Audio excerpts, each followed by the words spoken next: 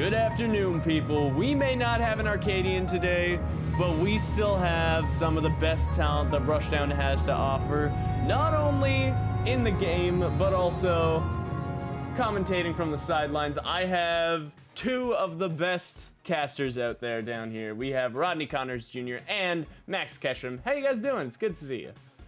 Yo, I'm doing really good. It's always fun to be back, and commentating one of the best games out there in the world. But I brought one of my best friends with me, Max Ketchum, dog. How you feeling?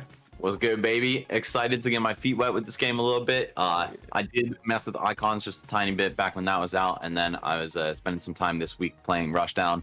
Definitely looks really cool. I'm a guy who loves melee, guy who loves Marvel, guy who loves Guilty Gear. So, oh yeah, this is kind of my flavor. So we'll see what these players have to offer. We got two dudes on the community management side of things, Boomstix and Lichgo, going at it. So NA versus OCE. That's pretty hype. Yeah, I think that's a good representation that this game is worldwide, baby. There are a lot of people in the world, and they all need to play Rushdown Revolt. We're seeing it exactly here, but not just from like the natural competitive born player standpoint as well too. We also have two competitive players who also work on the production end, which I think is really awesome, because there's so many times where like you see developers still come in, make a game, and then they're just absolute horse shit at it. But these two are not that, and so they're gonna definitely teach the people in the stream a thing or two about how to play this game the right way. I bet. Yeah, I definitely respect. I respect the guys who are grinding the games that they make and work on, not just out here for the bag. Mm-hmm. Yes, well, definitely. So this should be a great one. Now, if I'm not mistaken, both of these two, of course, work on the back end of things. But when I say that, I don't just mean like they're just signing checks or doing W4 forms. Like they're actually posting weeklies, commentating. They are a jack of all trades, and they happen to be a master at every last one of them. So this is actually going to be a really cool thing to witness. As somebody like myself that likes to do a little bit here and there, and Max, you might host a little tournament. I think it's called Let's Make Big Moves or something like that. Yeah, you do a couple things.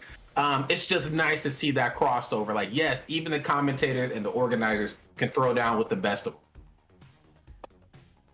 Oh yeah. All right, so I have given the lobby host over to Lichgo. We're gonna wait for him to lock everything in here.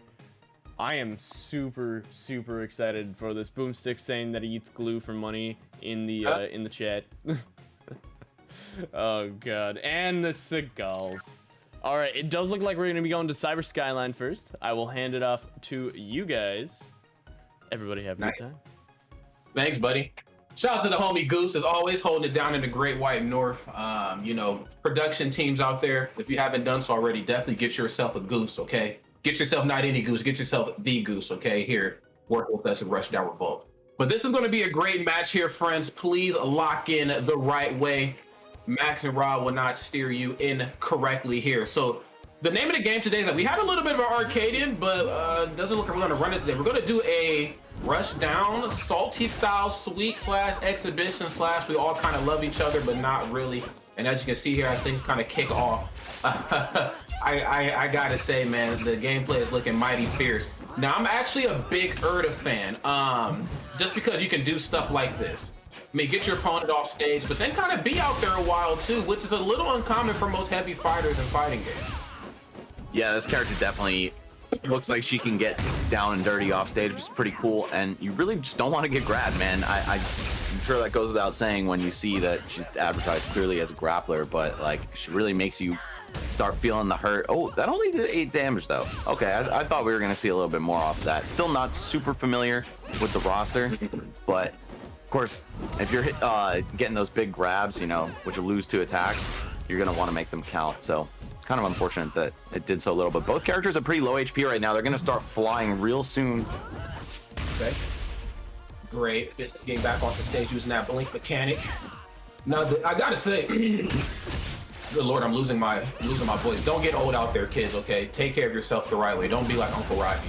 But no, all jokes aside, both sides keeping it airtight. I gotta give it to Boomstix. Kind of came out this match here, I mean, really aggressive, but again, it is Lichgo who was able to draw blood back here and keep this on an even front. Now, I can say as somebody who's dabbled around a little bit with the Ashani and a little bit with Urdah, I will say that when I am down versus the Ashani, it really feels like, just the hill becomes that much more just intense to climb. So great job right here to both sides for keeping it close.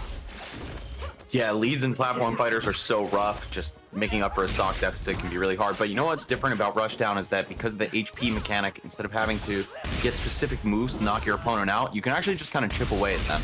And if you're consistently winning the neutral, it doesn't feel like you're down as hard as you would be in a game like Smash. Well, speaking of being down right here, I got to say, I mean, when you get a character like Urdah off stage, you know, you don't really get too many opportunities to do that, especially when they were piloted by somebody as talented as Lichgo. So when you get them off stage, you have got to make a big play, and we are seeing it here in a major way. Boomstix bringing the boom here. All right, down to the last breath on this stock here for Lichgo. Very healthy Ashani on the other side. Boomstix just trying to find some kind of finisher, but Lichgo's playing really clean in the neutral right now. Gets off the ledge, but yeah, gonna explode right there. Just a light tap from Ashani, enough to finish the job. Now, see, the great thing about Ashani in a match like this, where she has a slight lead, is that she has phenomenal ground speed, as we can very much see, but they also have very great air mobility, as you can see right there. Easy come, easy go is how that saying goes. Big shout to Consequence right there for that. Boomstix is gonna hold it down. Wow. I mean, talk about just touch of death. You can just be obliterated in a matter of no time here. Yeah, Ashani definitely an explosive character, loosely based on Captain Falcon, I think it's fair to say. You know, her moveset is certainly combo oriented, as is most of the cast in Rushdown Revolt. But I think, yeah, she's definitely got that explosive nature. You can get opened up once and just die to it. You saw the HP bar barely going down for Urdah there. And it's going to be game one going to Boomstix. Very clean. Lichgo, I don't know what he's going to have to do to come back, but I mean, that was not exactly a shutout, but a pretty dominant game. It definitely was on that last stock. And it's tough because, again, you know, Ashani, great footwork, of course, great air mobility. And then she also has some pretty decent sized tools in, you know, edge guarding a character like Urdah. And I'm saying the player, maybe not some, or the character, excuse me, not so much the player. The player obviously is very talented, but the character, of course, as talented as you can be. You know, your brain might want one thing, but the character, you know, the mechanics can only give you so much. But being able to, of course, just continuously spike Urdah off stage, being able to use like your blink mechanics, you know, say really keep her at bay and not allow her to get back to the ledge is very, very tough here. So, but if a character switch, let's see what this brings us here for game number 2. Yeah, very interesting too that it's Boomstix who's switching to Afi and Galu now rather than rocking with the Ashani that gave him so much success. Maybe just trying to flex. I'm not gonna lie, man. You don't just win game 1 that hard and switch characters for tactical purpose, right? No, yeah, there's definitely a little pizzazz in there. Definitely letting them know, you know what, I did that with one of my best characters. Let me show you what my pockets are looking like as well. Oh, great ledge play here. This is tough right here. Urdah definitely gonna have to stay on the money. A little hesitant on these follow-ups as well. A lot of throws, not really getting much afterwards. Okay, just looking for something out of that rush. Yo, high key, I don't know which one is which. Who's the orange one and who's the blue one? Man, if you blink. All right. Sorry, production in here. I gotta give my lore. We got Afi and Galu. Galu is the water-based one, the blue one. They have very strong spikes and upward trajectory moves, and are a little more floaty, lighter, all around more like, as I said, spikes. Yep. And floaty, of course, which is why he is not that afraid when he's getting spiked like that. And then Afi is the sort of fast faller, almost fox-like one. Very heavy rushdown kit, all about just getting in your opponent's face and dragging them off the side blast zones. Okay, sick. So we've got horizontal fireman is Afi, and floaty waterman, who can also spike you, is Galu, vertical boy. All right. I knew how they function, but I just didn't know which one was which. And when you see a matchup, when you see two characters like this, I guess in one, in a matchup versus somebody like Urdah, you know, Urdah, again, very strong character, piloted by an even stronger player, but you know, we just have linear approach options. Got two characters right here that can mix it up on the fly. I mean, that's something that we're not, you know, out of the water with as well. You know, we come from a game where characters you can transform and all types of stuff, so you have to be on the money here. But even as I say that though, like, I mean, the Urdah gameplay certainly is working because they have a pretty solid sized lead here for now. I don't know if the character switch is going to come out in their favor. Yeah, I feel like just a couple good hits could finish off this stock lead for Lichgo though. Oh, never mind. You're popping the burst, okay. Realizing it's important to not let this get too out of hand. Boomstix gonna clean it up. All right, now down just by about 70%. Not the end of the world, but I don't know, a hard-hitting character like Urdah could be really problematic here. Oh! Wait a damn reversal! Oh, dragged down to the pits. All right. There we go. Lichgo evening things up, saying, yo, you think you're going to flex with this little Ice Climbers Jr. character on me? Like, no, sir. You got to play the main or you're not going to play at all. Now it's 1-1 in a first of 5. It's the price of flexing. Here's the price of flexing, okay? Somebody like myself that spends a lot of time in the gym, you know, I don't know if y'all can tell from stream, but I'm a little ripped. I'm actually not ripped, but I'm still learning how to flex, though. And what better way to learn than to watch Urdah throw down? Now, you talked about not being able to play the game. I mean, if you misstep versus Urdah, it most certainly feels like you aren't able to play the game. We've seen that just there. So, next game right here. Keep in mind, friends, these are best of 5s, if I'm not mistaken. So, yes. First of 5. First of 5, excuse me. So, yes, we're going to get a lot of gameplay here. Oh yeah, we're just running through the character roster. But you know what? I mean, when I'm looking at the developers, I mean, who else? You know, when these are people who have had a lot of time to design these characters, who have had a helping hand, and you know, just the developmental process. So I get it. They can probably play a lot of characters at this level. Well, we only see one of them switching, Rod, and I don't know if Boomstix will live to regret this choice, because last game it certainly didn't work out for him, but I feel like Omni and Galu kind of a high ceiling. Ooh, I'm gonna say they're kind of a high ceiling character because there's 2 of them. You gotta learn the intricacies of both, but I don't know. Lichgo just really wants to win, man. Staying on the Urdah, and I respect that. I definitely respect it too. If it ain't broke, you do not need to fix it, my friend. Okay, great. Race is great himself. Just a little bit of space. And I'm understanding obviously the difference in you know, just character types. I mean, obviously one side much longer than the other, so instead of like approaching aggressively, you know, you're going to see Lichgo kind of stay back in the cut, hold shield, and just try to get like this bait and punish type of play style. We've seen the bait. There was indeed the punish. No spike from below though. Okay, no neutral special, and yes, we are off stage. Oh my goodness. Well, once upon a time we were off stage. Now we're out into the you don't go out there zone and just getting completely detonated. Yeah, fat full stock lead for Lichgo. Oh my god. Looking to just go for an air grab off the stage, but instead loses the stock. Oh my god. All right, well, it's dead even thanks to some spaghetti on both sides. And I don't know, the switch to Weishan, I would say not exactly paying off here, but if Lichgo messes up one more time or eats a fat combo, we could see it work. Boomstix, maybe a bit of a lucky break with that. I don't want to call it an SD, but kind of like a reversal off stage. I don't know. Either way, oh, some nice Weishan combos, not able to complete. Kind of the sign of someone who doesn't main the character, I'd say. Yeah, you know, just kind of, but you, oh my goodness. Up the top, there was a good amount of life left on Weishan too. That, yo, Princess Fiona. Yo, coming through. That was a happily ever after matchup I've ever seen it myself. Good Lord. Well, I'm definitely sold on the Urdah. I mean, not to say that I wasn't coming into this, but I mean, we've tossed 3 different characters, you know, at Lichgo so far. It's kind of not working, but you know what I'm saying? If there's a will, there most certainly is a way. Just like that Meatloaf song, bro. 1 out of 3 ain't bad. There you I think go. that's how it goes. There you go. Something like that. Maybe we're dating ourselves with that reference.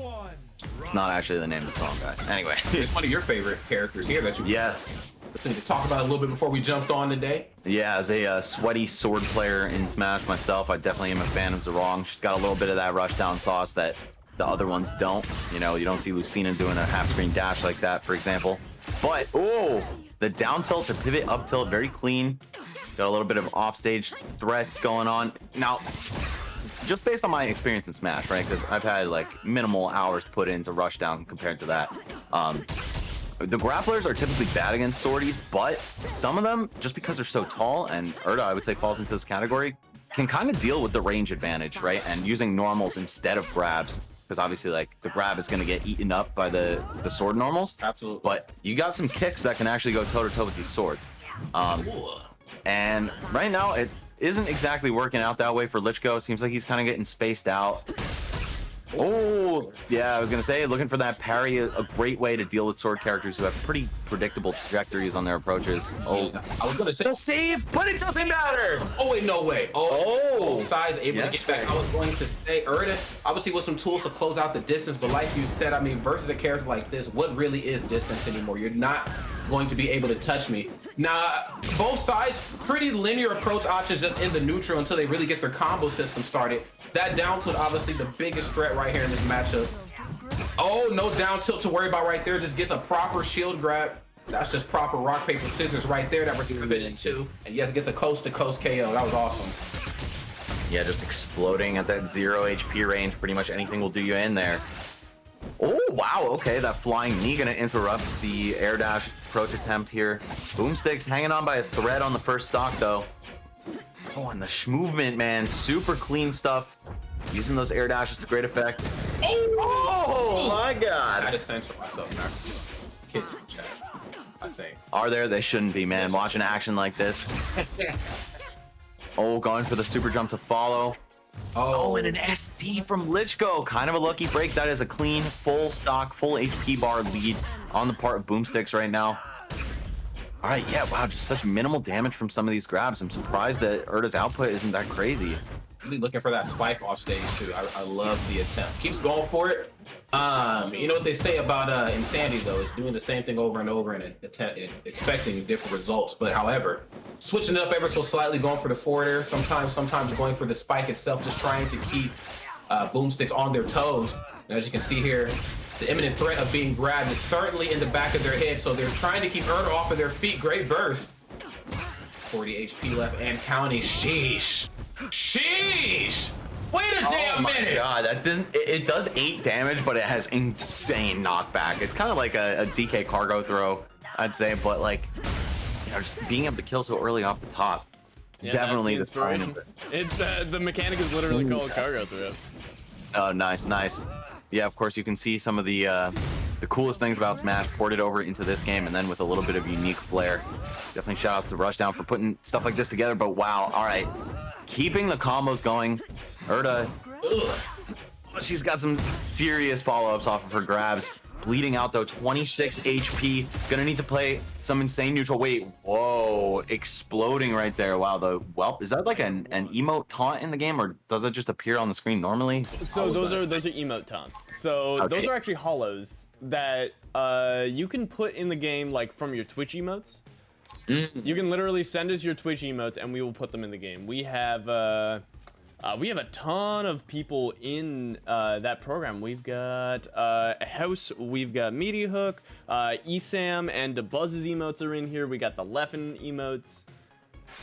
Just tons of ways for you to BM your opponents. Nice. Well, big shout out to the OGs that you had as emotes. That's awesome.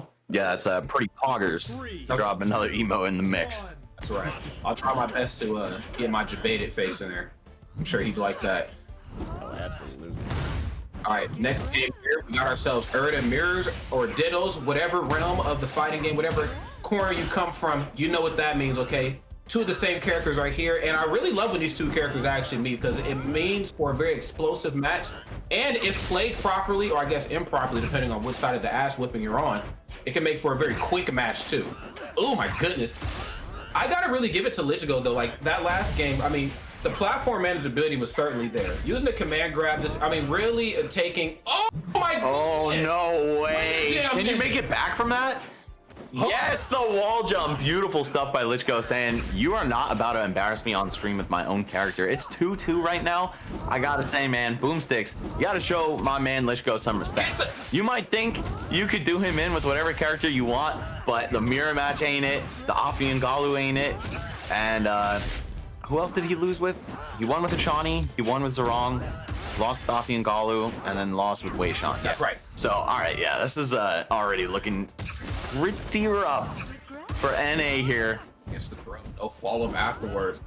Letting them off the hook though. Letting them back on stage for virtually free.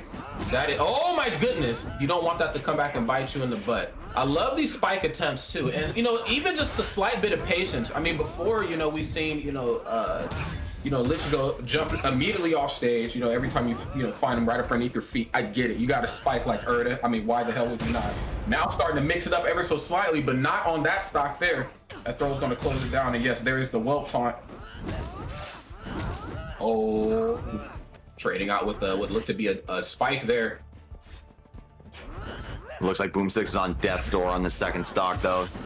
Just, you gotta play immaculately to avoid dying to anything. And that's, I think, really a key difference between Rushdown and other platform fighters, right? Like, regardless of what hits you, if you're at that 0 HP range, you're just gonna explode. Whereas in Smash Brothers or other platform fighters, it still has to be a move with a relatively strong degree of knockback to it, right?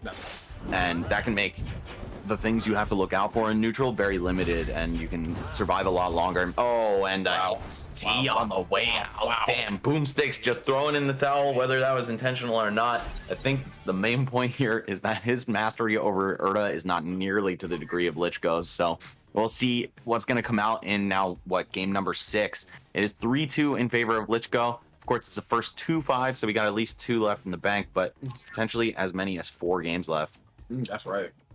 We'll see if we can give the crowd more between these two if we're going to move on to the next game. I'm loving the way the set is going, though. Urdah Mirrors, definitely one of my favorite ones to watch. Definitely one of my favorite ones to cast. You know, there's so much to break down, and it looks like we're actually going to go back to Ashani here this time. Mrs. Stilio Stock herself is that Master Chief? That's right. Hey, Mrs. Chief? Mrs. Chief. We'll see. 124 right now, keeping this one a little airtight, but that is until you get grabbed by Urdah. My goodness, get back onto the stage. Okay, a little late on the spike there herself. Off the mark with the command grab. Now we got a good reset. Okay, need to build up a little bit of meter right here on oh my god. Jeez. Dunked down by the command throw, or rather the cargo throw. And that is a quick stock gone for Boomstix now, and a very healthy stock for Lichgo. So I don't know, man. When you switch back to the character you started with, I don't know if this is Boomstix's main proper. Oh, double dunks, baby. Yep, totally worth the stock trade right there. Lichgo saying, yo, we are hitting the accelerator, getting into game 7 as fast as possible. He wants to take this one 5-2 if he can. But you know what? The Ashani put in so much work in the first game. It was, again, not a shutout, but a very strong finish from Boomstix. And, you know, when this ends up happening, the next time you go back to the character, that's got to be a huge momentum killer. And you might be kicking yourself for flexing with all these random characters that aren't your main in the process. Yeah, I think we're seeing that just kind of play out right here, man. I mean, the Ashani is definitely clean, but oh my god, you're wall done. jump. Oh wait, no, try to go. You're ultra done. Blink. You're ultra done. Yo, let's go. Let's go. More like let's go. Wow. Let's go is working with some different type of magic right here. Wow. Who'd have thunk the Urdah would be able to wipe out after cast? Move out the way, Thanos. All right, we got a better, different colored, 8-foot tall baddie. She's the fusion between like Donkey Kong and Ganondorf from the looks of her moveset, you know what I'm saying? So definitely cool to see characters that really aren't ever good in Smash fused into something that's doing some work here. Not sure how in the greater top level meta game Urdah would perform. Grapplers are typically not great in platform fighters, but looks like she's got a little bit of sauce on her, that's for sure. Definitely. Urdah at the top level, just from the last, I think, 3 or 4 events I commentated, she's, you know, pretty good, but she does exactly what you think she's going to do as a grappler, which, you know, obviously, again, makes for a really awesome viewing experience, because who doesn't like when the grapplers do well? I mean, we've seen it most notably with, like, Snake Eyes and Combo Breaker just a few years back with Zangief. But then also, because of that, you know, with the very linear approach options, especially versus more complex characters, you know, like Ezzie, or, you know, characters that can kind of zone her out a little bit, it does become a bit of a daunting task. Wow. And that meter is full, and we are just shocking away. Great burst, though. Get the hell right off of me. You know what's shocking me, man, is the disparity in damage output between Ashani and Urdah. It looks like hit for hit, Ashani does so much more, and you would expect the big, heavy characters, the grapplers, to be doing a lot of damage, but Urdah, I guess it's the price of being able to beat shield with some of your better moves. Oh my god, the emote taunt, so BM. I know that's Boomstix. He's definitely the one responsible for this, because he's picking all these different characters. Oh, you thought, oh my god. Yo, the spaghetti is all over the place right now. Both players not wanting to go out like this. In the case of Boomstix, he doesn't want to go out after flexing with all these characters and now being down, I believe, 4-2. And then in the case of Lichgo, he doesn't want to get stunned on by a series of secondaries. Wow, but it looks like just that might happen. We could be going to a 4-3 game. Catch them with the special, that's right. Right off this feet, just when you thought it was safe to overextend here with your command grab. This is actually really great platform manageability that I was talking about just a little bit before from Lichgo, but that was before you bumped into this formidable force. Boomstix, Ashani. Can we get back to the wall? Oh my goodness. Oh my god. If you blink, you'll miss it, my friends, quite literally and figuratively, and every other type of descriptive term there. Wow. I gotta give it to Boomstix here. I mean, Ashani, awesome character. I don't know personally if I have all the brain cells to play Ashani at top level. Like, I see what this character can do, and I'm just like, I can't even count past 10. What do I look like playing Ashani at this top professional level? This is absolutely nuts. Yeah, she's definitely swift, right? And benefits a lot from approaching your opponent, getting those hits in. Though, I don't know. I think this seems like a kind of hard matchup for Urdah, who doesn't have the speed to quite match up. Although, you know, you do have the grabs, and you do have some really dangerous offstage presence. Okay, you're gonna see Ashani getting back, and no problem there. Definitely not a suspect recovery. I think she's got some good distance to come back, and also good protection with the upward kick. Right. Her inspiration, Captain Falcon, a little bit of a different story. Yeah, it's a lot to be desired with good old Doug, but at least Ashani is doing what he can and doing it in a very, very proficient way. Okay, get the throw here, and yes, Yikes! Super jump right after. And Urdah is making it right back off of that one.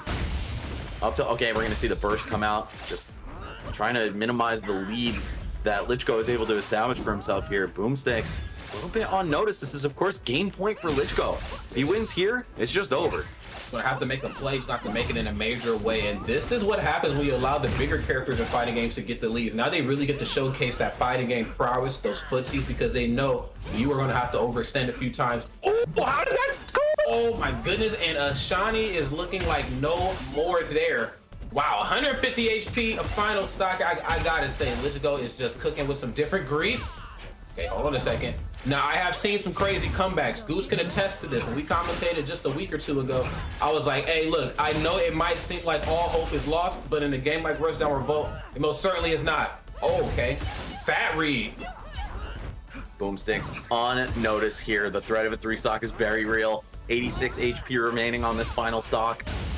How is he gonna account for this? Okay, not a lot of damage, but a terrible position. All right, flash kick-esque up B gonna get him back. Definitely needed some cover from above because we've seen the upper and of those Urdah boots, and trust me, they have claimed the lives of many in this game. Can we get one great burst right there to kill the momentum? Are we really gonna get a 20 off of the, I'm guessing down air, down B. Are we really gonna see? Last hit on this first stock. Is it gonna be a 3 stock? At this point, it's pretty much over. I just want to see if we could get the 3 from Lichgo. Saying, don't you disrespect me with these random characters. You're gonna lose with your main 2. Nah, probably 2 more hits. Wait a damn minute. Okay. Great stall. Really looking for it right now. We're seeing Ashani just come through with a lot of forwarders, and yes, sometimes it's not about the movement. Sometimes you just gotta stand still. Good things will come to those who wait. Okay, creating himself just a little bit of space right there. Not gonna be able to quite punish that. All right, the burst just to make sure no death combo Wait a minute. occurs here. Oh my god. And yeah, there we go. That's it. Oh wait, yeah, gotta win neutral one more time after you deplete the HP bar. Man, and a little hesitant right there on that follow-up. Sheesh. Went for the down tilt that it was all cooked at that point. And hey, we know that guy back there. Big left. Big left, baby. Big Lich, bro. Big Lich is more like it. That's right. All right.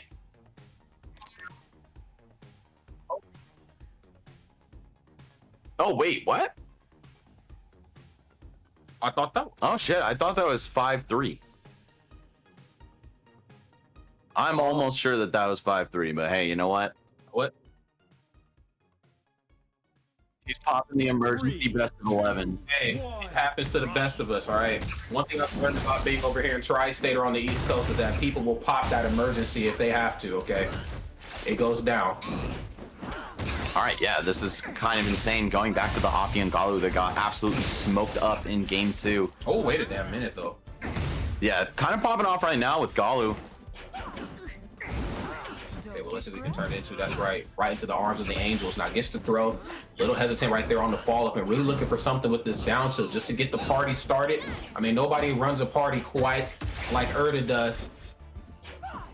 Yeah, I'm not gonna lie, I feel like I would much rather be Afi against a character like this. Just rush your opponent down as much as possible. Grapplers kind of struggle in that department, but I think out of switches now, that's what the meter on the bottom is, yeah. So locked into Afi for the rest of the stock here. Let's see what Boomstix can bring to the table.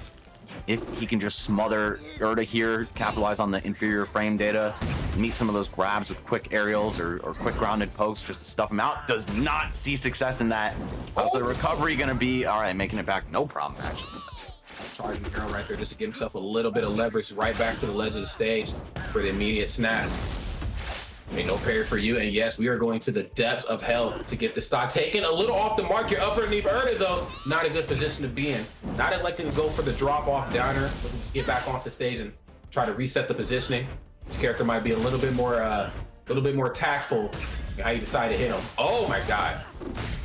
And still no forwarder after getting tossed off stage. They're really looking forward here. Yo, the reversal. I had a feeling that was going to happen. Lichgo bleeding out literally on that sub 0% marker.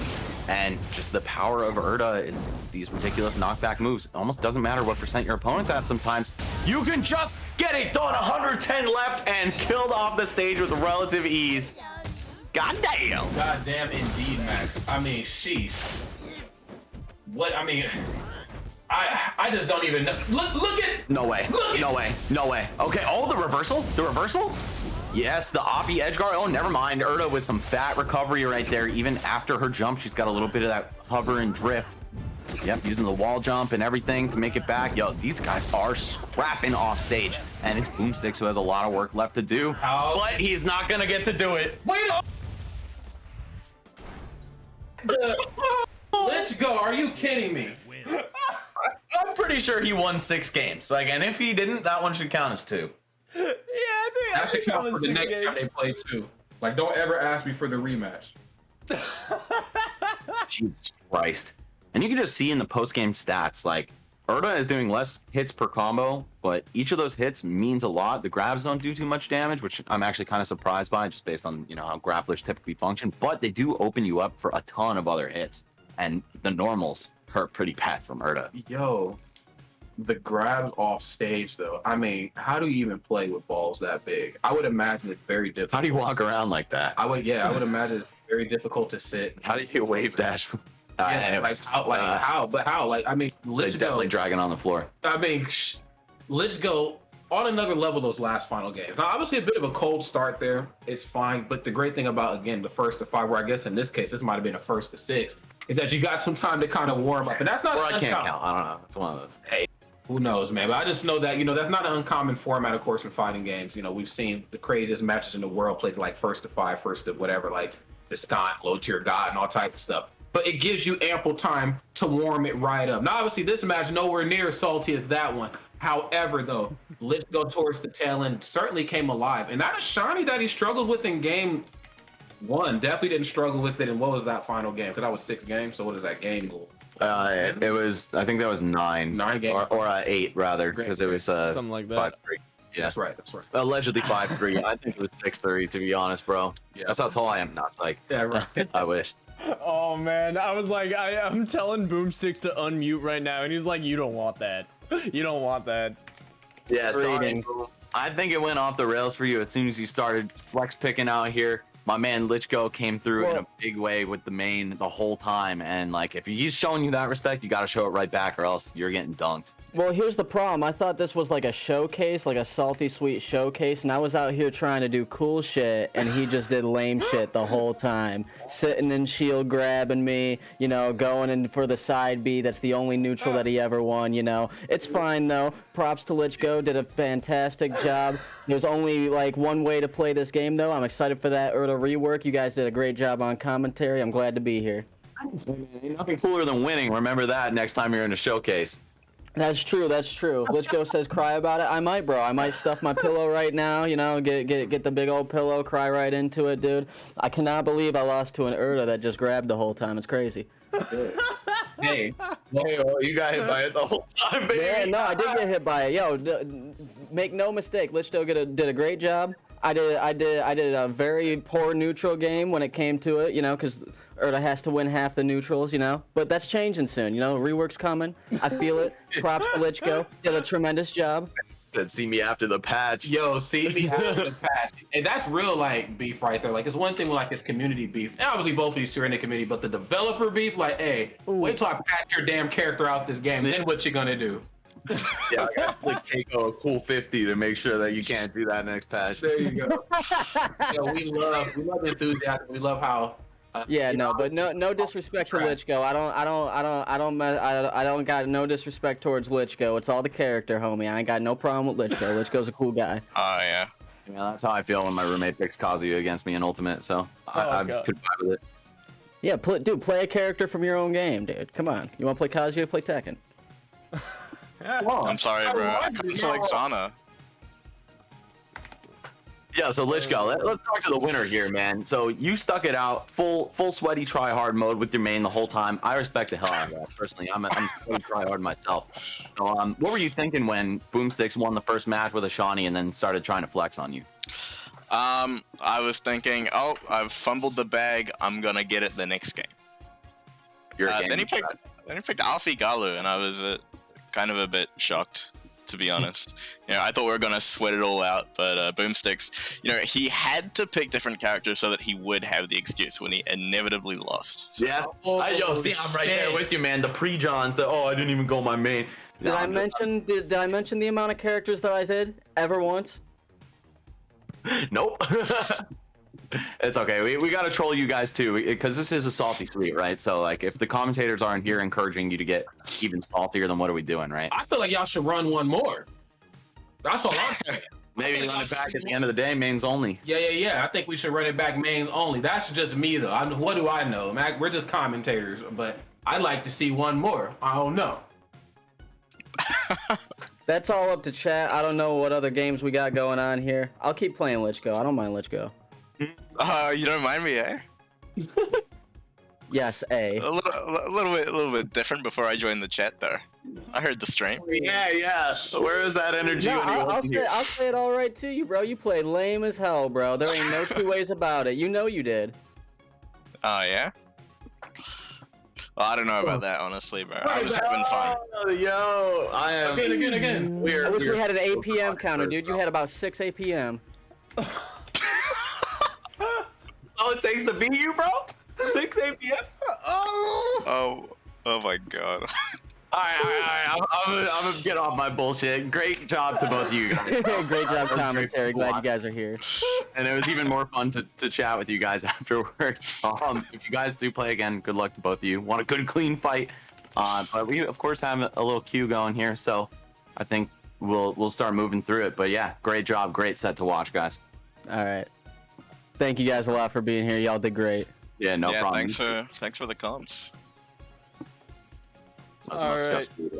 So, it is your production man right here. We are going to take a very, very brief intermission while we get Brock and Rancid situated in here. Everybody, I'm going to get some predictions up. They're going to be up for 10 minutes.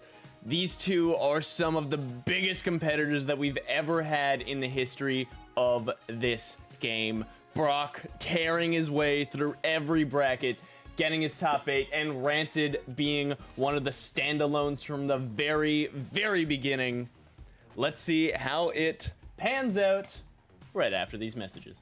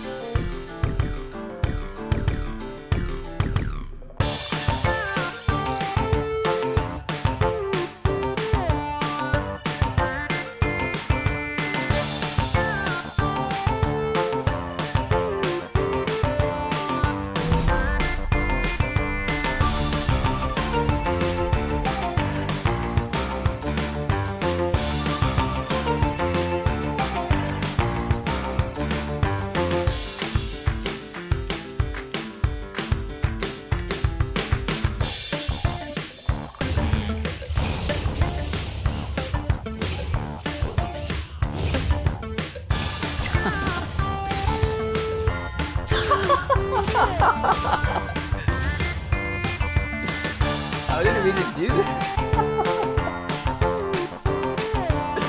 How did we just do that? How did you not die off your first stretch?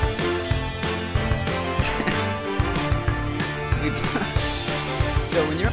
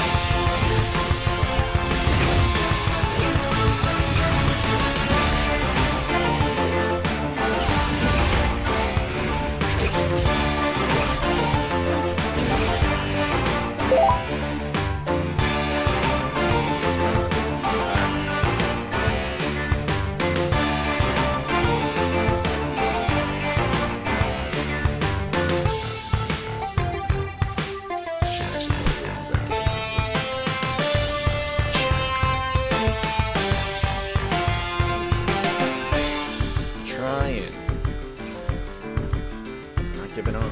Oh, what?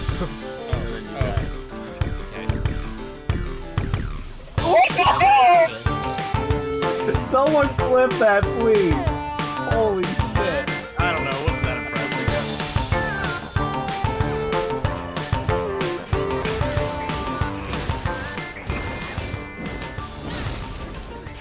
Oh, Chikaki!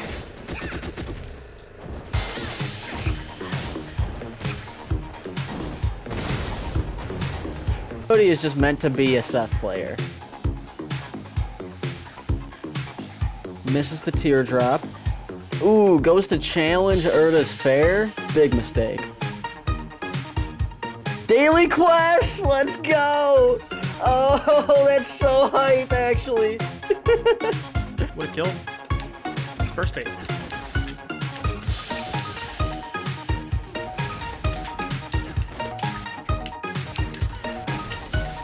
Yeah, let's go. That was sick.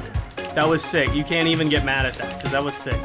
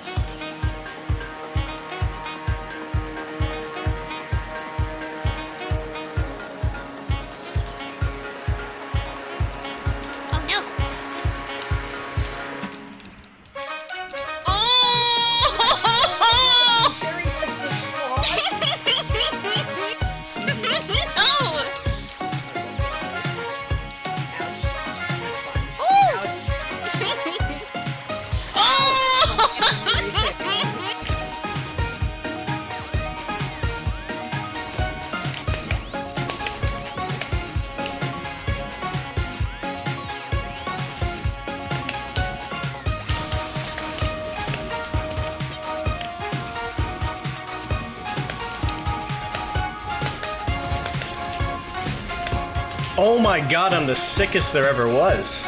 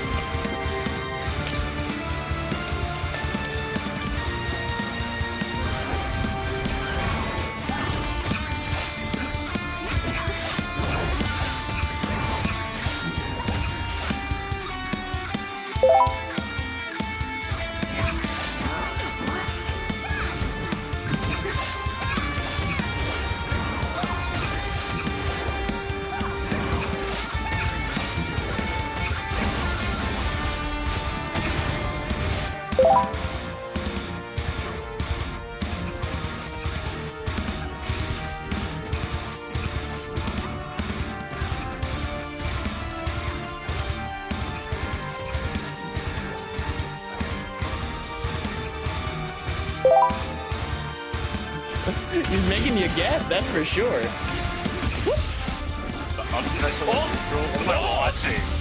What is he doing?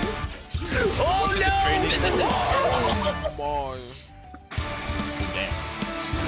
In Beat Saber is so much fun. Oh my god!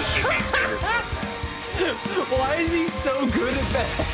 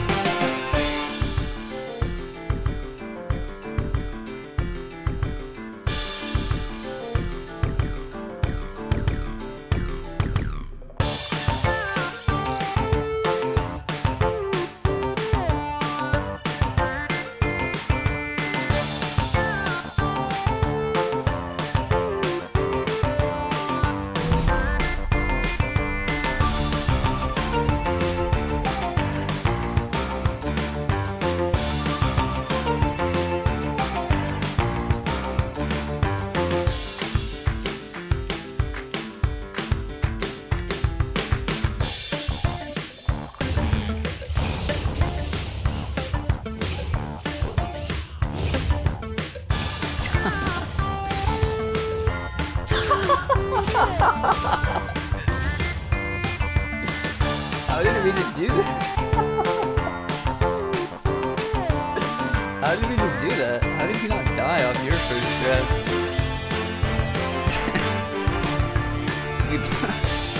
So when you're...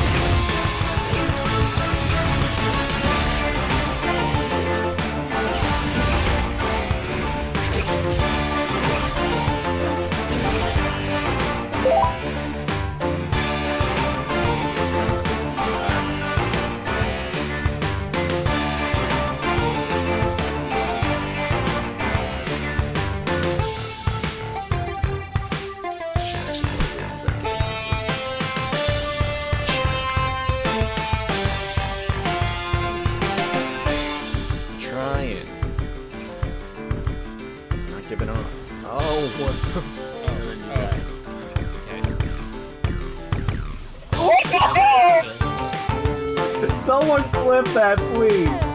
Holy shit. I don't know. Wasn't that impressive?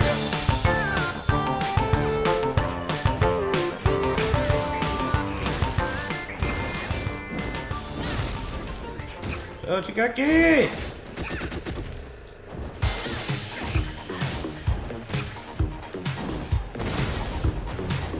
Cody is just meant to be a Seth player. Misses the teardrop.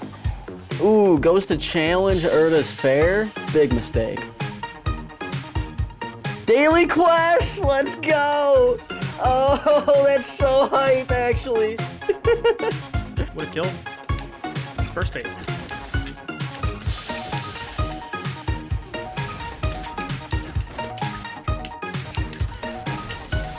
Yeah, let's go. That was sick. That was sick. You can't even get mad at that, because that was sick.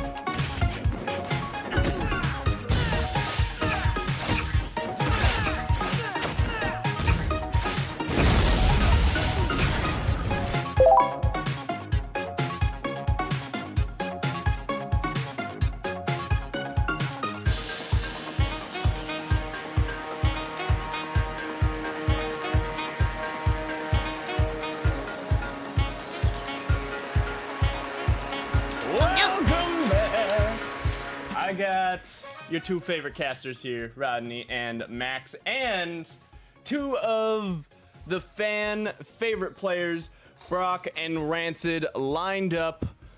Giving the crown to Brock. We're gonna see how this one goes. Yeah. All right.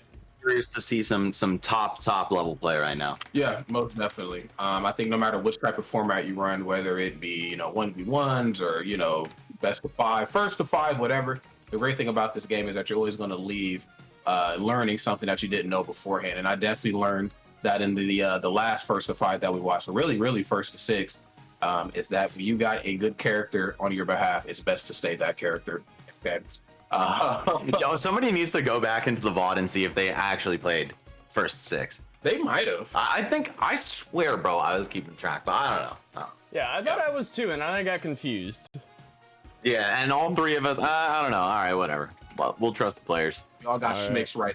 Though more games never hurt anybody, and in this case right here, we got ourselves a brand new first to 5 friends. That's right, not best of 5, first to 5. Okay, Rancid and Brock getting ready to throw down here. The first game is on a combat lab.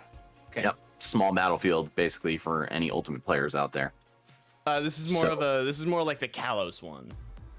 Yeah. Oh, okay, yeah, I see, because the platform Oh, wait. a little bit over the edge, but of course much smaller horizontally than Kalos as well. So very interesting and unique stage in terms of its layout, and we've got those deep walls. But yo, wow, stock already out the window for Wait, Rancid. hold up. Are they desynced? Might be. Yeah, something is amiss. We got ourselves another Urdah match for all the Urdah fans out there. We're just gonna run it. I think we're just gonna actually. Yeah, I guess we're just gonna. Wow. I think it was a controller issue. Free stock for Brock. We take those. That's why you check your buttons. That's very true. And as you can see right here, Brock is definitely getting checked in a major way. But right as I say that, a reverse right into the burst. Yes, feel that momentum. Do not let Urdah be able to find that next hit on you, because out there close to that blast on you are some real trouble. Wait, Sean going the way of the dinosaurs right there.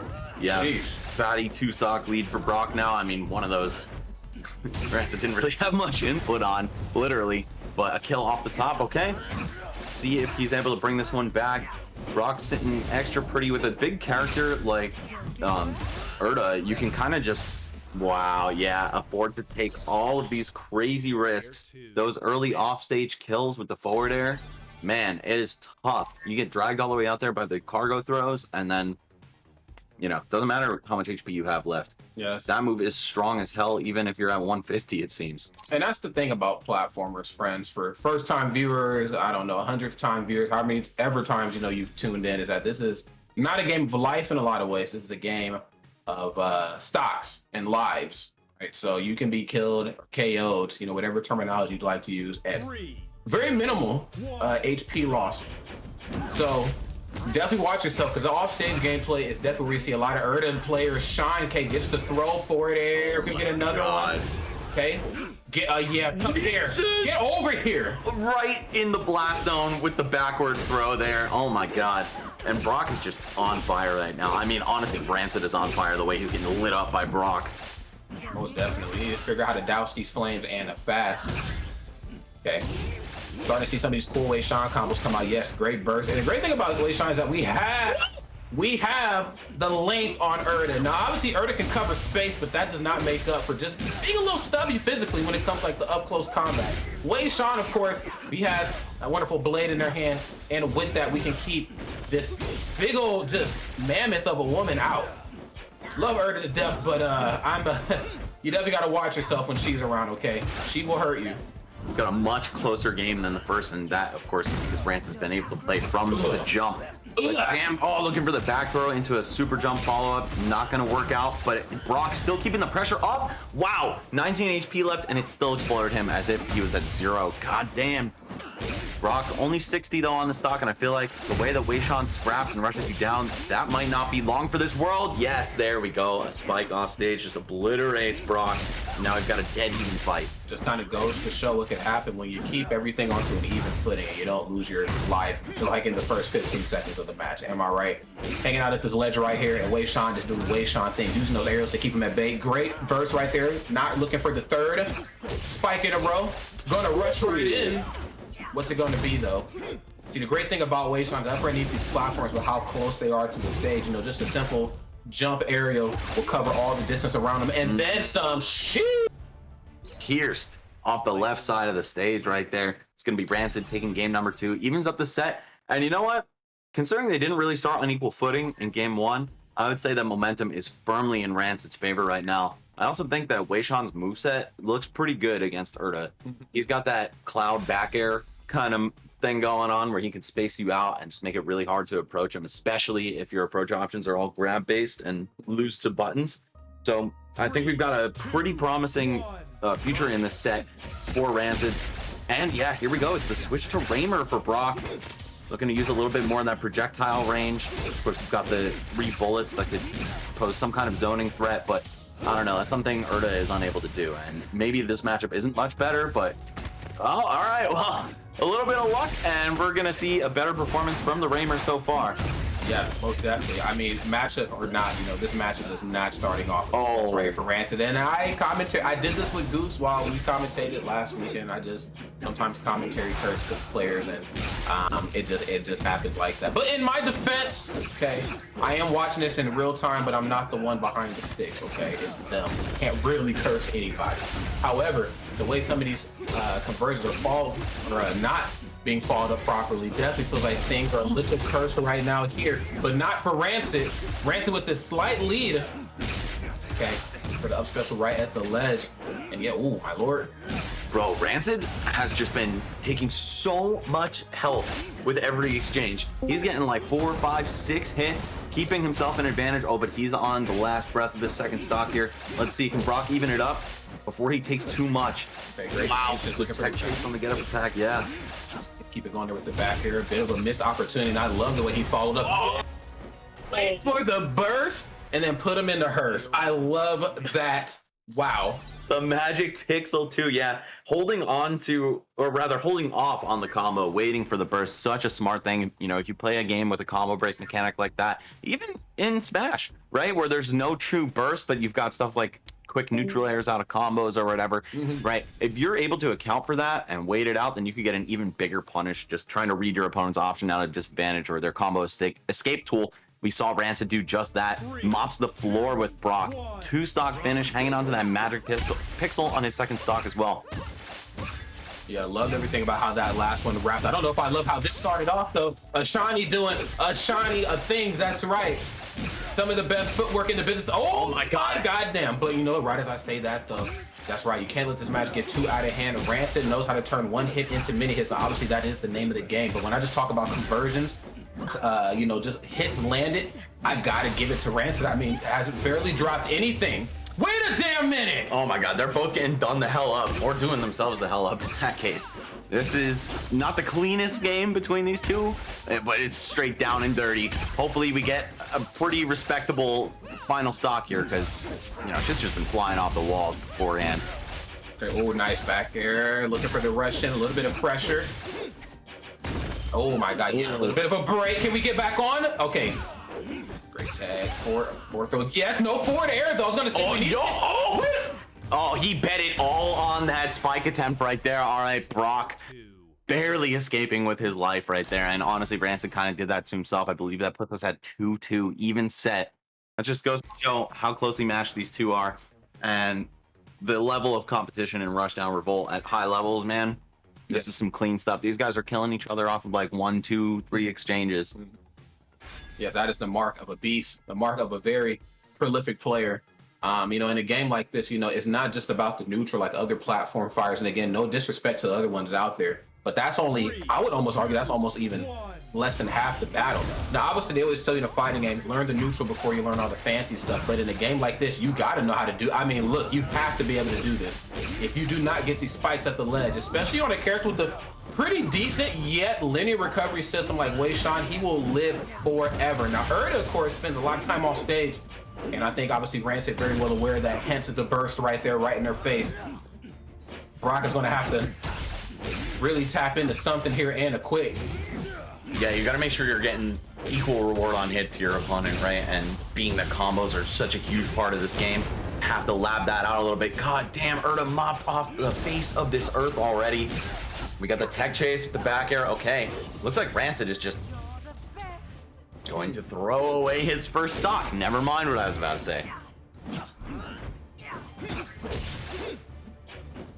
All right, maybe playing a little bit too buck wild out here, but clearly it can pay off sometimes. Wow, okay, yeah, if he SD'd at 135 HP, that would have been extremely tragic. Yeah, the most definitely here. Brock, of course, still looking pretty good. Great patience, and that's what you definitely need to have with a character like Urdah. Now, again, I can't stress it enough. Obviously, she has the ability to close out the gap there. Great command throw. Of course, great footsies up close. I mean, she's a grappler. She has to have it. However, you know, Weishan, again, has the reach advantage, but it doesn't seem to matter when Brock and his Urdah are reaching for the stars. Oh no, Rancid, why? I feel like if that hit, maybe he would have like rebounded off of Urdah and lived to tell the tale, but instead just spears himself out into the blast zone. This guy plays a little too reckless, man. Like, I get that he's insanely good, but you gotta just chill a little bit, man. Because, you know, if this is like a top 8 level player, he could be like top 4 level if he just chilled the fuck out off stage a little bit, man. I am not arguing with any of those sentiments. It definitely needs to happen. I get it. You know, you see those opportunities, and again, Max, you know, you just miss 100% of the shots you don't take. You don't want to throw away your shot, okay, for all my Hamilton fans out there. Okay, but you can't shoot yourself either. That's right. You know what I'm saying? You definitely can't do it to yourself, all right? Okay, gets to throw. We're not quite off stage. We're gonna take the party off stage though, no matter what the hell happens. Okay, looking for opportunity for a second command grab there. The rush right in underneath the platform, and yes, the platform pressure from Weishan, like I talked about before, ever so prolific. Please watch yourself. Yeah, you don't want to let these armed characters get underneath you, right? Characters like Zhurong, like Weishan, where they have a big disjointed weapon. It's pretty much free to just sit there and uphill or like short hop, up air, fastball. A lot of good pressure. You know, every sword character in Smash pretty much tells the same story. Oh, we saw the cross up on the shield there. Brock just a sneeze away from exploding on his first stock. There we go. It is still really close. One good hit can even this one up. Rancid, if he can temper himself a little bit, just play safer, take fewer risks off the stage that make him die at basically full health, then we could see a different game. Oh, there we go. All right, he is back. See, the output is so clean when he's landing his hits and when he has his head on straight, making it back to the stage. On as straight as it can ever be right here. I mean, this is a pretty sizable lead here, and this is where Urdah mains, or maybe not even just the mains, people who play Urdah at this level. Oh, great stall right there, charging it up. However, you know, when you're in a deficit and you have to approach a character like this, you know, this defensive Weishan, you know, that. No way. Oh my God, yes. This type of Weishan is very tough to work around because I can sit and shield and wait for you to touch me. I have pretty quick options. Like, what are you going to do? What are you going to do? All right, and that gives us 3-3? I believe so. Damn, they are just going back and forth. And you see that Rancid, when he's not doing it to himself, he's doing it to Brock. That's right. So I think really just, you know, the path to improvement for this guy is pretty simple. Just be a little less zany. Ooh, the switch to Kid. Hey. Okay. I'm excited for this. I don't think we've seen any Kid throughout the course of the matches today. And I only say that because the first game we pretty much got to see half the cast. So I was like, when's Kid coming? But looks like he's finally here. Yeah, is this the only character we haven't seen yet? I believe so. Was it wrong? Aki and Galu, Ashani? Yeah, I think it's the only one we haven't seen. Oh, and Ezzie. We haven't seen it. Oh, right. That's right. Yeah, she's definitely a weird character. I feel like she could be probably the least played in this game, and I would be 0% surprised by that. No, she's definitely one I could throw you for a loop because, like, on paper she looks like, okay, she's a zoner, she doesn't really have options up close, but she's actually pretty nice. And she has the boomerang mechanic. Now, obviously, you know me, I like my boomerangs, you know what I'm saying? And you know, with the move like that, that's able to space, and not only just space, but when you get that hit, Ezzie can turn it into something crazy. Wow. Speaking of crazy hits right here, Rancid and the Weishan. I mean, this gameplay is just on another. Yeah. Well. Okay, all right. Brock learning from his opponent here, just doing it to himself all the way out there. Oh, okay. Yeah, you know, Ezzie reminds me of Veigar from League of Legends. I saw her in gameplay, and I was like, "Who the hell is this?" Because this character wasn't in icons, and it's a little witch, orb-looking witch. Yeah, but I have no idea how that character plays because I've never played League before. Oh, here we are, Combat Lab. All right, Kalos Jr., small Kalos field. There you go. That's what I'm gonna call it because laterally it is a lot smaller than that, but it does have those platforms hovering slightly over the stage or over the ledges. Switch to Raymer here immediately. And it's not quite starting off in their favor here. We are seeing a lot of just great spacing here, fresh out the gate. Yes, gets the command grab. Now, what's it going to be? Okay, yes, the media up special just to get out of harm's way. Now, I do feel like Raymer does pose a little bit of a threat, like up or underneath the opponent, as you can see here, being able to just kind of abuse him a little bit here with these aerials. Uh-oh. Okay, a little off the marker with the super jump. Probably not looking to land on the ledge of the stage, but probably looking to actually go right off. But you know what? We'll still take the positional advantage nonetheless. All right, so close to losing this first stock. Yep, I think that was back air coming out from Brock. Gonna end it off. But of course, we've seen Rancid's Weishan take stocks in extremely explosive fashions as well. Yep, is he gonna be at 150 still when he takes this one? Direct tie. Yeah. Oh. Okay, wait, just barely. One more should be enough to do it. It's gonna have to play very safe. Yeah, went for the high recovery, and Weishan, of course, was waiting for him with that wonderful blade in his hand. Yeah, keeping this one a little bit more airtight. Now, I do like the fact that Raymer has the ability to kind of space here with the projectile gameplay, even though we're not really seeing that. You know, we're seeing more of like an in-your-face type of style. Oh my God, yes. Ooh. Coming back from the absolute depths of hell. Yeah, incredibly clutch by Rancid to hang on there. Brings a lot of the damage back into his favor, keeps the edge guard coming, but you know what? He has to follow that, or rather he has to deal with that orb with Raymer following behind it. Yeah, that's just tracking him, making it extra hard to get an approach or get any kind of aggression going. Okay. Brock's still hanging by a thread on this second stock though. Ooh, done up. Or right down. Get done up, that's right. Okay, yeah, playing this, just kind of holding shield and playing a little bit more of like a defensively sound game. And the 70 damage? And the spacing that I thought we were going to see before, because the switch from Urdah, like, I get it. Okay, so obviously we need a little bit more of room between us. Oh, great burst right up there at the top. I don't know if the string was able to catch that. Oh, going deep with the chase from Raymer. Oh, the up B, getting him to the stage and shaking Rancid off of his tail at the same time. 23 HP left. Oh, but back air all the way in the blast zone. Too risky on Rancid's part right there. He had the life lead too, but he just got popped a little bit too close to death, and now it's 4-4. We are on the very final game here, game 9. First one of the day, guys. I'm loving every minute of it. Yeah, it's just a quick glimpse at those stats here. So obviously 2 knockouts to 3. That's how that's going to play out. The neutrals won though. Rancid 29, Rock 20. So they were pretty back and forth. Spark rate 95% on Rancid's behalf, 90% right there on Brock. So yeah, they're I mean, they just really stuck to it there that match. But this next one here, we're going to Forbidden Shrine. There's a lot on the line here, friends. And when I say that, I really just mean bragging rights. But again, if you're just tuning in, a little bit of showcasing / if you got a bone to pick with somebody, like a lot of these guys are developers, so it's like, hey, remember you ate my food on break? Remember I went to the break room, my pastrami on rye was missing from the refrigerator? I knew it was you. Bro, you steal the Reuben? That's hands. That's right, that's hands on sight. So I need to actually see you right now in Rushdown. See me, okay? It's as close as we can get without legal trouble. There you go. All right, here we go. It is going to be Raymer versus Weishan once more for the final game of the set here. Brock seeming to have figured something out. We saw that he actually was getting so much more bang for his buck in the last game off of every hit. Oh, wow. Barely makes it back to the ledge there. Ugh. Okay, and yo. Hold a damn minute. Rancid is exploding at the hands of this Raymer. Oh, look at the spacing at the ledge. I love the jump right into the fall of the air and back. That is such great spacing, but it ain't great enough to outspace you from the followers that are Raymer here at top professional level. This Raymer is Raymering all over the place here. Everybody loves Raymer, okay? Everybody loves, this is Raymer Romano right here, friends. I might have just dated myself. Oh, dude, I got it, so don't worry. Okay, thank you. Oh, he got it too.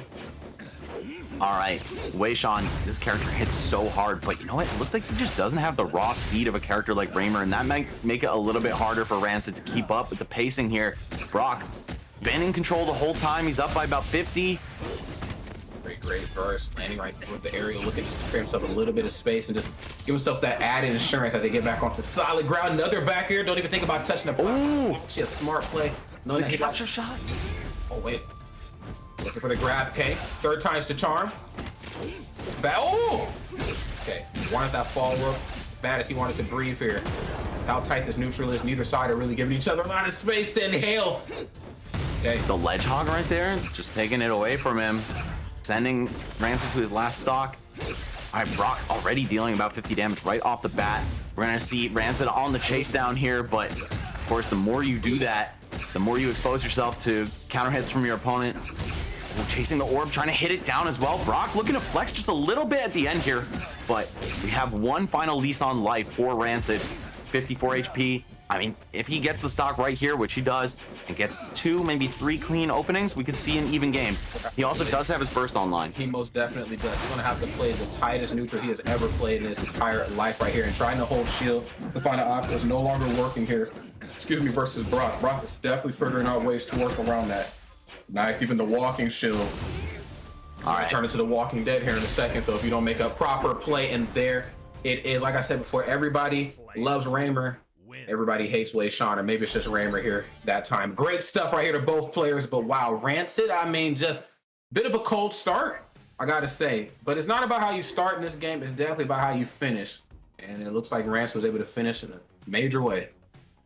Yeah, the switch to Raymer, I think, paid off massively. You got a little bit more zoning capability. You have pretty comparable speed to Weishan, who definitely loves to approach and get his hands dirty. But, man, just the clean plays all around from Brock, just keeping it solid throughout the whole set, I think was really all he needed to do. There were a couple times he got a little too handsy off stage, and it cost him his life. But, you know, you could really say that about Rancid, who effectively threw, I think, 2 games in the garbage because of that. So we could have seen a different outcome if he had just not given up the pace of the set like that 100%. and just kept rolling the same way, playing clean the whole time. But you know what? course, players always want to inject a little bit of their own style into these games and kind of show off who they are in the process of winning. That said, didn't work out that way for Rancid, but I'm sure maybe in a different setting where there's something more on the line, like a tournament rather than just Pride, we might see him play a little sweatier. So, of course, it is apparently, according to Goose, one of the hallmarks of his play to just go nuts off stage and kill himself. It happens. Every community has a character player that is like that. You know, we certainly have had our fair share over in Smash and other fighting games as well. So I mean, it goes without saying. Sometimes you're just going to meet players that just do a little too much. But to add to your point about sprinkling a little bit of yourself, a little bit of innovation, you know, there is a gray area where you have to kind of pull back on innovation. Just do what the character is designed to do and what they know best. And that game number one, of course, it had an unfortunate start, but the ending was even better than the start. And wow, that was just some very clean Weishan gameplay. Again, I don't know what the set history is between a lot of these players.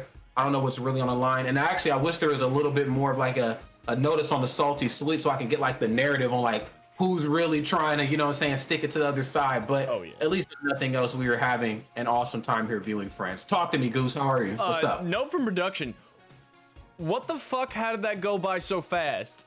They made 9 games last 20 minutes.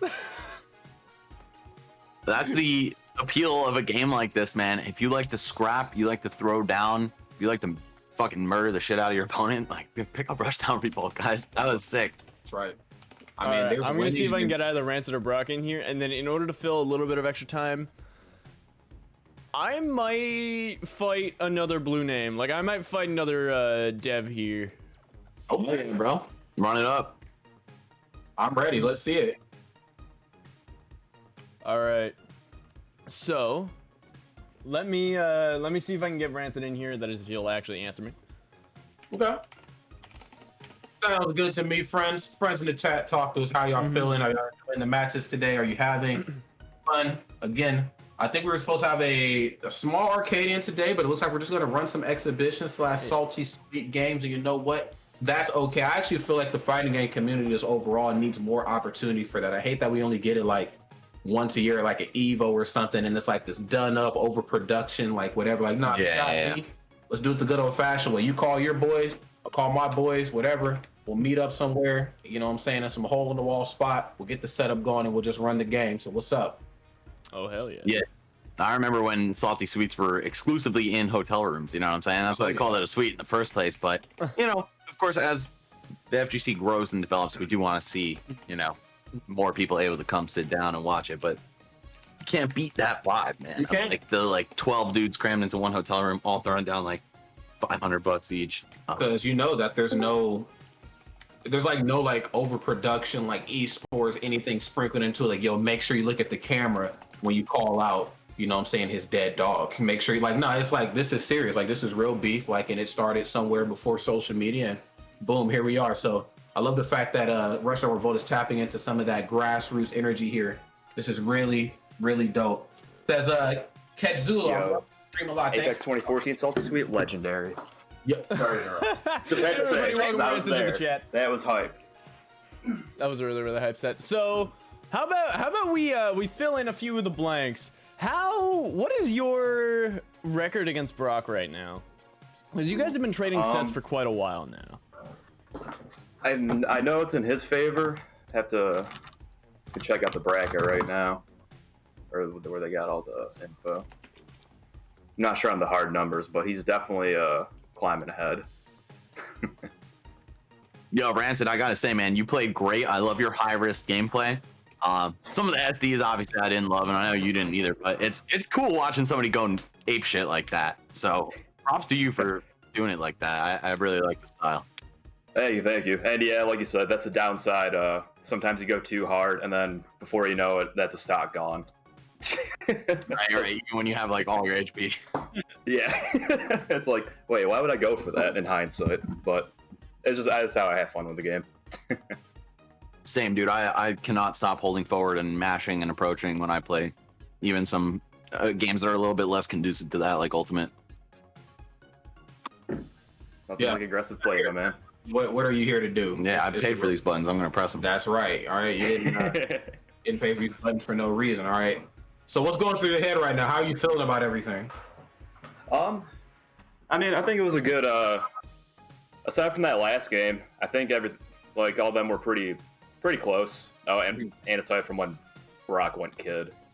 Oh yeah. Like, but I think it was a good showcase of what you can do in this game and how aggressive play is rewarded. Yeah. But I'm feeling nice.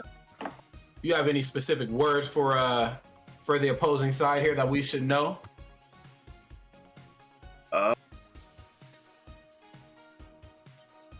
I guess you should just stick to Raymer. That's. How do you feel about that matchup? About Weishan versus Raymer? Neutral's a little finicky with Weishan. I think just because Orb is it's really commanding, especially when Raymer can get he gets Spark off it, so he can get some crazy setups. But if the Orb isn't on screen, then Weishan can just be oppressive with his large ass disjoints and just do safe shield pressure and stuff and take ground. Mm-hmm. And the punish game is absolutely. I mean, Weishan can wreck him because up B ladders and just out disjoint Raymer's legs. Yeah, I was gonna say I picked up on a lot of that, especially just like how patient you were in a lot of those interactions. You just really allowed him to press the buttons he needed to press. And the minute he whiffed or the minute he overextended too hard, you didn't even really need to get close just because of how long Weishan is. You can punish from a pretty conservatively safe distance away. Yeah, dude, the Guandal's half the size of the Milky Way, it feels like sometimes. Thing's gigantic. He also did a great job scouting out that burst in one of the earlier games in the set, and he just popped him for the last stock. That was pretty fire. Oh yeah, that's I think Weishan is top 2 for burst baiter, being able to burst bait. Because in those situations where, if I F throw him and he's like orange red, they kind of have to pop burst, otherwise they're going to eat the fair up air and die. And that's it becomes kind of obvious when they're going to go for it. So, you just hold back and just wait a second. Yeah, definitely a skill that you would have to uniquely pick up from this game. Though I guess in Smash you still could match a certain button, like a quick neutral air out of disadvantage and kind of break a combo that way. But still, it's Rushdown Revolt specific tech, and it just shows that you guys have been grinding this game. It's not like you're just Smash players who have fundamentals and try to pop into this and let that carry you through it. Yeah, that's what it started out as, but then you get more experience, and then the Smash fundamentals just start going away, or start being taken over by Rush Rev ones. Right. So, what is your history with Smash like? So I first started off competitively in Brawl when I was 13 or 14. I entered a tournament way back when. Also Brawl. Yeah. But my main competitive games that I got good was PM and Melee. Mm-hmm. I used to be a huge sweat in Melee. I would be going, to Apex, Big House, any majors I could get to around 2016, 2017. Dope. Yeah, bro. Good to see you succeeding out here in this game. Who'd you play in Melee? I was a Falcon main. Nice.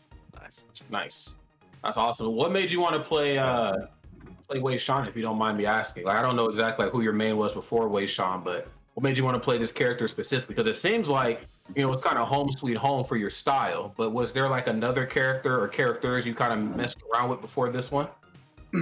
No. As soon as even when Icons was a thing, I picked up Weishan then, and then when Rushdown Revolt started, I just picked him up immediately. He was my first main. He's the character I got good on in this game. Sweet.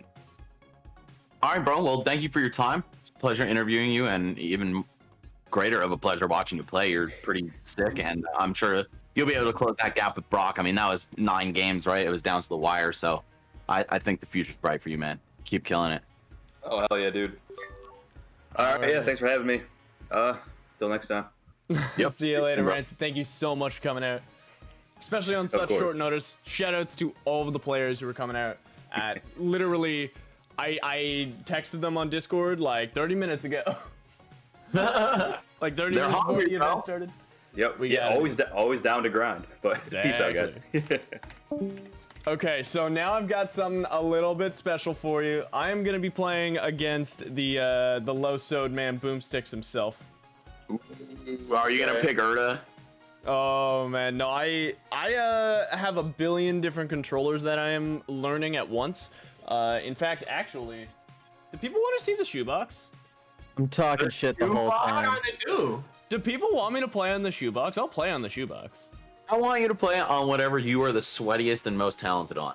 I'm gonna be in your ear the whole time, bro. Everyone's gonna hear it. Oh, this would be good. All right. If you're a GameCube fan at heart, I want the GameCube. And Yeah, the GameCube whatever... controller's busted. I've had that shit since 2008. Oh my god. Jesus. Yeah, no, I think something fell out, and I just hear a resistor rattling around, and I'm like, no. So I built a shoebox hastily. It's fine. All right, hey man, if that's your best controller, that's what I want to see. That's my only stipulation, because I want the sweatiest gameplay possible. Everyone in full try hard mode. All right, we'll hit the keyboard then. Swap between the shoebox and the keyboard each stock. Oh god. Use the box's like stick and then use the keyboard for attacks, bro. You're fine. Oh, that's a good one. No, I tried that on DVD and it killed my computer. It was hilarious. Well, whatever works the best for you, I want to see it. Oh yeah. Okay, boom. Where are we going? Wherever you want, homie. Oh, I'm ready for this. I ain't picked a stage all day, bro. Are we getting the live shit talk? Oh, you will. Oh no, I'm down. I'm down shit for it. talk? Yo, let us all commence in the shit talk banter together. Oh, this would be fun. This would be great. I'm playing Forbidden Skins, dude. I'm hot off the presses. The WarioWare pick right here. Yeah. Oh yeah. 3, 2. Oh shoot, here we go, chat. 4 people talking the trash. Yeah. Let's get it. Oh my God, that crossed me up. What? Who do you want? Oh, you jerk. Oh no, he's doing desync stuff now. Boomstix running the Afi and Galu that lost him a couple games to Urdah. But maybe he'll have better luck here because his opponent's playing on a shoebox. There you go. I'm playing on keyboard. Yeah, I can always swap the okay. shoebox. Okay. Super dope, super duper dope. Okay, another switch off right here. Brother Goose is still right now with Ashani, and yes, you gotta watch which one is which. Wait, what are you doing? Like they Okay, dude, we're flying out here. Ooh, yo, some fancy offstage play there. Just staying alive offstage. Cannot say the same for Boomstix right now, who kind of maybe just showing a little bit of unfamiliarity with the character. Oh man! Yeah, I love it. Damn. Oh, ignorant casters at the best. This is so fun. He's been with this character through every full rework that we've done with him. Peep my combo video. I feel you. I love it. This character has evolved multiple times, and he's relearning every single time. Rough, bro. That'll scramble your brain because muscle memory takes over it sometimes, and it's just like, damn, like this would have worked 5 patches ago. Getting the right muscle memory right here from Goose. Goose is running circles right now here. Respectfully, Oh damn. what to do so. Half a meter or 2 built up, so that's cool. Uh-oh. Oh, we had a Uncancel me? from Boomstix, but you know what? He's only got 30 left in this Oh, I match. blinked down. Get it. Yeah, let's go. Game 1. A 69 power up. What a way to end it for Goose. Oh yeah. Johnny, man, this is one of those scrappy characters, bro. She's just fast, in your face, always trying to either do something nasty to you or get it done to her in the process because, you know, she's always putting herself out there. So high risk, high reward type of character. Yeah, no doubt about that. You know, when you just see everything that she has to work for, she has a lot of her bases covered. I think the only thing she, I guess in theory, would be missing is a projectile, but good lord, does she not need that? She's kind of her own human projectile. But, you know, obviously the ability to blink, I think is really, really awesome. Didn't see a lot of that, you know, in that game, but hopefully Goose gives us a different display of it, because I still feel like Ashani is like top 3 coolest characters in this entire Sorry, game. just updating the title. Give me a second. I'm having an issue with OBS. There we go. All right, we're good. All right, we're back in it. Goose giving up 1 free hit, but look at that, winning neutral as soon as he hops back on the sticks, or hops on the board, I should say. All right. Weishan switch though from Boomstix, being a little bit a cleaner start. I think Afi and Galu, if I had to guess, they seem like really hard to play. So Yeah. Weishan a little bit more straightforward. Oh, should we tell him, Boom? Nah, it's fine. character has a different name. It's not Weishan, is it? Nah, it's not. Seth, homies. I got you, bro. Dude, I thought No it was worries. Dominic Austin for him. I fucking commentated like the whole. Yeah, no. This is a newer fusion character. He's from Seth, and I mean he's from Weishan and Ashani. His name's Seth. My vote was for Ashani Shan, but they didn't want that. Sean. Now that would have been really cool. Exactly, bro. That's what I'm saying. Ashanti, yeah. Yeah, exactly. Yes, well, definitely. Oh, one the of spike. Let's go. Let's go. But, wow, Blink will definitely miss that stock there as well too.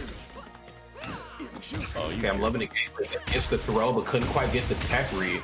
That was really smart. And the immediate burst. You know what's funny, bro? I opened the wiki the first time Seth was picked, and I scrolled through the characters, and I was like, which guy is this? 'Cause that doesn't look familiar. And then I saw Weishan, and I was like, oh, this is the only other guy with like a top ponytail, so I guess it's an alt for Weishan. Yeah, no, he's brand new. Someone needs to put Seth on the wiki. Oh, soon, man. We gotta wait for that investor money to come hit pockets. Oh no, he went too saucy. Oh, that was a clank. Good clank. That was a thing, and it happened.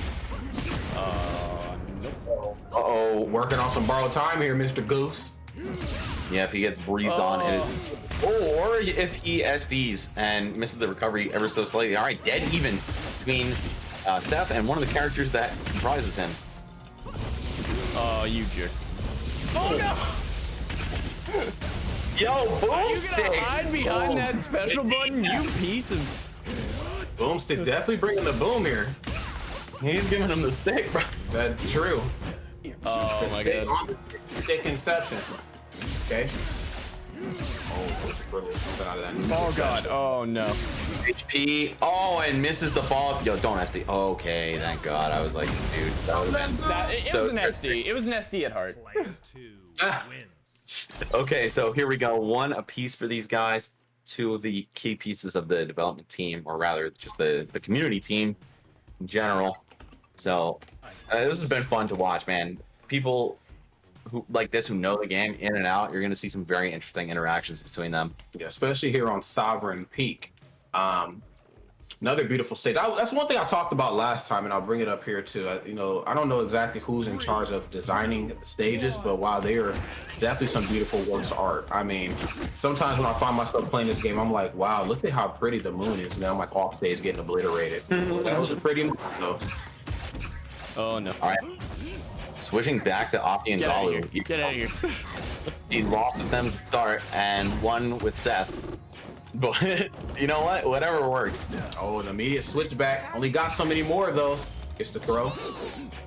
It's okay. This is like the least salty of the salty sweet games, right? This, like, hey, we need to. no, we run so many shows together. We're just used to this at this point. There you go. Oh no. Okay, first kill the momentum. Yes, the high recovery. Damn. Oh, that read. All right, we have actual Weishan, not Death. Boomstix will get used to me one day, says Lichgo. Oh my goodness. So many shield grabs. Just walked right up on him and did it too. Ooh, the nuke. A lot of great options out of walk, friends. Gotta implement that into your neutral. In most platform fighters, right? A little bit of walk never hurt anybody. Yo, can you shield out of initial dash in this game? I think so. Here, let me. It's a frame one option. I think it's just cancelable. Okay. It just cancels out of everything. All right, yeah, nice. Yeah, because in the newer Smash games, you know, one of the most limiting things for the movement is that you can't do that, so you have to walk. But in this game, you know, obviously there's still purpose to walking, but like you fortunately aren't like forced to do it just to block immediately. So you can move a little bit faster and still get your shield up, which is good. And the fact that you can walk while shielding in this game is very cool. Of course, it only protects you 50% of you, but still. Yeah. Are you telling me that there are other platform fighters with better movement options and just better tools for spacing than Smash? Get out of town. Wait a minute. Wait. Do you mean to tell me that there's development teams that actually design games to fix the inaccuracies that is Smash Bros, like Rushdown, Revolt? Is that what you're telling me, man? I think you're picking up what I'm putting down, Chief. Dang, what the heck? Wow. I would never have. I'm terrible. I'm a horrible guy.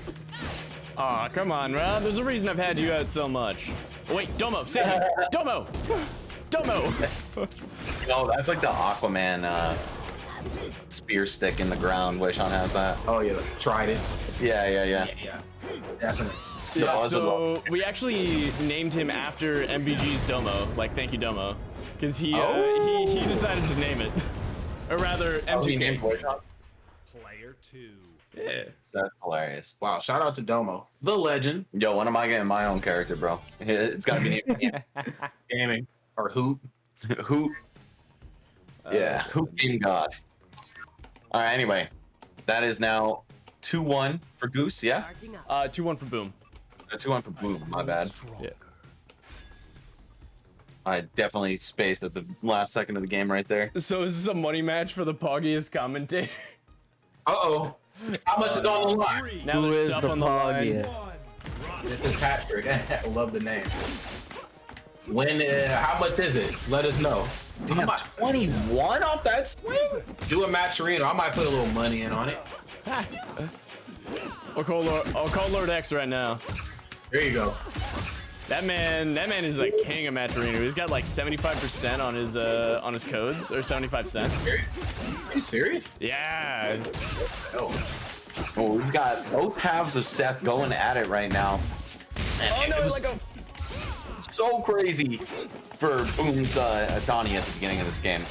And then we just see how quickly the fortunes can be reversed. Goose bringing it back, but now potentially about to lose the stock first.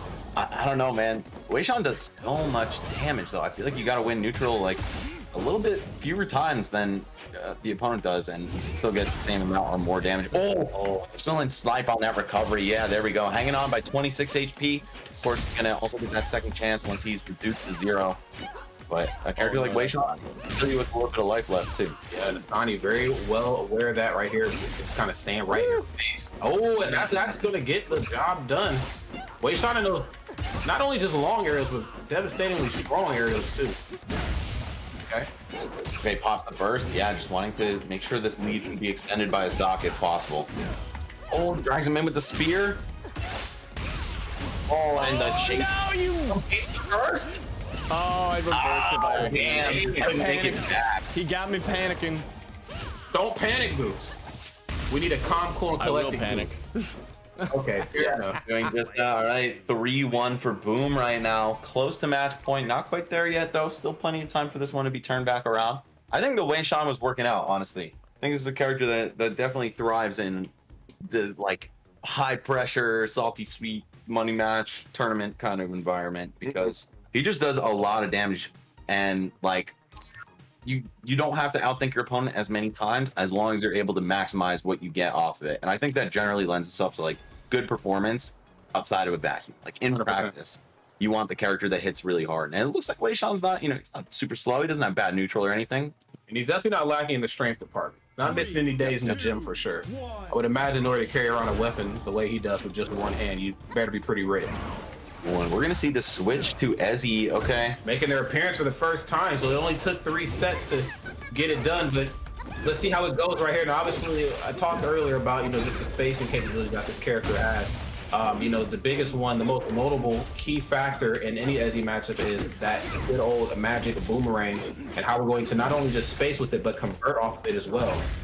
Dude, I think the most definitive thing about this character is that float mechanic. That too, it's pretty damn good. Yeah, it just gives you a little bit of extra time to set your aerial pressure up and stay on the chase. Kind of like Peach, but not quite. Either way, pretty good for Boom's Ezzie so far. Got Goose all the way down to 13, 5 HP on this first stock. And yeah, there we go. Just combos him off of the 0 HP buffer, and then yeah, it's gonna be over for the first stock. Oh, okay, finally finds the opening. Yes. Oh no. Target combo. Oh, Goose dragged down, unable to make it back. Saved? No. Patience. Hold on a second. Yes. Goose. Yes, this Goose can fly. Wait a minute. Damn, unlucky break there on the part of Boom. Gonna save Goose by accident, or maybe on purpose. I don't know. That's a flex. That's all this guy does on me. That's why he's on my shows all the time. He's earned his keep. That's right. I don't pay you not to flex. Get out of here. All right, evens up the stock count. Weishan with a lot of damage output, but damn. not enough to avoid dying first there. You ate it! You ate Domo! Give me him back! Yo, name another Ezzie that's ever done that. You can't. Pretty smooth. I straight up can't. I've never seen that interaction. Oh, going for the aerial chase, keeping those juggles up. Boom, on fire right now. 80 HP left. Close to Goose's final stand. Oh, wow. Oh, damn. He just lost HP, but one neutral? I'm confused. Maybe it's like Weishan uses his health to power special, which is why That's he what I does thought. so much damage. Yep. Reminiscent of my boy Nova from Marvel 3. You can trade that for some superior properties on your attacks. But, of course, not going to go for that with 11 HP left on one stock, especially with the size of the lead that Boom has. Goose, the final stand right here. 3 HP left. 0 HP left. We'll do it, and that's it. All right, 4-1. Game point for Boomstix. Oh, God. And this is the reason why I tried to not go on stream today. Hey, no worries, man. You came here with a different job in mind. Oh, yeah. It makes sense that you're a little bit less in the zone, so it's glad that we have any footage to begin with. You know what I say when I get my butt whooped at tournaments, as a commentator, I'm like, win or lose, I still get paid. Yep. Exactly.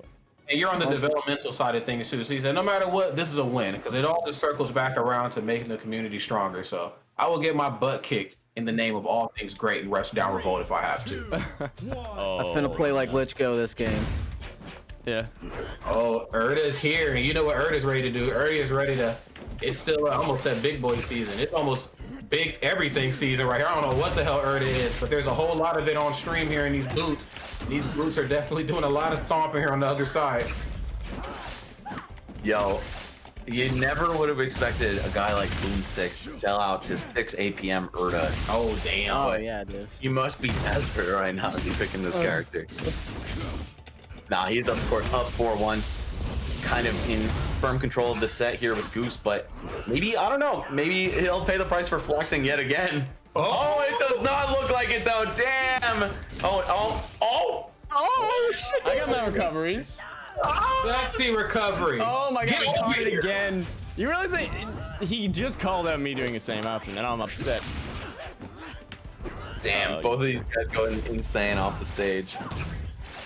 Nice read. Okay, good chance for Urdah. Okay, great burst. Popping the burst, yep. Not wanting to let that momentum get too far out of his hands. We got Boomstix. Looking pretty clean so far. Chipping away about a third of that HP bar on the second stock, but hold up. Goose with a chance to come back. Oh, not if that. Oh my God. Okay. Burst read, but of course it puts him at 0 of an advantage. It actually puts him further behind than he was before. The mental damage. Even. Putting right here, this Goose's chance of this shine, okay? We'll see only 4 HP here separating both of these two talented individuals here. No command grab, gets a regular throw, facing the wrong way. And look, when you know you've got to close the set out, when you've got 4 wins to your opponent's 1, sometimes just finishing the job is kind of hard, right? Clutching it out and sealing the deal on it. So I think just there's a slight comeback factor at play for Goose just mentally. It's like, whatever, like, he's got to close the door on this. He might get a little too antsy. Okay. Are you making it back? Yes. Oh, He didn't go in. All right there. Good. You love to see it, but you hate to see it. Oh, that was hilarious. That was a great set, boys.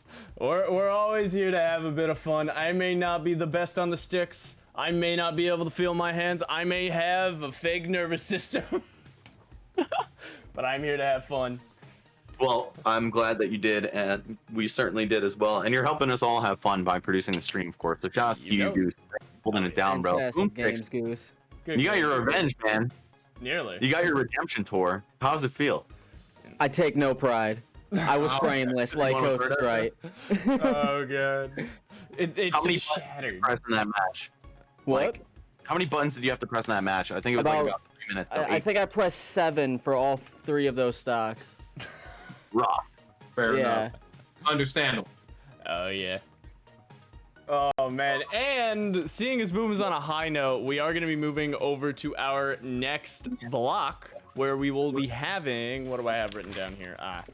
Toph and Skiff. Skiff is going to be next week at the Invitational. So next week, or next up, we're going to have Boomstix and Toph on the mic, watching ZachStar and Kenpai, and then Lykos and Bad. So Nice. Didn't know there was an invitational, but I would definitely like to make an appearance for that. That sounds awesome. oh, you want in? Maybe. I might be able to get you in. Hey man, we're in the same house, bro. That's all. Yeah, that's all we're saying. Is, invitationals are definitely a good place for some. I would say for some unchained commentary and some unchained matches. Just saying. I think you got a point there. I'll write it down. All right, boys. Great stuff. Boomstix, he'll be in great hands with Toph. Of course, he's one of the most legendary commentators in the Smash scene as a whole, whether it's Melee, Ultimate, or anywhere in between. So, thank you guys for having us. This is super fun and super funny. I mean, I like that you guys know how to throw down with the trash talk. So, that's certainly something to brighten your day up. Great gameplay all around. Rod, great working with you as always, bro. Yes, sir. I'd love to say like, oh, I'll see you after the pandemic, bro, but we're already in the same room. So Yeah. No, we're Great to both see. green. We're actually not here. yeah, true. No, just two dudes chilling out, watching some Rush Rev while two other friends just shit talk each other. Either Yeah, it's way, pretty- we will see you guys very, very soon. Enjoy these messages.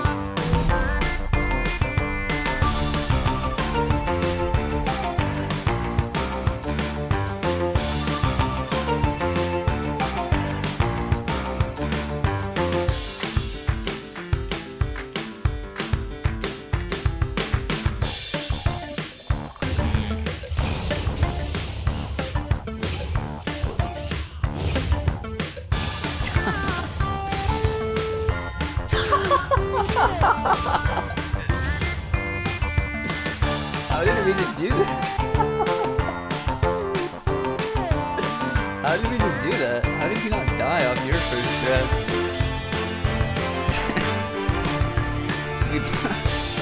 So when you're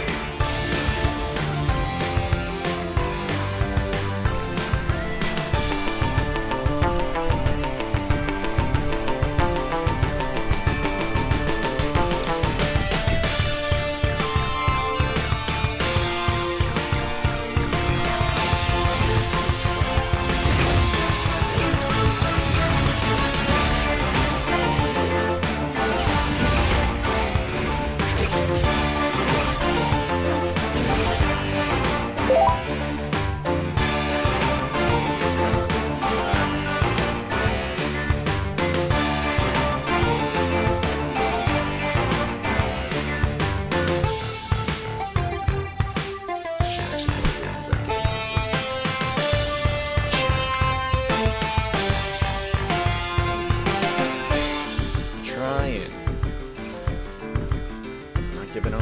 Oh, what?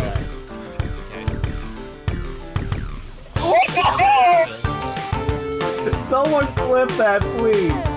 Holy shit. I don't know, it wasn't that impressive.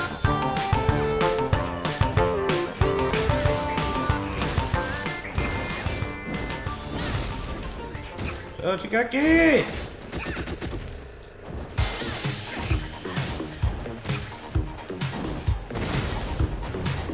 Cody is just meant to be a Seth player. Misses the teardrop. Ooh, goes to challenge Urdah's fair. Big mistake. Daily quest! Let's go! Oh, that's so hype, actually. Would've killed. First bait.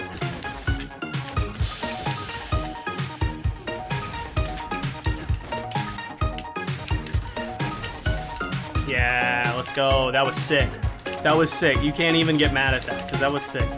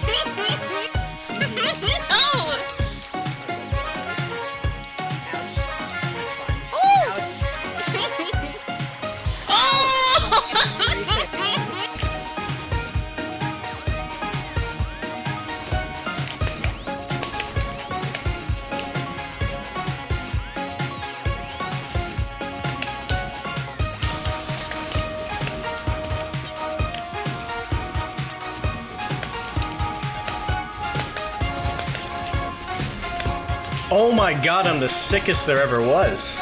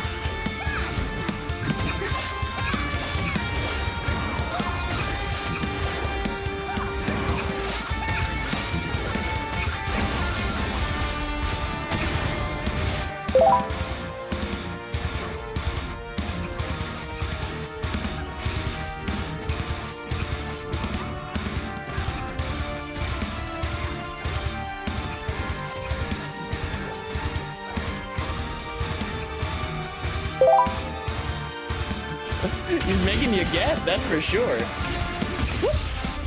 What am I watching? What is he doing? Oh no!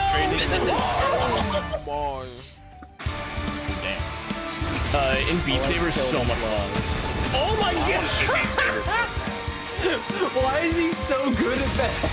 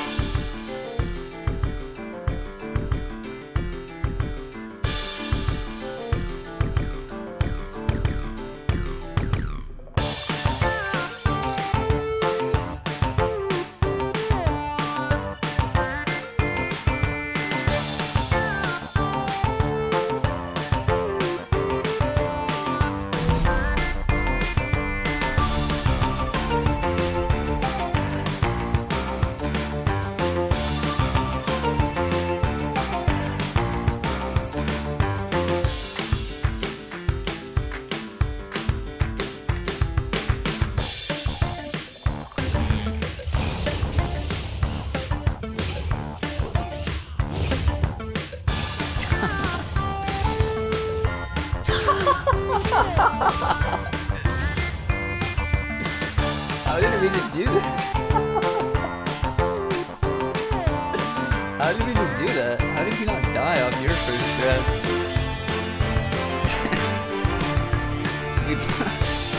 So when you're...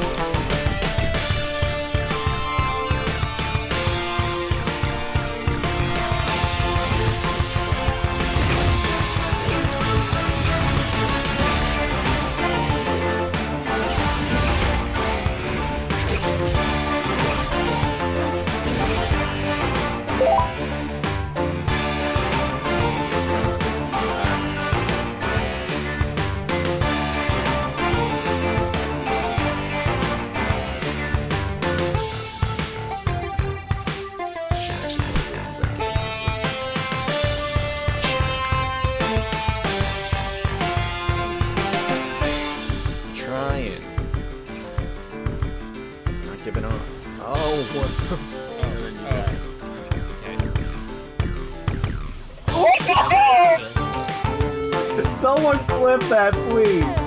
Holy shit. I don't know. It wasn't that impressive.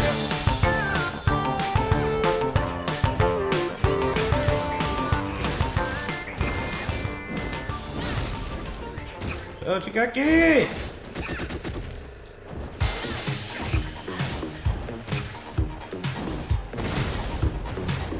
Cody is just meant to be a Seth player. Misses the teardrop. Ooh, goes to challenge Urdah's fair. Big mistake. Daily quest! Let's go! Oh, that's so hype, actually. Would've killed. First bait.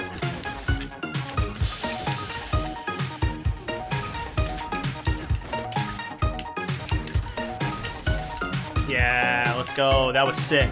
That was sick. You can't even get mad at that, because that was sick.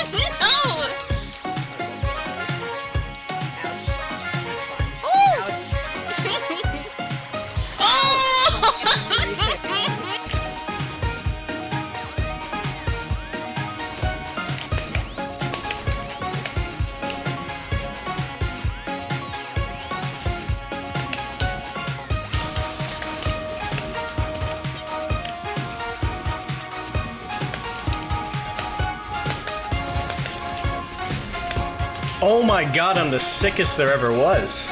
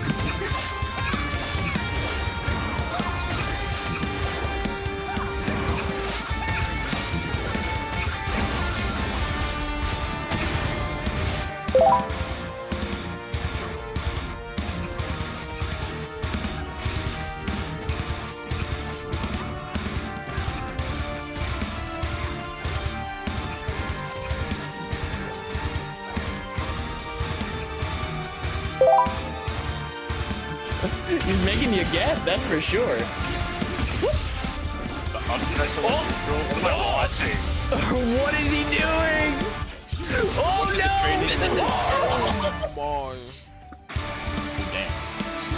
In Beat Saber, so much fun. Oh my god! Why is he so good at that?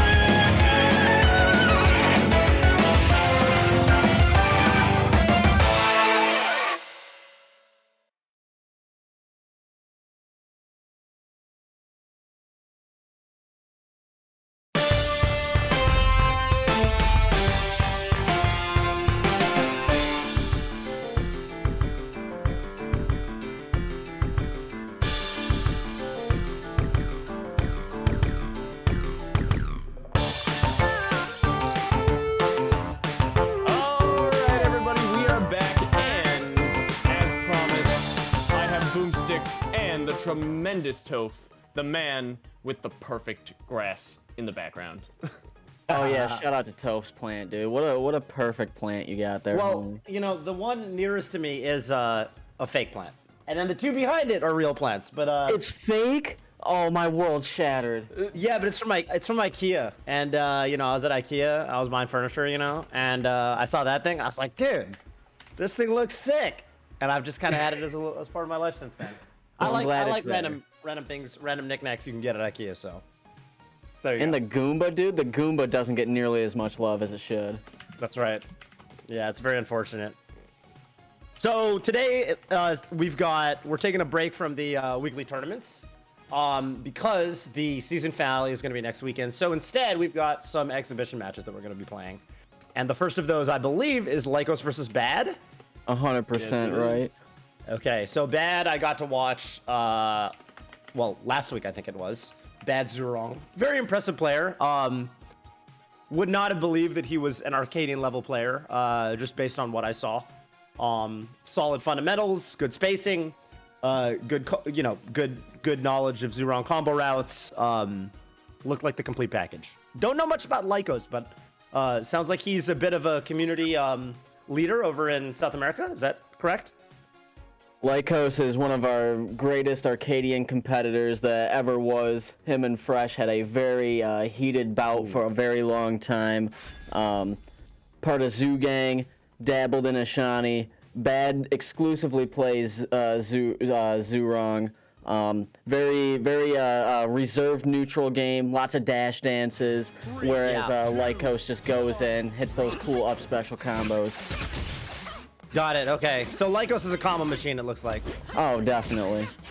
Alrighty, what is the what's the movement option Lykos is using there with is that the side B, or is that is he just bursting like he's just rushing around. That where he goes blue and dashes forward, that's the side special.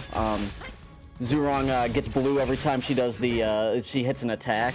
Any normal attack, right? Yeah. Yeah, and it modifies her specials to do something different. The red one does a longer and it has more end lag, whereas the blue one is just really fast. It's just yeah. Great chase tool. I love how much it incentivizes. I mean, between that and Spark, obviously you're also getting your Spark every time. I love how much it incentivizes you just keep going in. Oh yeah, all the time. Really just like a great feeling character to play. I kind of want to switch to Zhurong. Oh yeah, no, she's super fun. The way I see it with Zhurong, it's like you sacrifice the win to get all the clips. There's the clip machine. And then Bad choosing not to extend on that combo whatsoever, dash dancing in, goes for the pivotal hyper hop nair that's part of their neutral game, like the crux of it. Ooh, and goes in. Solid back there. Yeah, that was great. Catching Lykos coming back to the stage. Ooh, Lykos threatened the DI out option with the neutral special and then gets it with the up air. I mean, up smash. You think that wouldn't have KO'd off the top if not for the DI? It was definitely DI-able. 100%.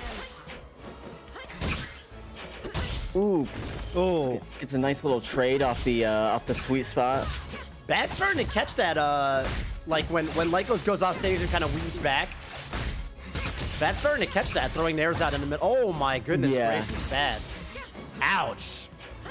Yeah, fair to fair isn't really used with Zhurong as much as other characters, but Bad loves bringing it to Zhurong, using the fair to fair to kill them off the side. And ooh. Lykos had the opportunity with the up special there to continue their combo, but went for something fancy, messed it up. Oh, and now up there. That sounds like the Lykos classic. Oh, yeah. Ooh, oh my god, and the continuation off the up B. Try to catch him coming down with the up tilt. And yeah, a lot of the time, like, I like how Bad just defaults to, like, you know what, if I don't super duper have a follow-up, I'm just gonna start dash dancing and trying to catch you on the way down. Yeah. Oh, god. Definitely two opposite playstyles in neutral. Lykos really is all about staying on someone like White on Rice, and Bad is a very not necessarily defensive, but evasive bait and punish type neutral game. Right, like you see, I mean, Bad's going way in when Bad has the opportunity to, and wow, that was another fair off the side. 2 stock air. Ouch. How did Bad end up doing last week, by the way? I got to commentate Bad in, outside of top 8. What was the finish that Bad had in the... Yeah, fairly decent. I don't know exactly where they went, but they've been showing a tremendous amount of improvement over the last few weeks. Bad sort of like faded in the background for a very long time. Always been around, but recently has come out and done lots of stuff with Zhurong recently. Getting little tips here and there from Pycore, one of our best EU Zhurong players. Just really trying to improve their gameplay as much as possible, as fast as possible. And yeah, we got like Lykos switching to Ashani. Okay, and this was Lykos' other main, right? Yes. Got you. Playing more reserved and neutral, looking for that fair. It's a tech attack. Oh, misses the fair though.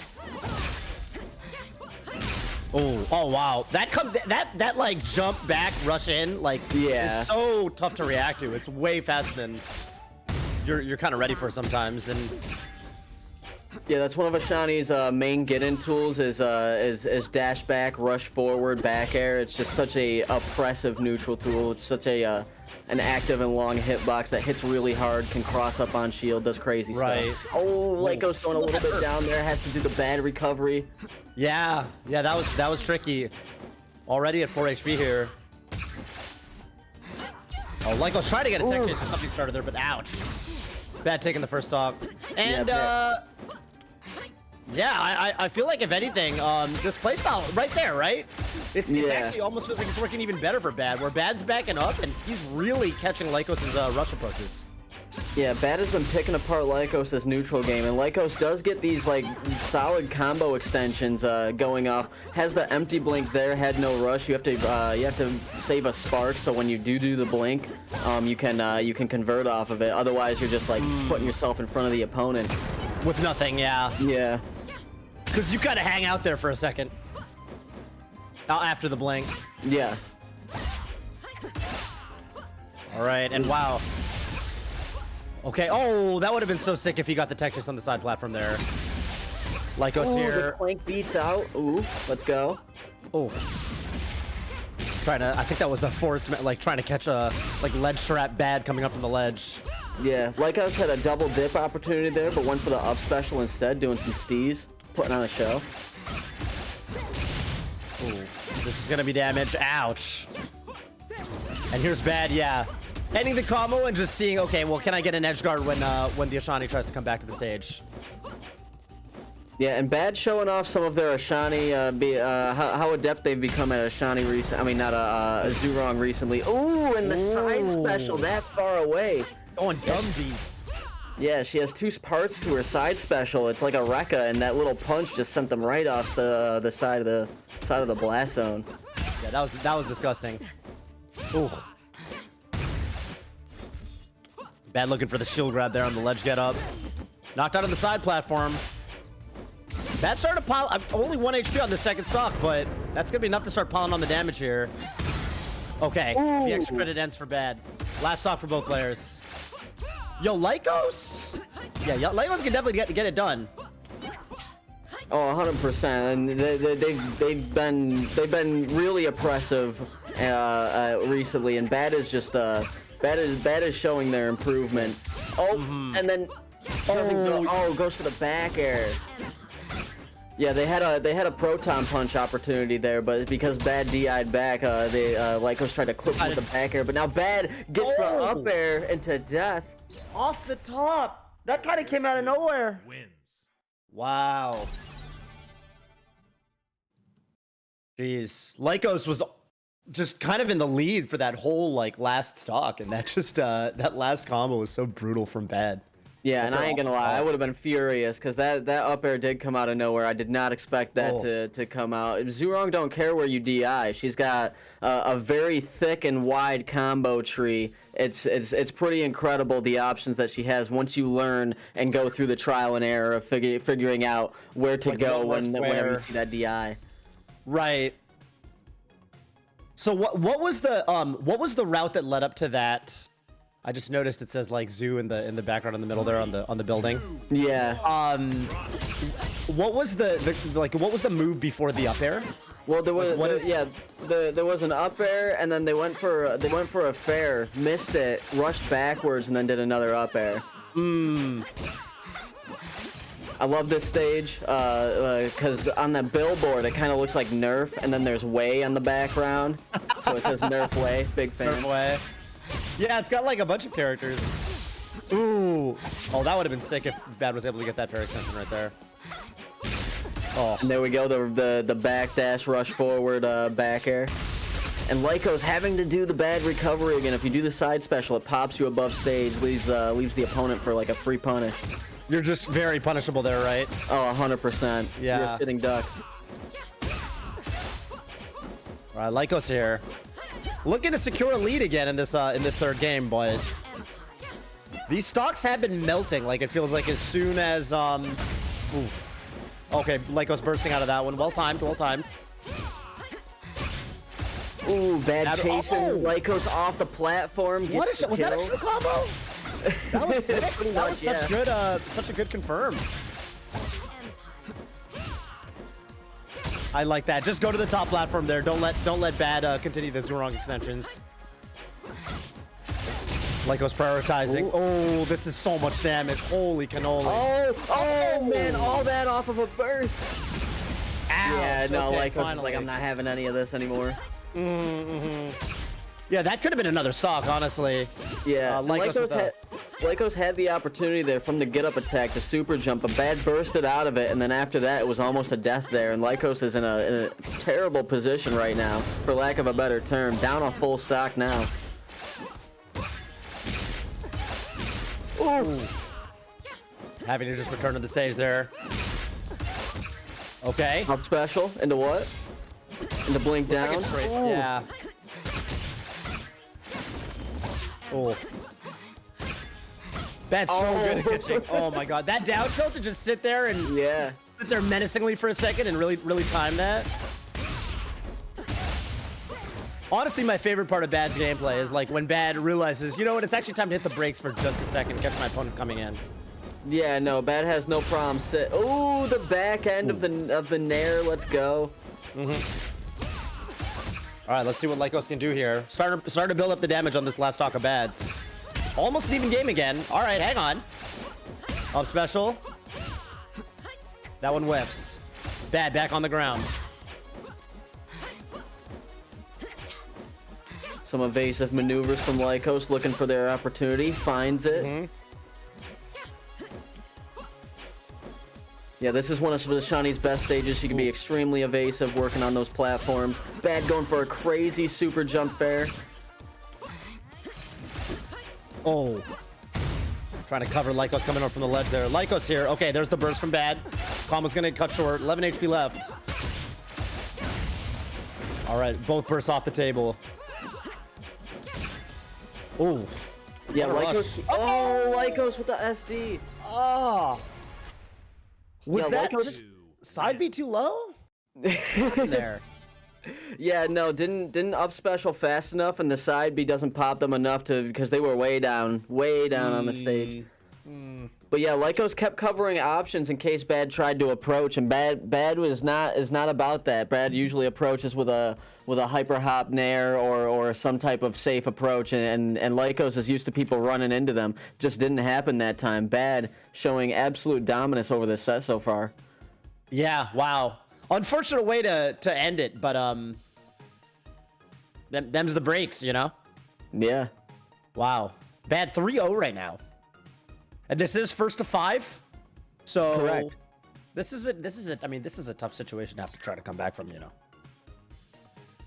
On the cryo station, another great stage for both characters, in my opinion. Both these characters love platforms. Yeah, with Ashani's movement on like on you know on the platforms, the ability to stay evasive but also kind of get confirms and use the platforms to extend combos. You can definitely see why.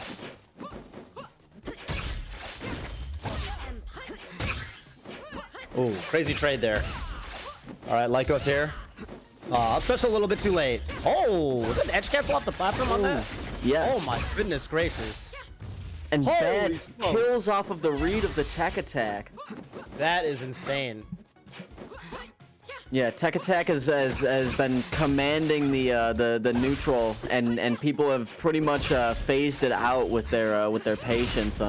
That's one of the most important parts of top play is knowing when someone will tech attack. Oh, Bad goes for a little fancy movement on the down air. Doesn't get it. Doesn't tech the side. Lykos just micrometers away from that back air. Yeah. Yeah, that was dicey, to say the least. Bad here. Oh, okay. And then, like I said, gets that get up attack. It wins games. Yeah, absolutely. Get up attack. Always going to be one of the most important moves. And yeah, Bad just kind of guessed wrong on the knockdown. Still though, convincing lead right now.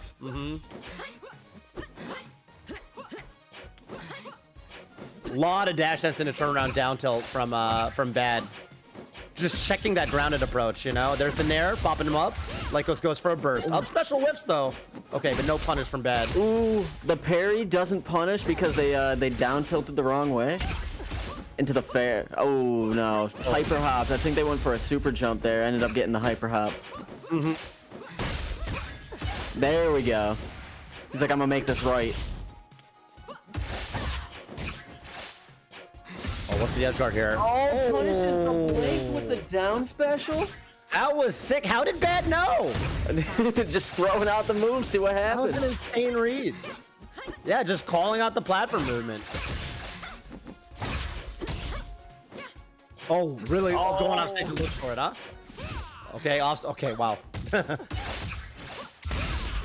Reverse up special into what? Into forward tilt, into up air death.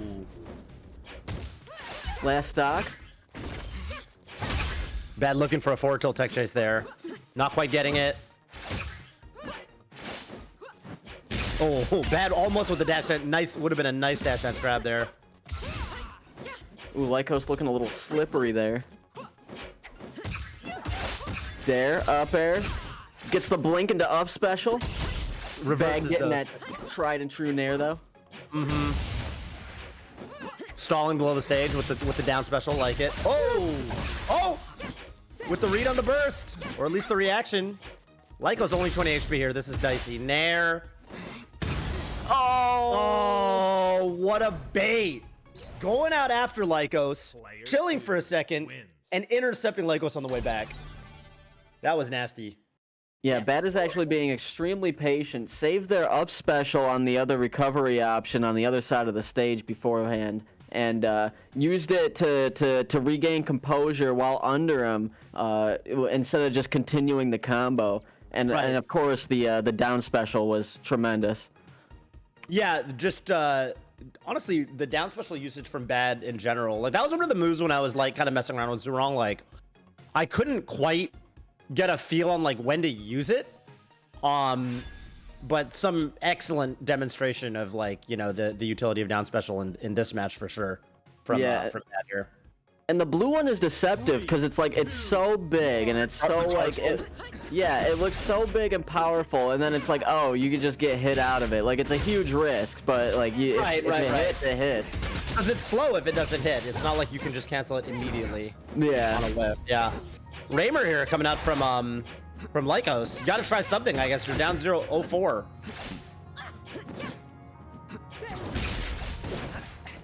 Ooh, goes under him for the nair. Incidentally, Boomstix, do you have opinions on this matchup? On this matchup, yeah, I think Raymer is one of the best characters in the game, and Zhurong is down there. Like you can't, a good Raymer will never get touched by a Zhurong. Like it's kind of rough. I'm very opinionated when it comes to characters in this game. So yeah, you asked the right question. I definitely got an opinion on this matchup. Between the projectiles, the balls, the BS blaster that you just saw, we gave a zoner a falcon punch. Any particular reason you think Zhurong's on the lower end? Zhurong has like a Death of a Thousand Cuts character. There's very specific. While she has an answer for everything, there's a those answers don't usually end up leading to a kill. Oh my lord, Bad doing a crazy. That was an offensive burst too. Keep going, Bad. Does the down air instead of the up air. Yeah, whatever Zhurong's weaknesses are, they're definitely not being put on display right now. Bad is making this character look amazing. You also know about the spark mechanic, obviously. Raymer can throw out an orb and just infinitely spark off of it. Oh, just off of it, right? Yeah. So he can just keep kicking it, sparking, and be wherever he wants. This is something I was talking to somebody about this in the context of just games in general, but how like the best characters in games, not only it's their own kit, but it's also how their kit plays with the game's engine and universal mechanics. Oh, so it sounds like 100%. Raymer just really works well with the Spark engine. Yeah, like what's a good example of that? Weishan, he's got a giant stick, right? Plays tremendously with stages that have curved edges, like the battlefield cryo station. Ooh, punishes with the down special. That was like say you're on cryo station, the battlefield of this game, and it has that little battlefield lip on the edge, you know? Weishan could just down air through it, completely disjointed hitbox, stuffs out the ledge, can't get it. Right. And you just kind of can't mess with it, can't be anywhere near there. Same thing with Urdah's feet. Okay. Yeah. Oh, and Bad just the landing. Wow. Yeah, reading Lykos like an open book. Yeah, such a comfortable lead here for Bad. Nice recovery there too. Here's more damage. Side being after him.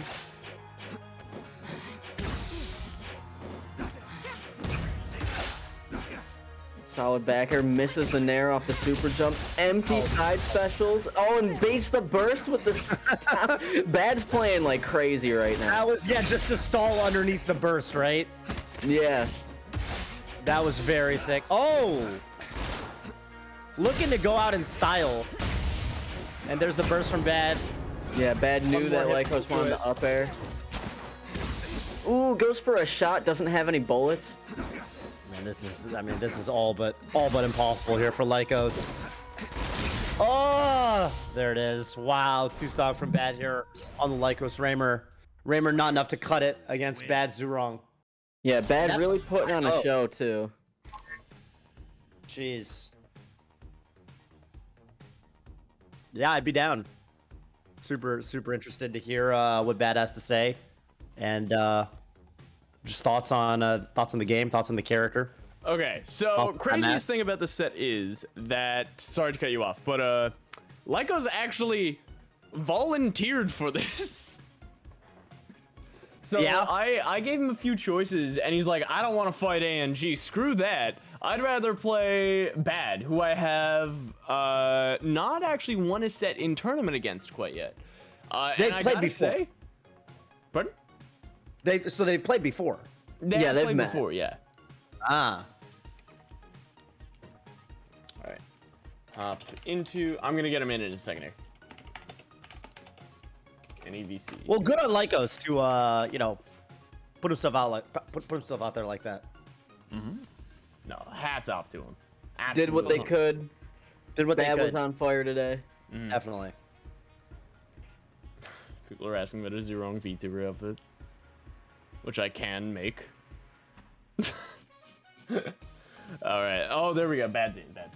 So let's bring him up here. All right. Greetings, Enjoy the Bad. interview. Oh, what's up? Can you hear me? What's sure up? can. We can. Yo, what's good? Yo, it's Toph. I used to watch this guy when I was a kid, bro. This is crazy. Oh, dude. Good to talk to you. Congratulations on a swift victory. Thanks, man. Boomstix, I was getting to chat with Boomstix a little bit during the match about how, you know, you've kind of come up as a player recently. What has your grind been like in Rushdown Revolt? Just playing every day, trying to play the best players. You know, that's it. Easy. No excuses, nothing. Just grind, baby. I love that. You had more down specials this game than I've ever seen you have in these last 5 sets. What made you switch to the blue down special? Like that became the signature move of this entire set. Yo, man, honestly, I was fucking trolling. I was just trying to show this guy who the alpha is, you know. I knew the 5-0 was coming, like. I'll 5-0 anyone that's not a pro, so. It is what it is. Ooh, You know- we got words today. Yeah, dude, that was definitely convincing. I love that. The down special, you know, it's funny. I messed around with Zhurong for a little while, and down special was honestly one of the moves that, like I had a hard time kind of conceptualizing like when to use it, but it seemed like you had a million uses for it. You baited a burst with it. You kind of chilled under them. How do you think about like when to use that move? Honestly, I was just trolling, bro. I could have baited burst and killed the guy, but I was just trying to, you know, take the piss out of him mid-set. Just because I can. Just because I know I'll win anyway, so. That's so sick. know. When does the trolling end? When does the trolling end? When you give me a player that's worth my time, bro. That's so sick. Oh man, you ever gonna switch characters? Nah, I'm 4 weeks into the game now, and I think I first played Urdah for like a day, and I was like, nah, because this neutral's so Good bad, man. I can't be Good bothered. man. Then I picked up Zoo, and I was like, this is the one.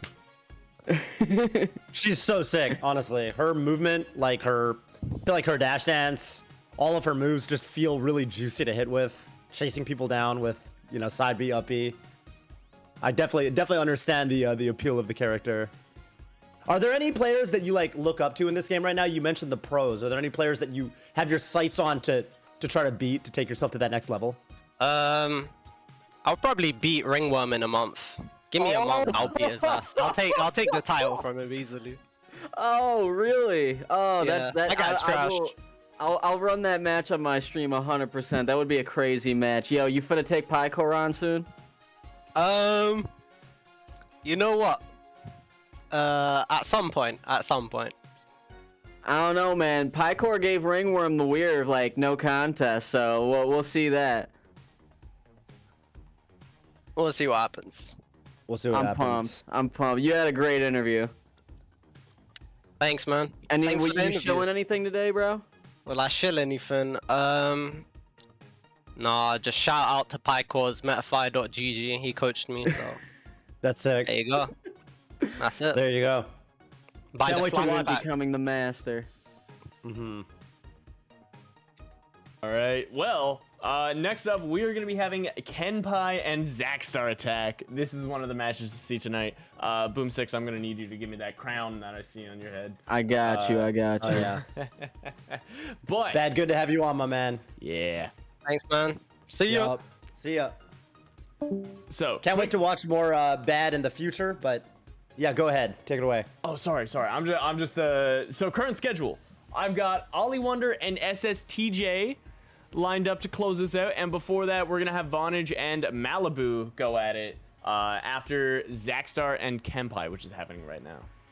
So we're going to take a quick intermission, get these guys set up. We'll see you in a bit.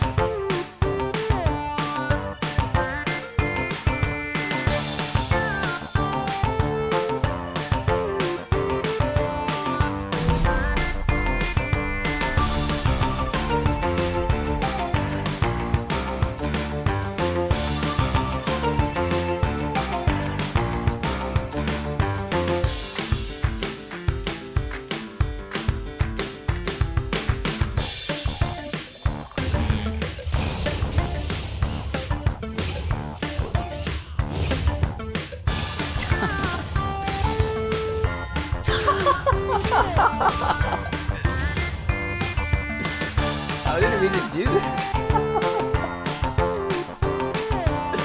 How did we just do that? How did you not die off your first grab?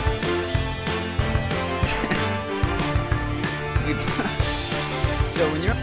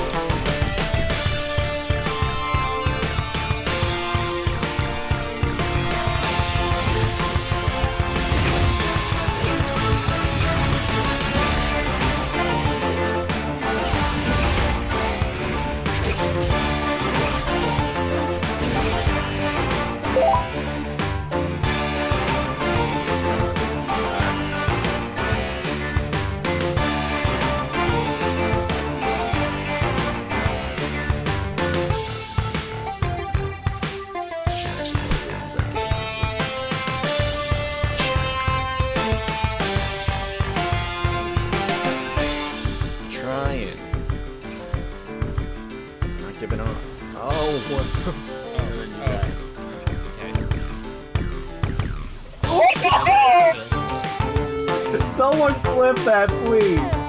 Holy shit. I don't know, wasn't that impressive?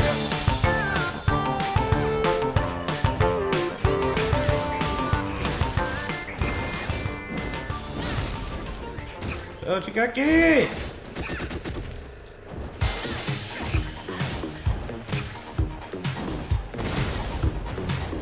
Cody is just meant to be a Seth player. Misses the teardrop. Ooh, goes to challenge Urdah's fair. Big mistake. Daily quest! Let's go! Oh, that's so hype, actually. Would've killed. First fate.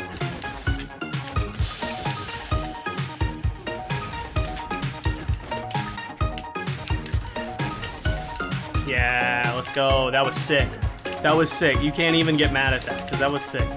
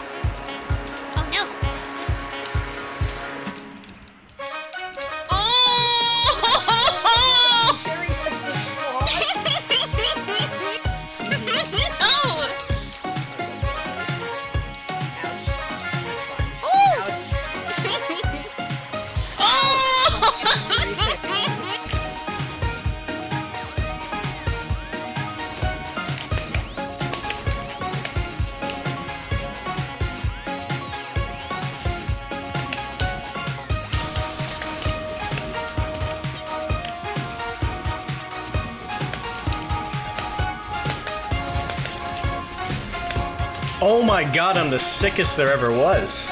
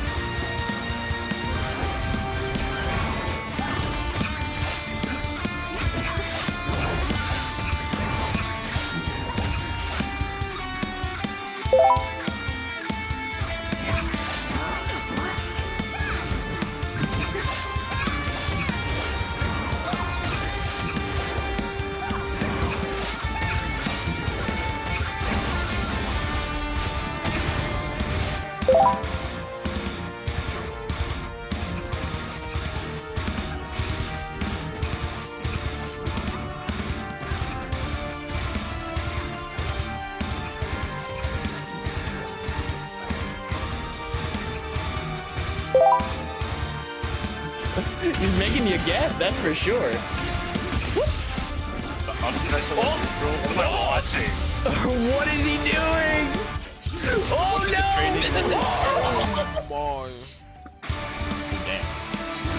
In Beat Saber is so much fun. Oh my god! Why is he so good at that?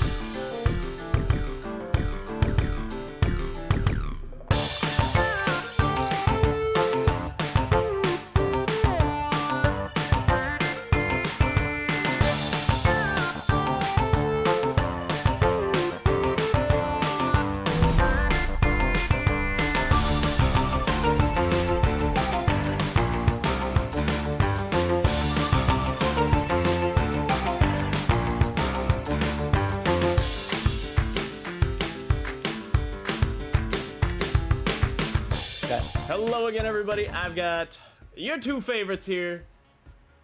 The two-toned Toph and the bombastic, bashful Boomstix. Nice. Good alliteration, homie. What's up, everybody? Oh, I yeah. feel welcome to be back. What a... I don't think...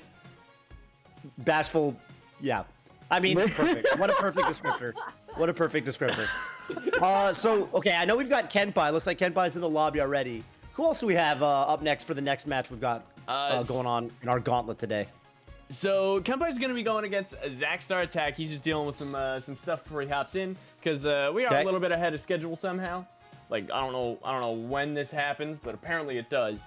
So yeah, both of these characters, or both not these characters, these players are very, very experienced. Boomstix, tell them about him. All right, so Kenpai's an OG, been here for well over a year. Used to play Zhurong, been switching over to Seth recently. Still a tremendous Zhurong.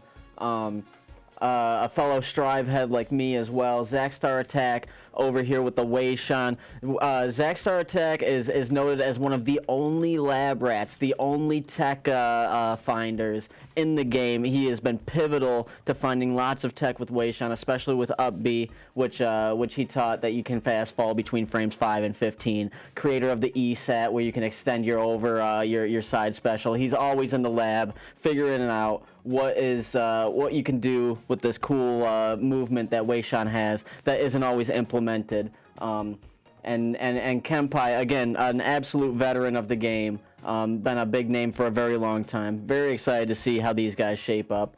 And when you say a lab rat, you mean specifically with Weishan, like he's a hard Weishan labber, basically. Yes, almost exclusively Weishan. He switched to Zoo for a little bit, but then Zoo got a little bit of a rework, went back to Weishan. Weishan got a little bit of a work, and he's been working on that ever since. Wow. Yeah, no, he really enjoys figuring out nice, cool little movement tech with Weishan's special moves. You were mentioning, kind of how long, like Kenpai's veteran status, and I'm curious because obviously I've come on more recently, to commentate these things. Like how long ago are we talking here that these guys have been grinding? Kenpai's relation to this game expands beyond the title. Kenpai would play this game when it was called Vortex Rising Mercy's End. Oh, yeah. Wow. Yeah, Kenpai's been here for a very long time.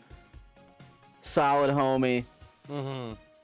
And awesome. Made leaps and bounds and waves with Zhurong, and recently switched over to Seth, and been working on a lot of shield tech that Kenpai has been liking recently. So it could go either way. We could see some Zhurong, we could see some Seth, but we will definitely be seeing a lot of Weishan from ZachStarAttack as soon as he gets in here. Right. Yeah, Still and waiting as on we him. wait for ZachStar to do his stuff, I'm actually gonna pull Ken in here, and then we're gonna give him a very quick pre-game interview. So, wow, Kenpai, you are now in the stream commentary booth. How you doing? I'm doing. How are you? What's up, Kenpai? I got a cavity that's been acting up, so oh no, can't wait to get that knocked out. Oh god. How doing, Goose, Toph, Boomstix? What's up, Kenpai? How you feeling today? I feel like I'm rushing. I'm revolting. I'm down. Nice. I was just explaining to Toph how long you've actually been playing this game, how your dedication to the game has expanded beyond the title. Yeah, I've been playing since before it was Rushdown Revolt. That's sick. How long? When was the name change? Like, how long ago was that? Was that last July when it was like, yeah, let's do this name, and then August was when it was released. Before that, it was Vortex Rising, and before that, like there was kind of like an undecided name where it was just like Rise or whatever. That was back in the Parsec days. Oh wow. Yeah, back then this game wasn't. There's no rush canceling. I think it was still air dodges. There's still rolls. It was just icons, but with tag team mode. Right. Wow. So you've been through every iteration of this game's evolution.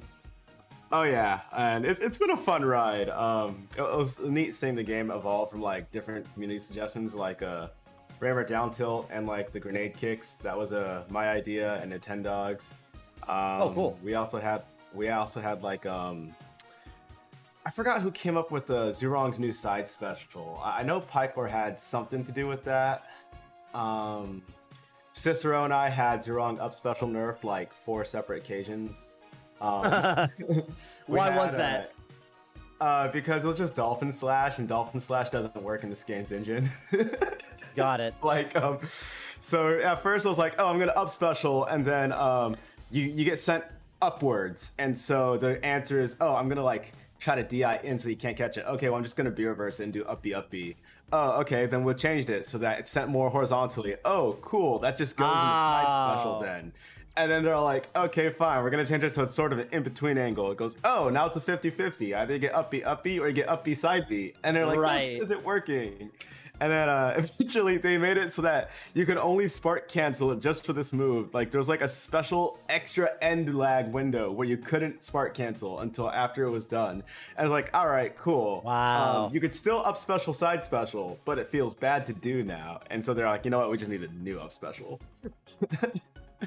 It's funny because like when I played Zhurong, in Rushdown Revolt, and I used that move, and I was like, I wonder why, it sends it this particular, or why you go with this particular angle instead of like more of a dolphin slash type thing. And it's cool to get to hear the entire history behind it. So you're saying it was changed not once but twice? Like 3. I mean, like the animations stayed the same until this new version where she jumps back and does the stab. So it was originally just like a Marth up special, like from Melee. Right. Yeah.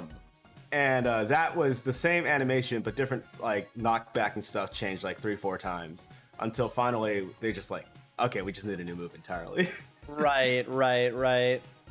And who are you playing right? Like today, who are you gonna mostly be playing in this match? I'm probably gonna be playing Seth if ZachStarAttack goes Weishan. I might pull out the Zhurong because lately I've sort of kind of been getting back into her. They had like a physics change I wasn't a fan of, and I thought to myself, maybe it's just because it's different. I don't like it, but it's been like 4 or 5 months, and it's not for me. And so I'm like, you know what? It's fine. Leave that for the people who do like it, because there are a lot of people who are like, yes. Interesting. Physics change specifically on Zhurong, or like a game engine? Nah, it's just for Zhurong. It's just her. So that's why I'm playing Seth now, because he feels a lot closer to Project M Ike, if you've played. Yeah. He has a lot of very momentum heavy. He's got slow startup, but once you land a hit, he could control that. And he's very much a snowball character, where when you're in, but when you're out, you're You've got to work. That's fun. You've got to work. Yeah. Yeah. There's ZachStarAttack in the lobby. Well, I'm looking forward to getting to watch for some of the things you talked about. You've got 5 games, up to, or minimum 5 games, I should say, to work with.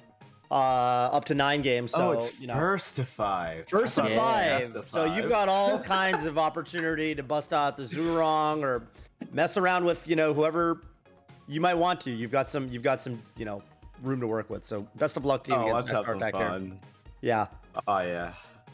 All right. Well, I'll hop out now, but I'll be in general if y'all need me. Absolutely. See you guys. All right. I'll see you then. See ya. Bye-bye. Oh, okay, cool. ZachStarAttack over in Twitch chat already. That's another signature move of ZachStarAttack. He'll probably be talking to the stream between matches. He likes to give little commentaries. At one point, he used to type in Twitch chat and listen to commentary while playing until I completely like lambasted him for it. What if the commentators give him hints on what he should be doing, or Yeah, no, because I was connected. And I'm coming. It happens, no worries. All right, back in the lobby. How do I become a spectator? Oh, there we go. All right, there we go. Fantastic. My bad. I accidentally picked a random character as well, and I said go back, and that happened. Yeah, makes total sense. Okay, goodbye. All right. So, you have any predictions here, Boomstix? I think that ZachStarAttack will be taking. Oh, go ahead. Sorry. I think that ZachStarAttack will probably be taking the first game, and then Kenpai is a download type player, feels stuff out, and I think over time Kenpai will play better and better against ZachStarAttack, figuring out the weaknesses and how to exploit them. But we will see definitely some flashy stuff from both players, especially the nuke from ZachStarAttack. He loves using the nuke, and it all depends on how ahead each player is. That will pretty much display how they play in the later stocks. Mm-hmm. You actually specifically predict, though, that ZachStarAttack is going to take the first game and then Kenpai is going to adapt. Yeah, and if he doesn't take the first game, I don't think ZachStarAttack will take any games. Wow. I'm calling it right now. Wow. All right. That is dude, if this plays out exactly the way you expect, I'm going to be definitely very impressed. I'm already a little impressed. Just waiting on a stage selection. Very excited to see this. ZachStarAttack. Yeah, definitely. Oh my God, Shadowbriar first round. That's odd. And while we're right before the match starts, also, do you have thoughts on this specific character matchup? Yeah, I like that they're both larger bodied characters. I think Definitely. that Seth has definitely a momentum advantage, but Weishan can be extremely oppressive, like unbearably oppressive in the right hand. And already Kenpai having a pretty tough recovery position. ZachStarAttack loving to do short hop aerials in neutral. Tell me about the difference between these two characters' short hop aerials, because obviously, you know, they wield similar weapons. Seth is kind of based on Weishan partially. So kind of, yeah, what's the difference in terms of playstyle and how their moves come out? Well, Weishan has a tremendous stand and place game. Like if you just short hop aerial stuff, eventually at some point, because his Guandao is so large, things will eventually connect. Kenpai's character Seth, with the SD.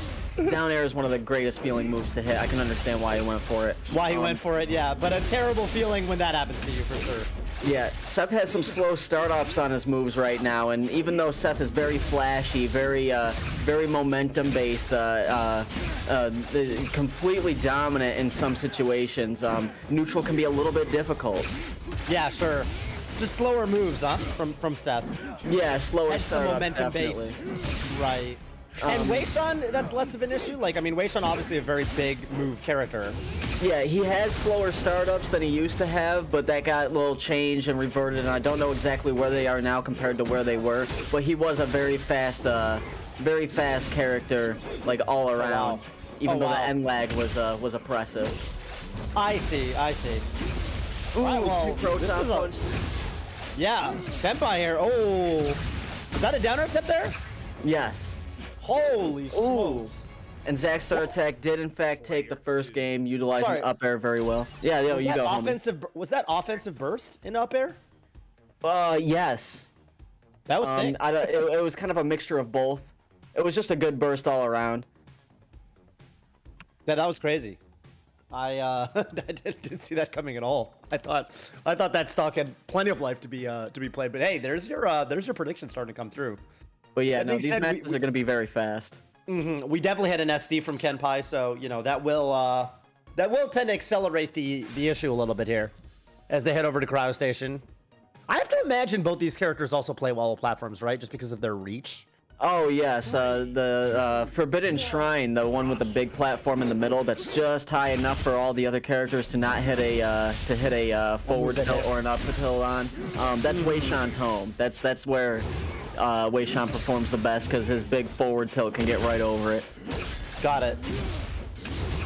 I love Kenpai's usage of the downer to cover the ledge, and it looks like that's kind of how he SD'd last game. He was just a little too far to actually grab the ledge, or maybe he was just faced the wrong way.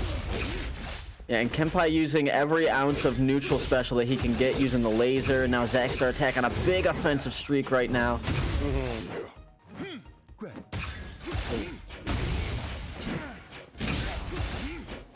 Weishan and Seth used to have different, have each other's down tilts, but now Seth has Weishan's old down tilt, and Weishan has the down tilt that was on Seth during testing. They traded. Yeah. Why is that? Why is what? Like, why is that from a design decision?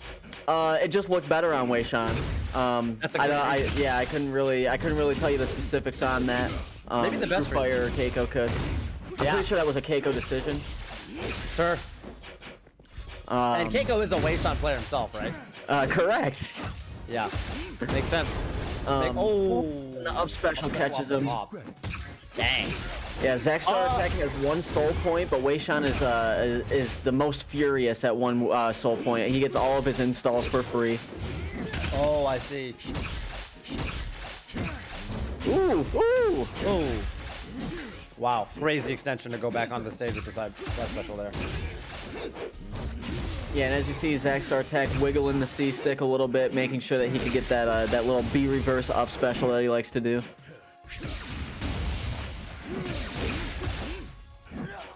Oh!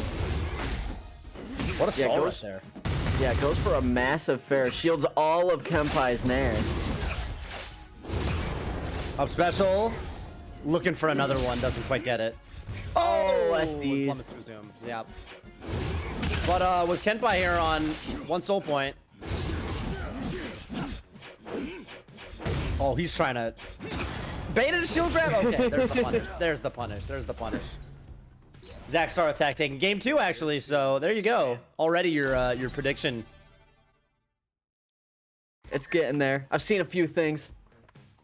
But yeah, as the sets go on though, Kenpai will refine his gameplay a little bit. I'm thinking either this game or next game, Kenpai will take ZachStarAttack. Does like to go hard in the paint, go full bore. Has no chill on this guy. He'll do some crazy stuff just for the fun of it. ZachStarAttack's definitely a showman. Yeah, I mean he's looking solid and flashy right now for sure. Tell me about Weishan's installs.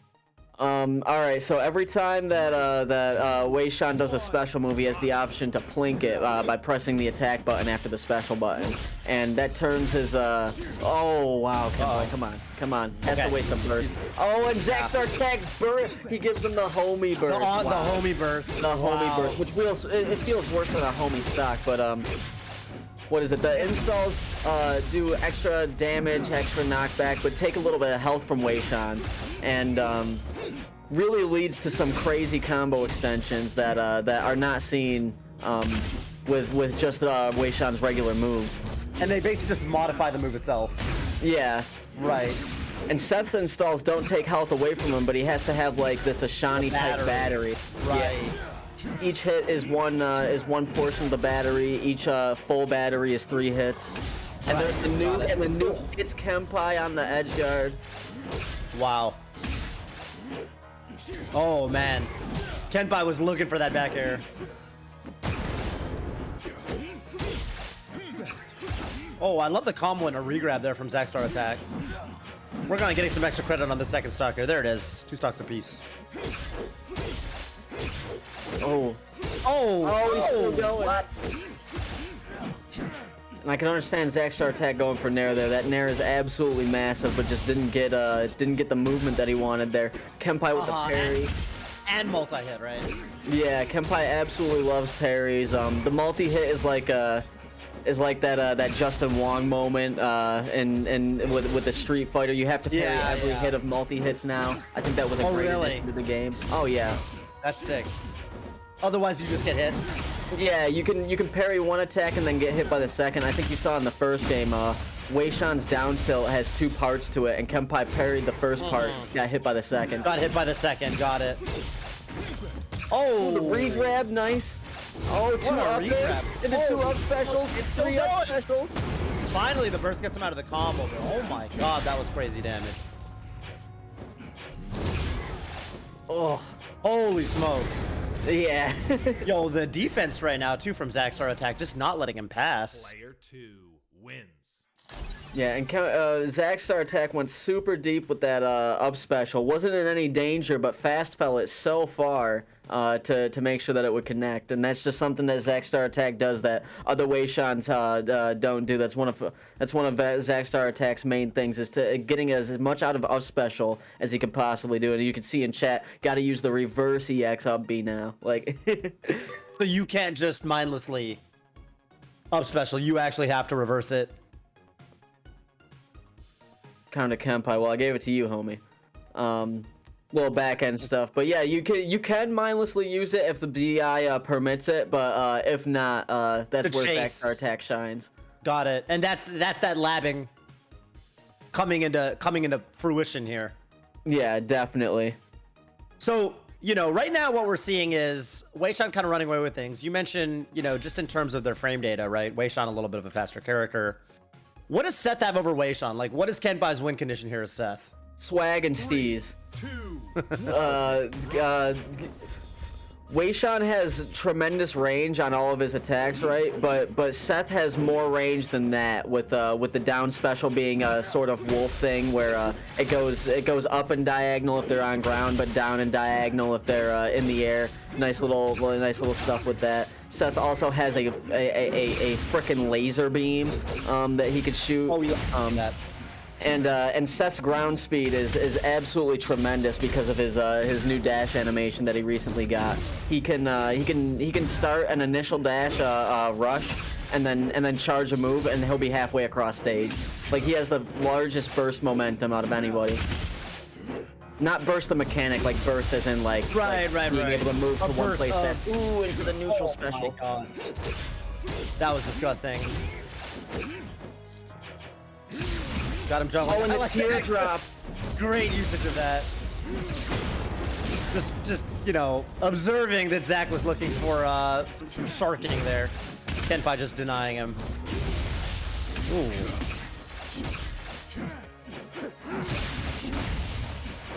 But yeah, as you were asking earlier, the Seth just looks so elegant and crazy once he gets going. As Kenpai was saying earlier, it's a really get going character, kind of like a freight train. Right. Weishan does look very flashy in the moves he does right now. Let's ZachStarAttack. Oh, there was nothing that Kenpai really could have done there. There was no burst to be had. Completely walled him off with the up special. Just had to take it like a champ. Easily the closest game we've had so far going into this last off. Oh, by far, 100%. Yeah. Very important game for Kenpai to win, though. You do not want to be going down 0-4. Oh. Wow, and Zach just juggling him, looking for the up special there. Yeah, Kenpai not able to land, having to go to the ledge. Oh.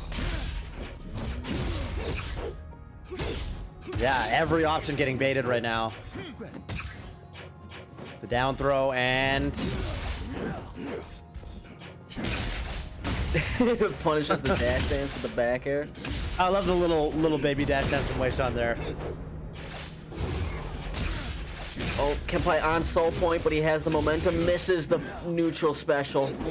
And now it's ZachStarAttack's game right there, because, yeah, once you get ZachStarAttack in neutral, he's very oppressive. He doesn't let you get anywhere near him. So we're at 4-0. Looks like you really got to roll with the momentum. Yeah, we are at 4-0. Jeez. Thank you, Lily, for the raid. Really appreciate it. Thank you, Lily. Here, well, we're getting to watch some amazing exhibition matches for people coming, and this is a first to 5 with ZachStarAttack currently up 4-0 here against Kenpai and Weishan versus Seth. Yeah. But yeah, no, to go back and completely complete my thought, like we had a combo contest for Seth, and we're talking about like Seth versus Weishan. We had a combo contest, and it was blown out of the water by Seth. Like it was not even. Yeah, it was like sort of like the 64 contest that happens in SmashCon. We just did one for Rush Rev, and Forlo just ran away with it, having the longest, flashiest, like insane combos. And Kenpai walling out ZachStarAttack now with the neutral special. Yeah. Oh, just barely whiffing on that.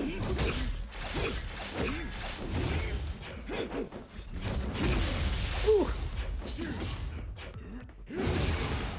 Covering the platform with down air.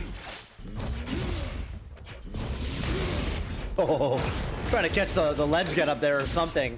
That giant laser beam that you were talking about. And that's just the battery neutral B, right? Yeah, that's battery neutral B. It doesn't hit as hard as it looks like it does, but boy, is it crazy as a combo tool, because you could just get the longest extension. Can you spark off it? I'm not sure. At some point you did, and at some point you didn't.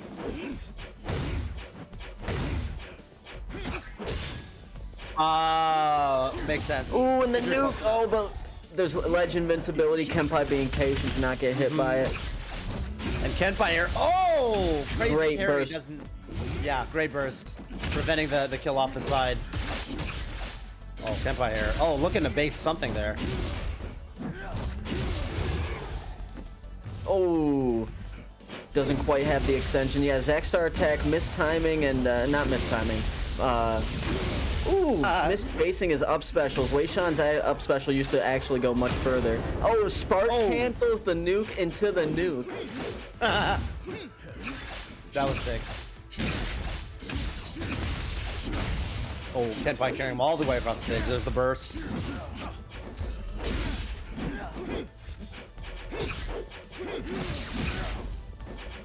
Yeah, I love, oh my god, that sick little reverse neutral air. I think this is where you really get to see their big hitboxes shine. Like, just short out nair under the platform, cover the entire platform with it. Yeah.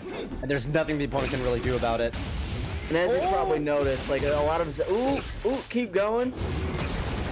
Oh, Okay. again, oh, the down air into up air. That was really, really solid, but for that stage bounce. And Kenpai on the board. Points on the board. 100% spark rate, wow.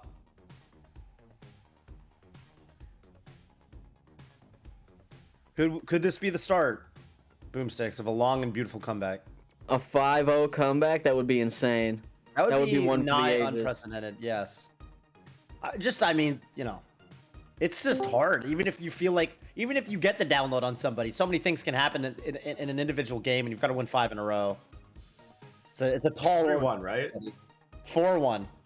All right, cool. Just needed 4-1. Love you. Yeah. 4-1, and it's I mean, Kenpai definitely looked commanding in that last game.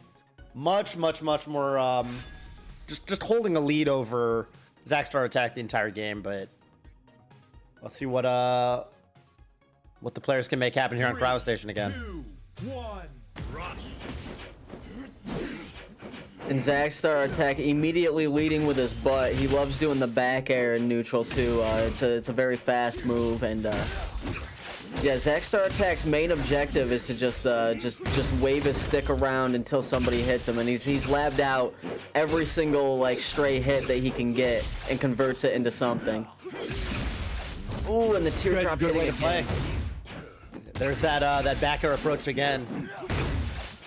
It's cool because also when he gets combo started, he'll also approach with like, or he'll like approach in his combo with like reverse neutral air.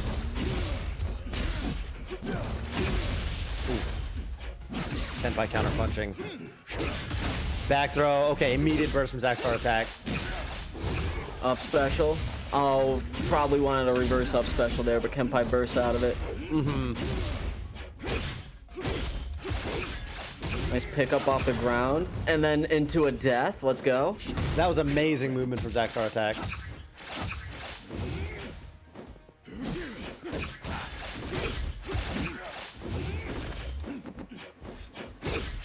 Oh, yeah. I love that movement to sneak down from the top platform in a way that Kenpai just could not react to. Oof. Wow. And yeah, ZachStarAttack right now, I felt like he's at center stage for basically the entire game. Yeah. Kenpai looking for something here, but everything's getting baited. Everything's getting punished. Punishes the bird. Oh, there's no way. That was the craziest teardrop hit I've ever seen. It was under the platform, but ZachStarAttack jumped over it. That was, yeah. All right, Kenpai here coming in. Up special, bursted out of immediately. What can Kenpai get done with the stock here? Ooh, a regrab? Oh. I love when ZachStarAttack does the regrabs. It looks so like, you know, planned out because it happens so fast. Ooh, catching him with the up tilt. Kenpai. No more bursts for the rest of the game. Oh, goes for a wacky down air, gets nared out of it though.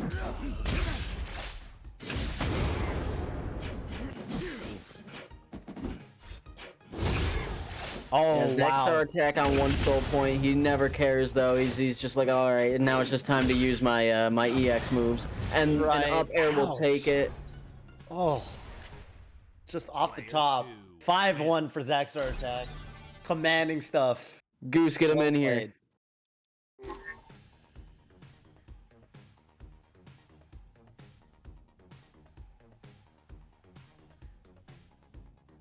Alright, I'm unmuted to stream now. Hi, guys.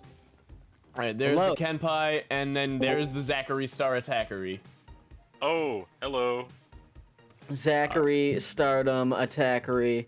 How you feeling? I feel very good right now. I got to show my favorite man, Toph, my EX reverse, double B reverse up B. The B reverse up B is where I heard you need to use the B reverse up B there to basically track their DI.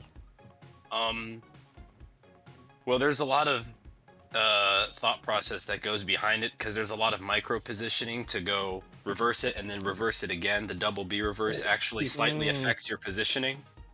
And so, yeah, and you can also, you know, some of those B reverses happen later, so it helps you react to DI if you do the second B reverse really late.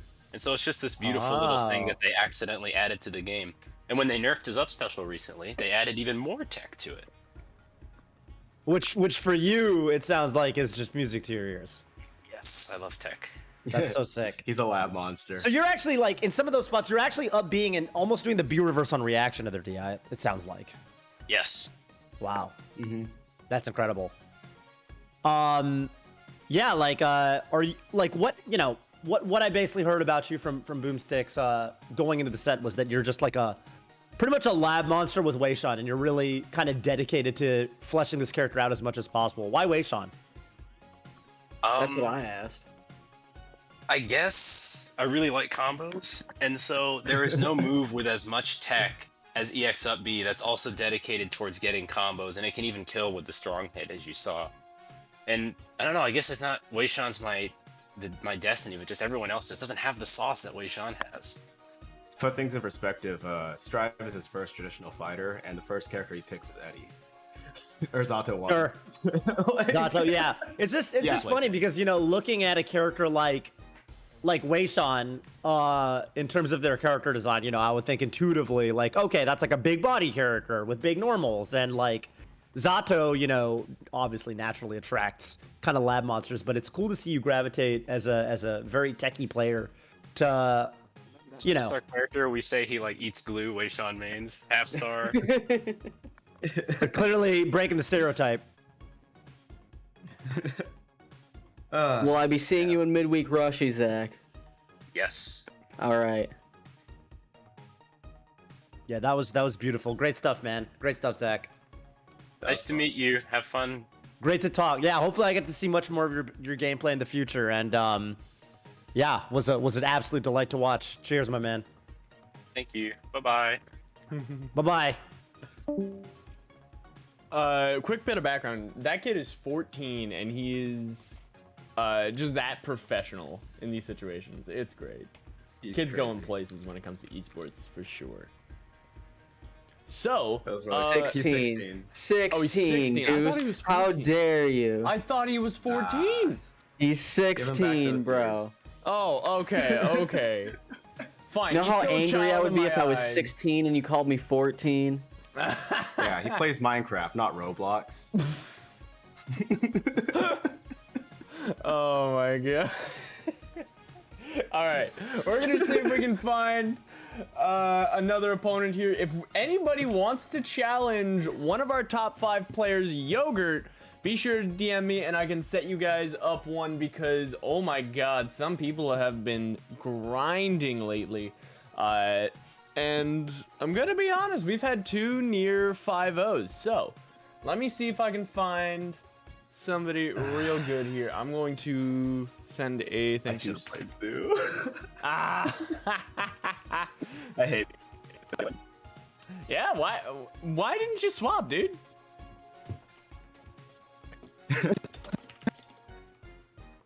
Oh, Ken is are you guys hearing Ken right now? No. Okay, it's not just me. So what's next on the agenda, Goose? Who do we got? What's next on the menu? I mean, that one went super quick. Like, we are very, very ahead here. So, we're gonna figure something out. Worst comes to worst, I always, like, challenge Voidstar, and then him and I do a run back from our Arcadian set. But, Kenpai, you're back.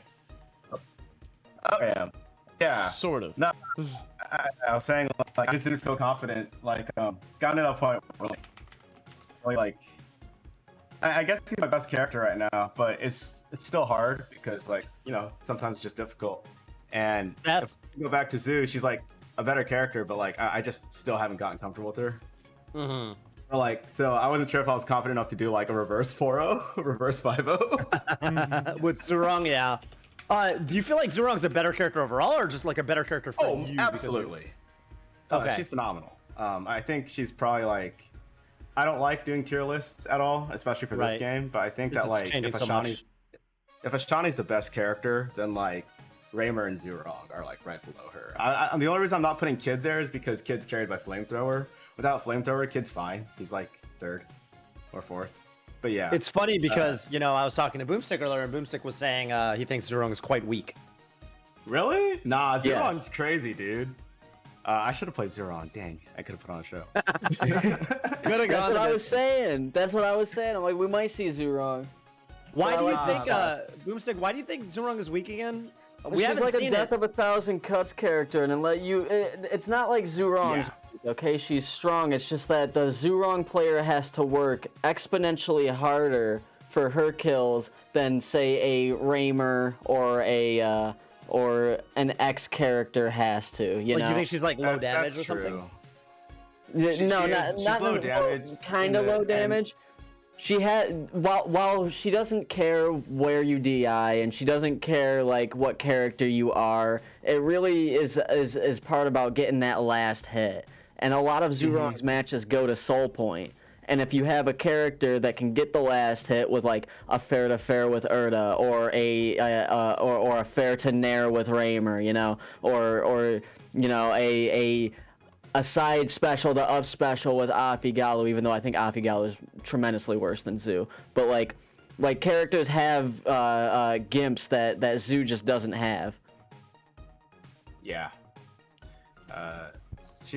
Seth kind of has a similar issue where like Seth with both Seth and Zhurong, they either kill you in blue or green, or they kill you in soul points. Like they don't really do that in between. Zhurong has a little bit of an easier time because she could do like blue up air in orange if she ladders them high enough. But for the most part, if you're not laddering, if you're not driving to the edge of the screen, then yeah, you're gonna wait till you're in end game to take that stock. So that's fair. All right, so I think Brock might be coming back. Nice. So we're gonna have Brock and Yogurrt duke it out, which should be a good one. All right. They're fun to watch. Oh yeah. I'm gonna go rest my hands. I'll see you guys. Oh yeah. Nice chatting with you. Bye-bye. All right, so we're just waiting for Yogurrt to hop in here. Brock has to do a few things soon, so. All right. Are you okay? Yeah, no, Yogurt's in here. Sweet. Yo, Void's starting doing his own lobby too. Hell yeah. We got bug testing happening right now. There's a lot going on. So, Boomstix, you want to give us the rundown on Yogurrt and Brock as players? So Brock went from a Good Morning Rush Rev guest star to being one of the most technical and improved players of the game. Really showing all of their improvement through sheer willpower and gameplay hours. Did a lot of Urdah stuff just out of a whim because somebody said that Urdah was difficult. He's like, no, Urdah's easy, and then just started destroying people with Urdah. Really a Raymer main at heart though, does tremendous stuff with Raymer consistently. And then we got Yogurrt. And Yogurrt is a prodigy in every sense of the word. Yogurrt started this game and ended up being tremendous right off the bat and has only improved since then. Won multiple midweek rushes, won multiple throwdowns, went to Goose, correct me if I'm wrong, but he went to finals in the last throwdown against Pugsy, am I correct? Yeah. Also, yes. Do you want to give him the crown? Yeah. Sweet. We'll give it to you, Yogurrt. Yogurrt also has one of the best emotes and Twitch emotes with the Yogurrt Pogs for Yogs. Brock has fought the best 2 Canadians, best 3 Canadians multiple times. I call him Barack Obama because usually it ends up being him representing the U.S. against another Canadian opponent in grand finals of tournaments.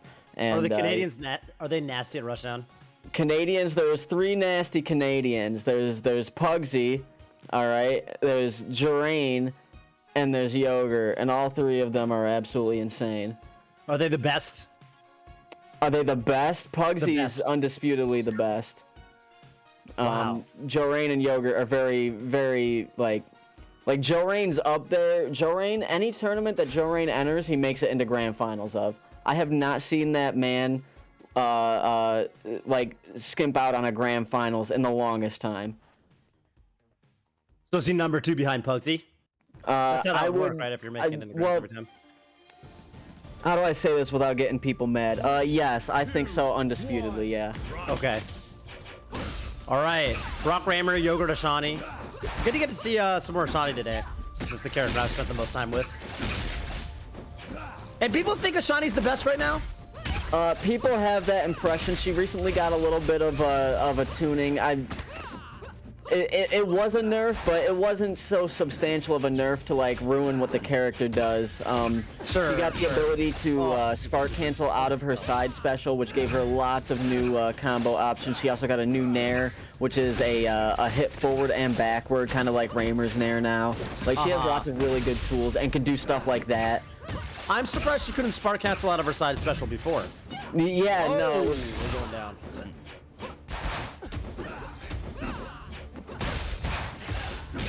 And again, you gotta parry both those hits.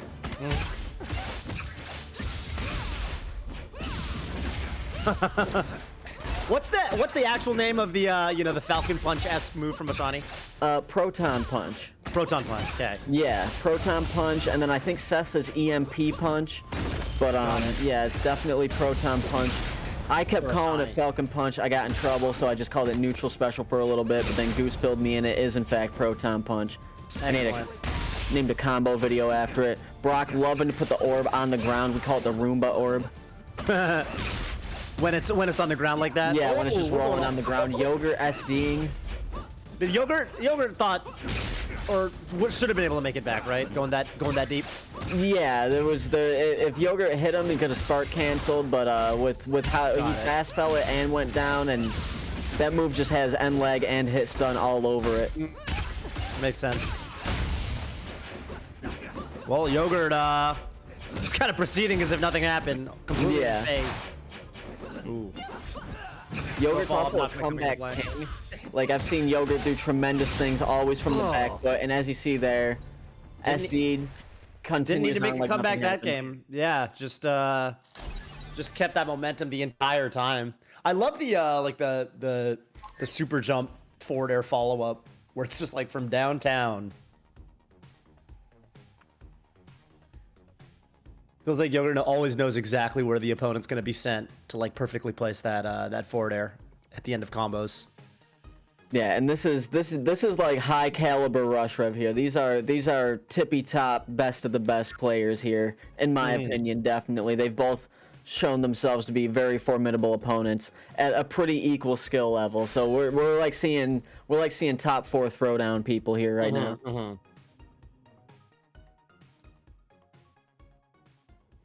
3, 2. Character switch to Urdah. Haven't gotten to really see any Urdah actually. So Urdah, kind of the grappler of the game, right? Urdah is in fact the grappler. She does the triple dip, the coveted triple dip. Is there anything you can do there once Ashani's kind of on top of you?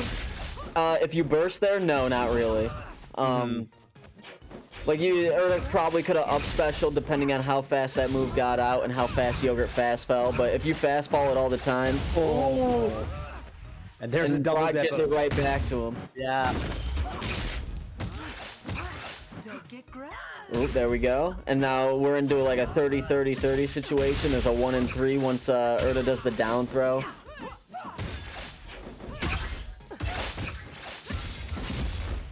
Ooh, goes for the steeziest down special. Yeah, and Brock knows that Yogurrt will super jump into the dash back, but Yogurrt clips that back air, gets the zoomy boomy. She could cancel her side special some sort of amount of frames after it happens, and it maintains her momentum, so she just gets a huge leap. Oh, downer attempt there from Brock. I like how much of this game so far has been like just really deep edge guards. Yeah. Something we've seen more definitely out of these two players than the former opponents. Oh, that would have been a potential spark cancel there off the side special if that connected, right? From Yogurrt. 100%. Oh, crazy move right there. Grab. Both grabs, actually. I've been asking for them to get a stage. We're talking about how it's lots of very deep edge guards, and both these characters are solid off stage, but Urdah is just like way more comfortable off stage than on it. Brock getting a nasty kill. And I've been trying to float along this concept of a stage where it's just a platform, and you can only play Urdah on it. And then like a platform you can actually even fall through, and yeah, like you can fall through it, but you can grab the ledges of it, like a half platform, half stage. I definitely want to see something like that at some point. You'd be able to do so much, like, because, you know, you could, all of your neutral, you know, you would never just have to do grounded boost. You could drop through the platform and come back up with the double jump aerial or anything. Yeah. Malo's the counter pick. One of my favorites. 2-0 right now for Yogurrt, huh? Yeah, this stage is dope. I've always liked this this kind of stage layout in general, like the WarioWare stage layout. I just think it's like, just in general, you get a lot of neat kind of upper combos. And Brock is going back to the Raymer. Is Brock more of a Raymer or an Urdah? Definitely more proficient with the Raymer. The Urdah is like his like mess around, have fun character, but he is extremely well with Urdah just because of his raw skill level. And again, like so much stuff labbed out with Raymer. Like he had the Roomba orb, right? Led in with the fair, and then had the conversion all the way to the up special after it. Like Brock has a lot of Raymer stuff on lock. Oh. Is that tech attack? Yeah, Raymer also has a very good tech attack, and Brock is going to SD here. Unfortunate. What happened there? Missed the wall jump? Yeah, he expended his up special in an aggressive way, and then there was the wall jump, Raymer's wall jump isn't like tremendous or anything, so he knew he couldn't get back, so he just down aired off stage. Got it. All right. Stock taken for Brock here. Oh, man, that point blank orb. That was a sick combo. Oh, couldn't quite finish it.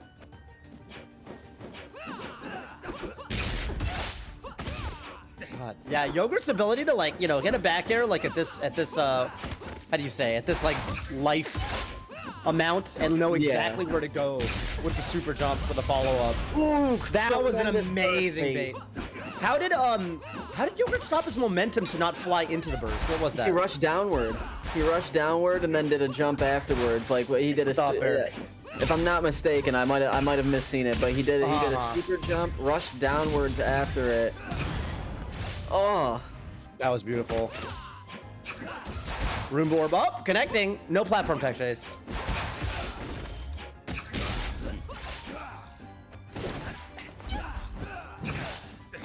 It's a throw, and he wants the up special. He's looking for the way to get it. Doesn't get it.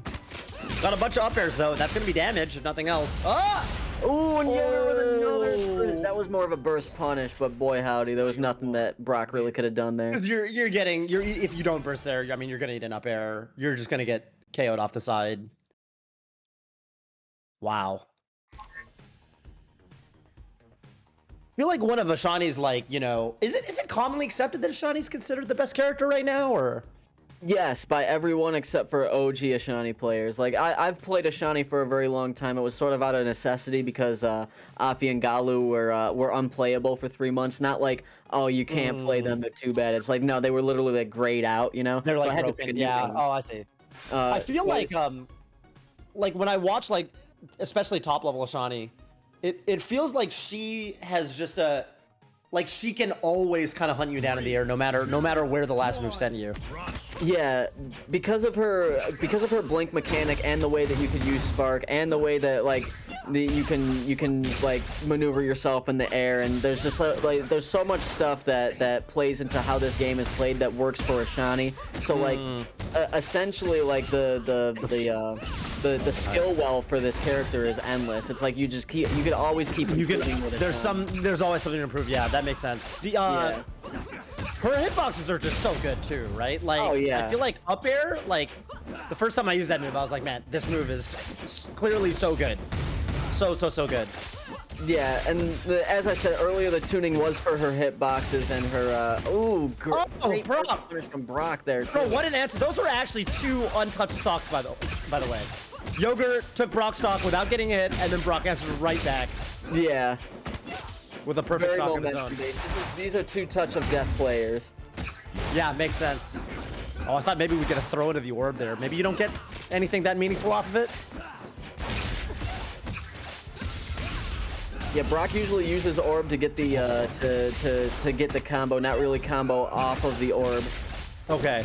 And there's the up special. Brock loves hitting it. Always sets up for it. Uses the up special for movement and then gets the up air. Yeah, that was nasty.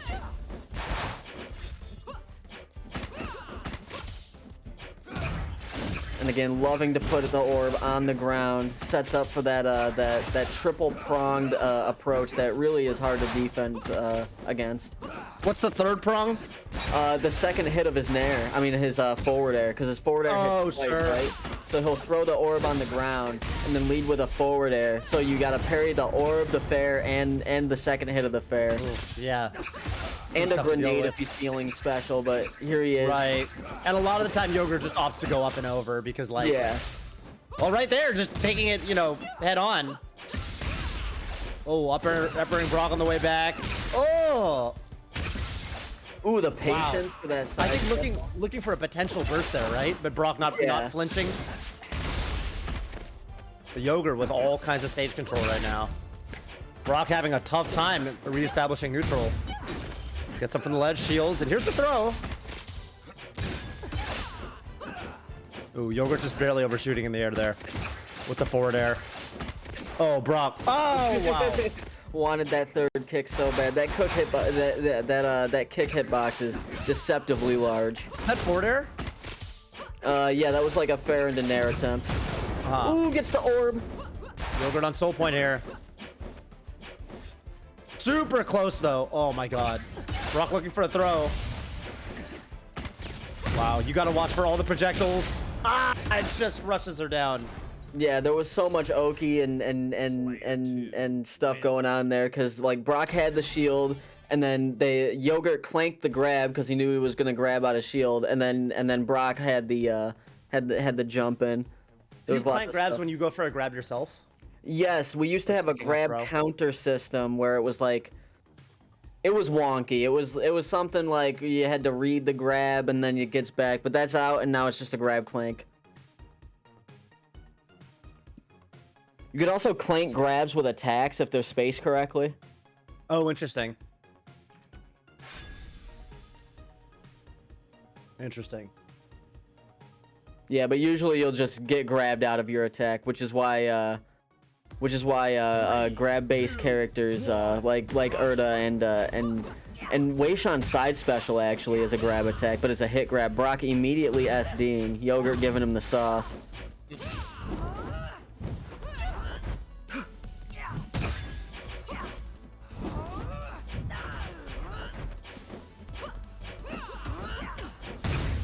Brock's opting to stall off stage, goes for a hyper hop into and then just gets him with the side special. Yogurt's out of here. Wow. That's a weird SD. Very weird SDs going on. Yeah. Oh. Oh, the two lariats. Oh my god. Oh. I gotta unmute for that one because that was bloody disgusting. Oh my god. That was crazy. That was the most. Where are these stocks going? I don't know, dude, but that was the most flagrant, steezy, like incredible Urdah combo I've seen on stage in a very long time. That was 3 of the fastest. I mean, dude. Off of a win with Raymer, switches characters, and I'm kind of like, okay, why? And the question is answered immediately. That was brutal. Crazy. Yogurt in chat, I let him have that one. Wow. Oh, that was insane. disgusting. That was insane. Oh, Jesus. I'm just crying. I'm just crying. Yeah, that was so godlike. Jesus. Okay, so 2-2 in this first to 5. Oh my god. The best part is that was right after the Brock went down 2 games. He eventually just like clinches one with Raymer and then destroys the next with Urdah. So much so that Yogurt is in denial about ever losing. He gave it to him. Like, imagine beating your opponent so hard that they end up going into straight up denial. Yeah. Like, that is exactly. Well, let's see what happens here. This is, you know, Yogurt's chance to prove it was a fluke. Yeah, and Yogurt's defense is actually pretty incredible because Brock's really always going for that shield grab in neutral. Oh. And ooh, gets down aired though as I say that. Down Commentators curse. But Yogurt is getting these grab planks like no other. He's playing it like Tekken over here, able to because he knows Brock is going for the grab after the shield. Right. Good here, grab up the down air. Yeah, big punish here. Urdah's back here had a spike hitbox on it. I'm sure that Brock wanted to use that, but gets the still strong hit, but not the hit that he wanted. Good patience on the get up attack there. Uses the blink for the up special, doesn't quite have the momentum for it. And Yogurt used to play exclusively Weishan for the longest time. Ashani's actually quite a new development for him. Oh. Oh. Man, Brock Urdah really coming alive. Yeah. Okay, there it is. And Yogurt, fresh off saying he'll never lose to an Urdah again, is a stock down. But again, Yogurt, a comeback king, completely working much better from the back foot. We'll see how this goes. I mean, could get the job done, but Brock's got all the momentum right now. Okay, here's Yogurt. Forward off the stage, nothing. Brock gets back to the ledge. Burst out of the combo, but that's the last burst of the game for Yogurt. Ooh. Oh, goes way too far for the fair. Player 2. And I assume the idea there was forward air, connect, you're going to spark cancel, you're going to be fine. But with the burst from Brock, it just doesn't play out the way Yogurt intended. Yeah, had that fair connected, it probably would have led either into a death or to an up special opportunity. But Brock had a burst just at the right time to where like it didn't hit Yogurt away, but it just like went right through him, and then you see Yogurt just flying off stage. So we're 3-2 in the set, am I correct? All right, 3-2. I don't have an asset to do first to 5, so I'm just using the grand finals system that we have built into this little stream tool. Nice. So whenever they have 3 wins, it puts a winner's title on it, and then I just go until they get 3. Jab and a grounded down special. That's a true combo. That's a free 38 damage. Oh, the Yogurt's gonna make it back first. The side B connecting. Okay, they both make it back. Yeah, that was a weird position for Yogurt because, oh my lord, Yogurt, what's happening? This ain't Rancid. What's going on?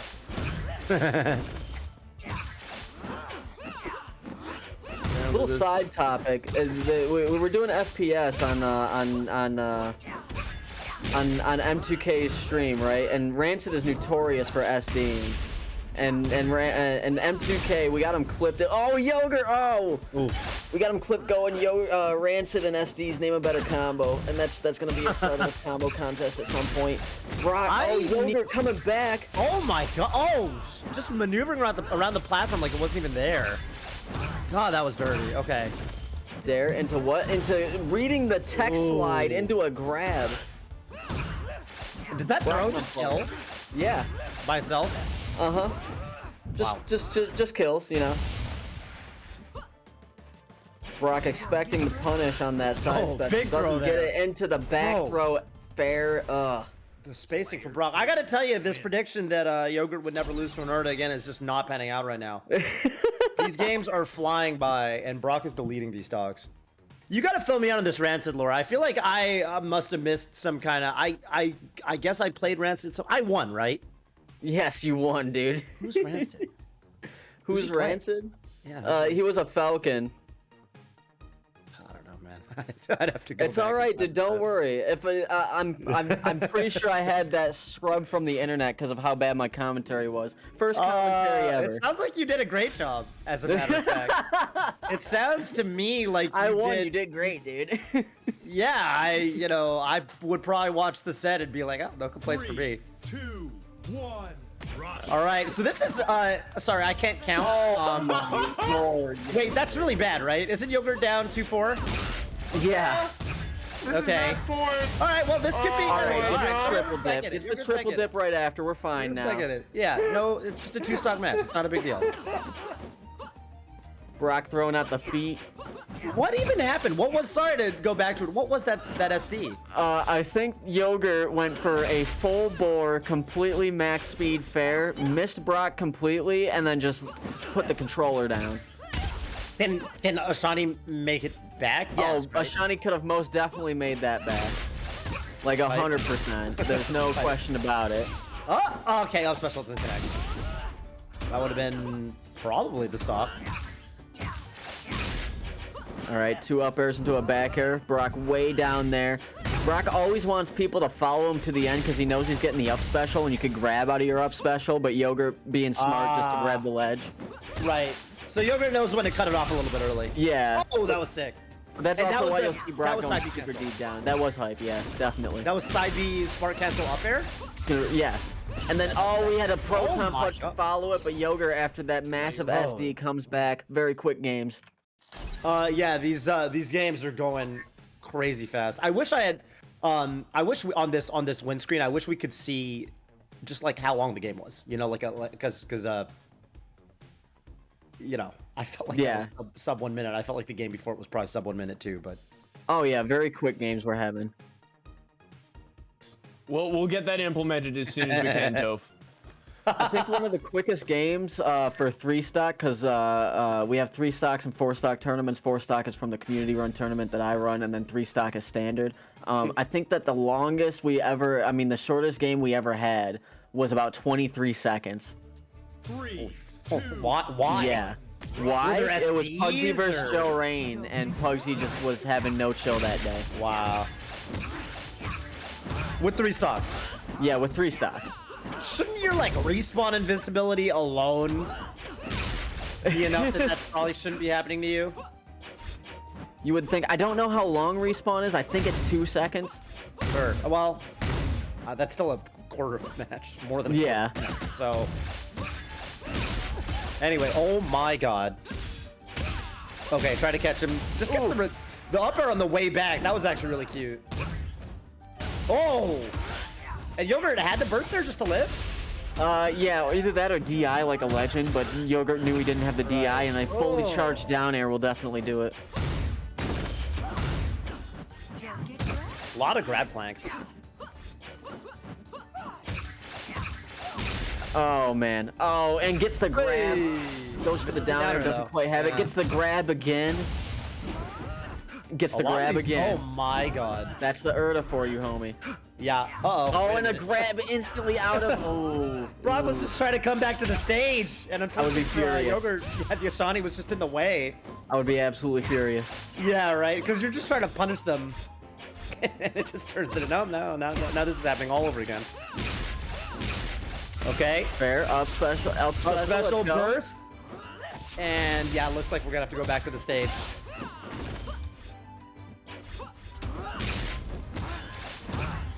Yeah, that's a Brock signature here. of Brock. Brock will wait there and shield, and then see that you're not coming, immediate hyper hop. Right.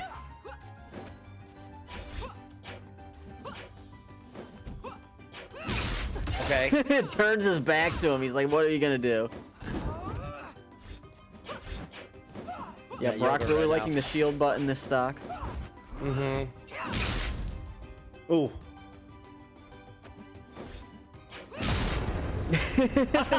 And Yogurt's like, Yogurt's really slowed down the pace extremely. Like he's not taking any of this. Yeah, I like that side B attempt from Brock. Was that forwarder?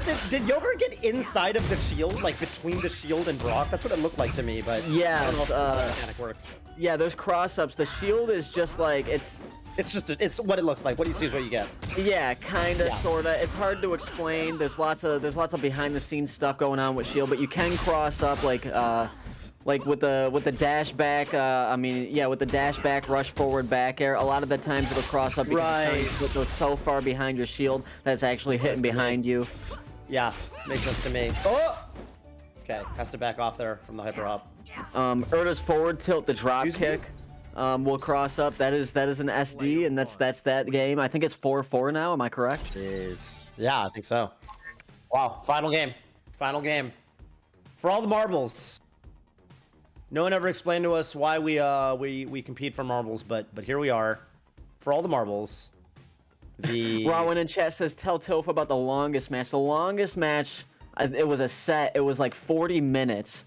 And it involved 3 timeouts in a best of 5, and it was grueling to commentate, grueling, and even more grueling to play. It was such an emotional match afterwards, and it was losers finals with in the first Facebook $1,000 tournament versus Pycore and Rowan. And they just sat at the edge and just played at the edge and dash danced and just stayed as far away from each other as possible. Kid versus Zhurong. Those were the olden days. How is Kid? We didn't get to watch any Kid today. How is Kid as a character these days? Kid is very strong, has lots of good tools, has really good air mobility, tremendous mix-ups, but only about 4 people playing. Wow. Yeah. Weird. Got it. Well, the philosophy on Kid for a lot of people have been, well, like, why spend the time to get good with Kid when I'm already like invested in this other character? Because Kid's not like really a starter character for people. It's something that people gravitate to, unless you're from Melee and you played a lot of Fox or Falco. Sure. And even then, you might want to play Raymer. Yeah. Oh. Any reason Yogurrt didn't just pull the trigger with the forwarder right there? It looked like it was a sure thing. I have no idea. I can't. Yogurrt knows much better than I do. I can't get into Yogurt's head when it comes to that. All I can do is point out when, yeah. Plus he's Canadian, you know, and all the Might have been being polite. I mean, I have no idea what's going through Goose's head at any given time. Mm-hmm. Forward tilt bar cancel there. Tech attack though from Brock Raymer. Ooh. Oh, interception. Don't come near me. I like just covering the high recovery with the orb. Just like, let me just put this here just in case. Yeah. And so many times you'll see like the orb has like special magnetic properties, not in the actual mechanics, but just like in mentality. Like I've seen people go out of their way to get hit by that orb. And it's like, what? Yeah, right. It just kind of works out that way somehow. Ah, Ashani's got kind of a long tech though, huh? Yeah. Huh. And teching is like extra weird in this game because you could like do a tech slide into a tech get up attack into a super jump. Like there's lots of stuff you could do with tech. It's hard to read every option. Yeah. Brock here. Oh, nice. Oh, wall jump up special recovery.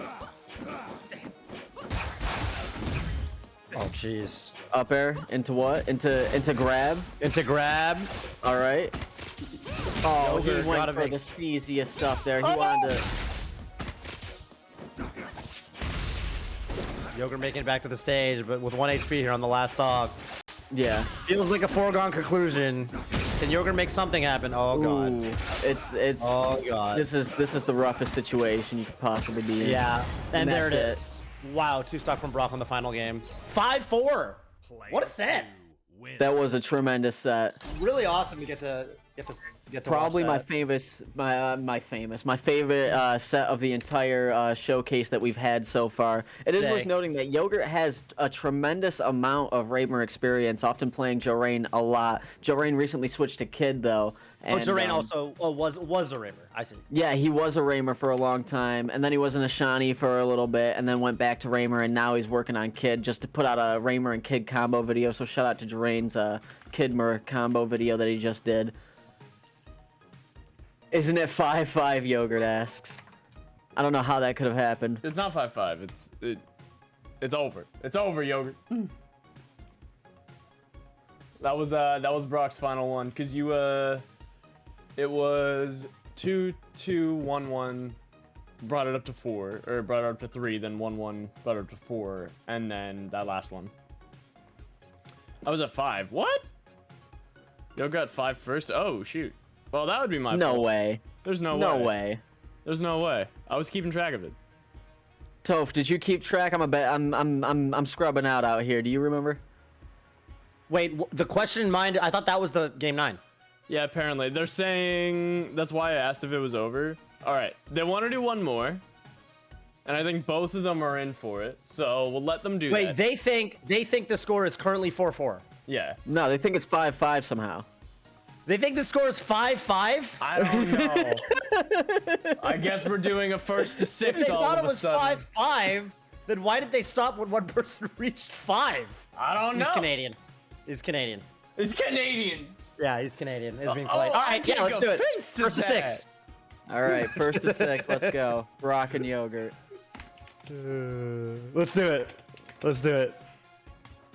Oh this my is God. This is as it should be. This is as it should be. Gotta love it. I actually think I know what, because Yogurrt. I think Yogurrt might have won the first 3, right? I can't remember that far back. I had the memory of a goldfish, so. I remember there was one point. Okay, I do remember there was one point where you're like, oh, I think it's 2-2 now between these two. And I wanted to say, isn't it 3-2 for Yogurrt? But like, ooh, you might have been right. Maybe Yogurrt did hit 5 first. I don't know. You would think with doing about 100 of these, I would know by now, but no, did not pay attention at all. And Brock does not start out this game how he wants. We've had so many like first stock SDs though that what is that? The biggest deal? Urdah was just literally moonwalking. Oh, well, this lead feels big. let's all right, Yogurrt has not been touched whatsoever. Okay, there's one. A short opportunity here. Tried to get the grab on the way back, but Yogurrt just kind of weaving over it.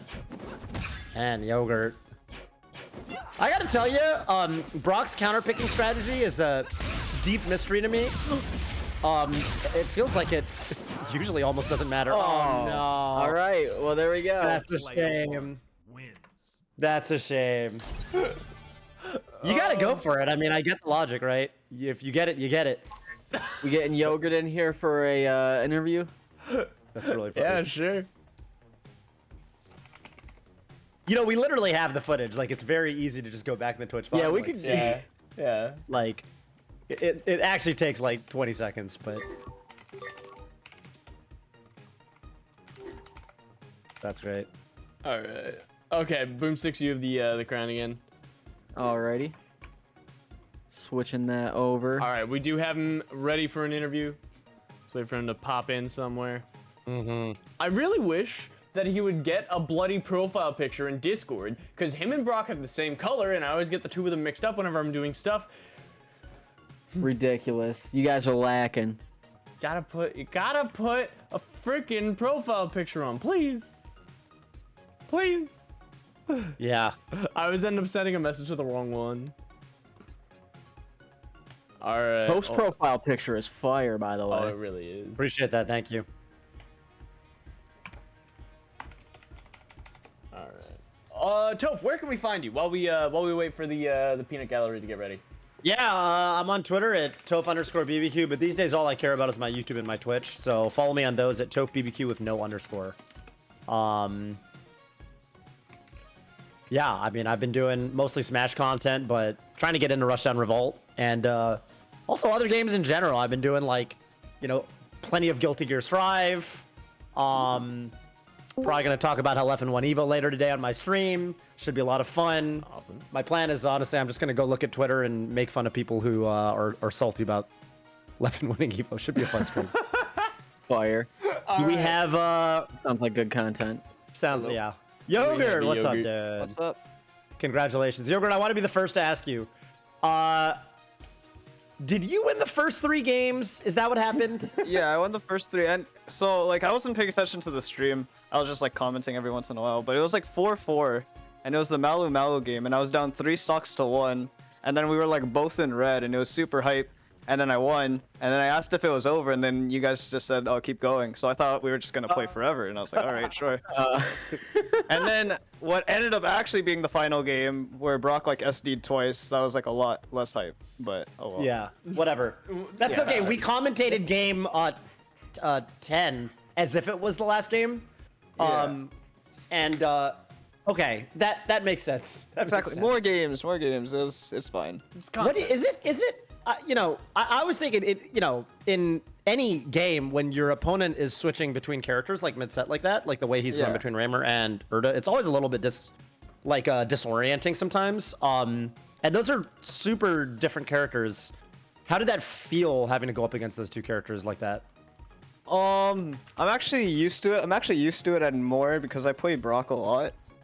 And this guy will literally cycle through the entire cast while playing friendlies. But his like most like serious like tournament characters are the Raymer and Urdah. It is different. Like his Raymer's like a bit more aggressive, while his Urdah's more come at me and then I'm going to grab you once and kill you. So I have to be like a lot more careful against this Urdah, while his Raymer is just like kind of more straight up solid. Yeah. Got it. It's fun though. I feel like it's actually harder to be the person changing because you have to change between characters and playstyles, while if you're the other guy, you kind of just have to slightly change. I feel like it's harder to be the person that changes characters. That changes characters, yeah. Yeah. No, that makes sense because I mean, just the way you control it's not just how you think, but it's also literally what your hands are doing. And sometimes like the muscle memory. Yeah, I know in some games it's like even worse when there's like so many like Melee, right? Like there's like probably like so many different like frame specific stuff that you have to remember. The thing that gets me is I'm curious, in Rushdown Revolt, do all characters have the same amount of jump squat? Like when you jump, like how long it takes you to get off the ground, yeah, do you know? I know what you mean. I actually don't know the answer. Okay. I think that's the one that always trips me up. But I'm not too sure about that. Man, regardless, that was such a fun match to watch, and it was a treat for me too, because Ashani's the character I've kind of spent the most time so far, like getting my hands on. So definitely know what at least what right now I know what the ceiling looks like. Not the ceiling, of course, because obviously there's much more Rushdown Revolt. There's much more exploration to be done, but gonna model my game as we can. I think Ashani. I played Weishan for like a really long time, and then I kind of picked up Ashani sort of recently-ish. But yeah, Praise like the Lord. There's like so much like creativity, and like I feel like she has like insane potential, honestly. Like sometimes like dumb potential when it comes to like her movement and like what you could do mid combo and stuff like that. I feel like it's not even close to like what can be done isn't even close to like what is being done right now. And that goes for like every character, but like I more specifically see it on Ashani. Like I know I could kind of see what can be done that's not being done, and I feel like it'll just like get better.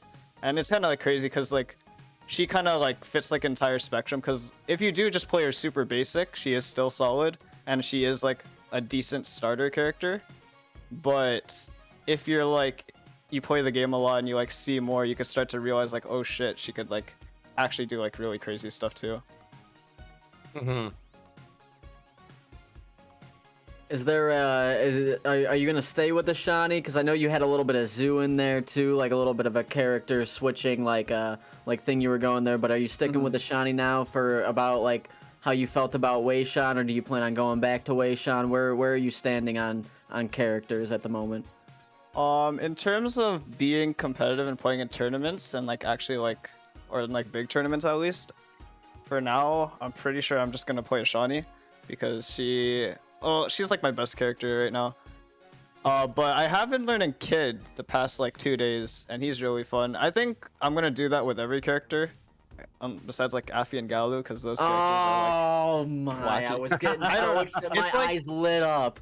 It's like you know, like Strive or whatever. It's like Zato or whatever. Yeah. It's just like they literally play a different game. They do. But maybe I'll eventually. But like I kind of. Are you just getting into like, Heaven this month? Not. I haven't played much yet. All right. I probably will. Yeah. Yeah. This man had I'm a the guy. craziest Heaven stream can I've get ever it. seen in my Oh life. my God! It took me 39 attempts, by the way. to get 39 into- attempts to get 39. And This now man you gotta is- do it all over again. So many times. Yeah, I know. Maybe that's why I haven't. Who are you haven't playing? been playing? I've been playing Kai. Okay. Okay. Yeah. 39. Wow. It was a long journey.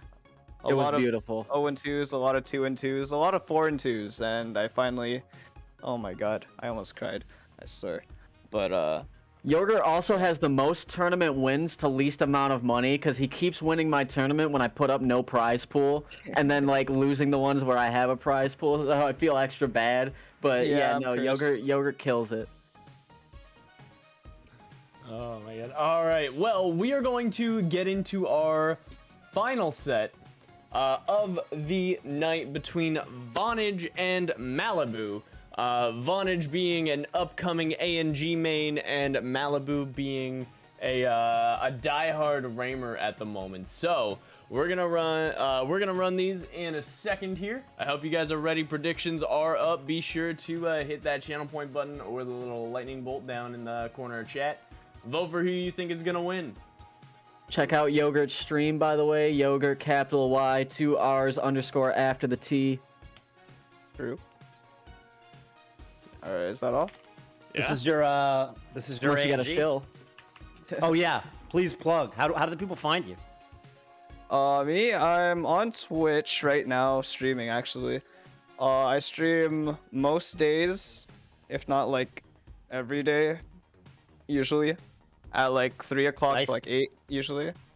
And yeah, it's really fun. I started a YouTube recently, and it's actually gotten like a lot of really good feedback. go. I wasn't sure what to do with it, to be honest. Like I was really like slow with starting it. I wasn't sure if I want to start it, but I put up like a lot of stuff, a lot of things that like can help you get better if you're like new to the game or whatever, or just like maybe stream highlights or something. I only posted like 4 videos so far, but I've gotten good feedback. And I'm also on Twitter with the same thing, Yogurt with _ at the end, because just regular Yogurt is taken. Should do cooking. Cooking with Yogurt. Cooking with Yogurt. Well, pleasure to get to watch you today. Thank you so much for Yeah. being on, Yogurt. No, yeah, Have a great thanks rest of your day. Thanks for coming. I've seen some of your Melee stuff, and yeah, it's pretty cool. to Thank be you. Interviewed by Appreciate that. Yeah. All right. See Thank you guys. around. All right, see you. See you. All right. And what a set. That's gonna be a hard one to follow up. But this is your character, right, ANG? This is Vawnage. Listen, Vawnage is my boy. Vawnage is a great guy, and he plays ANG. I saw Vawnage's ANG in the Arcadian bracket last week, and that was a lot of fun. That was the best performance I've seen from Vawnage ever. Oh yeah. And after, cause like, ANG have been tossed around like all over the place, pun completely intended. They've gone through so much, and since the rework, Vawnage really adhered to it and has really good like up air to up special links and really labbed out the best places to put his side special, and it's just like, it's really crazy to see a really a neutral based gameplay style to a combo based play style, and I'm just so proud of where Vawnage came from to where he is now. It's really like, I don't know, it's tremendous. So I'm gonna be a little bit biased here. I love that man. Vawnage. Yeah. Who is the best ANG right now? Is it you? No, it's not me. Desi comes out of the woodwork. Desi doesn't show his face a lot, but when he does, he comes out with the craziest ANG stuff. Jackson was really good with ANG. Ariote's tremendous with ANG. Torin is good with ANG. It's hard to place the best ANG, but Desi's really up there. Desi has the highest tournament fame when it comes to what happens with the ANG character. And Vawnage throwing out the daily quests.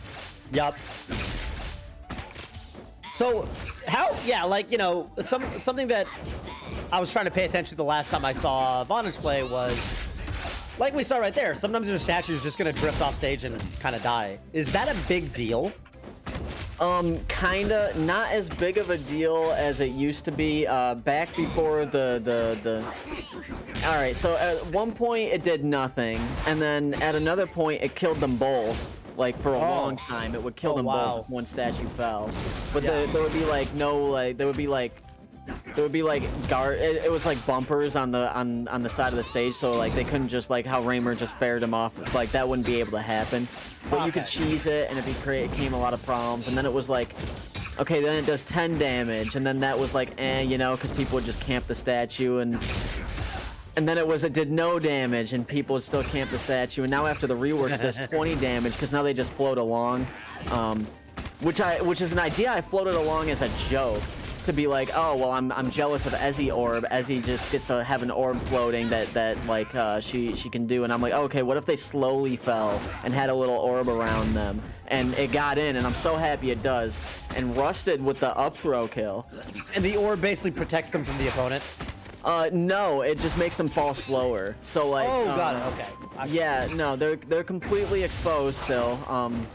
And they used to be able to do the side special, and that would like put a hitbox on them, and help them like stay protected. Got it. But now the only way to move them is the neutral special. The beam. Yeah. Tractor beam. Mind you, if you're below 20, say you're below 20 HP with like Afi and your Galu dies off the bottom, it puts you in soul point. Or you go to soul point? It goes in soul point. And there was talks about putting you at 1 health. I don't really care at this point. When it comes to soul point or at 1 health, it's like it's negligible in my opinion. It's enough of a punishment either way, right? Yeah. Certainly. All right. But I mean, I would go as far as to say like if you lose your like your totem and you have 19 health, I think that like it wouldn't be out of the realm of possibility of it just killing both of them, because I'm used to dying because my totem. There was an era where literally that's what happened at any. Yeah. Ooh, yeah. Crazy ricochet bullet from Rusted there. Yeah.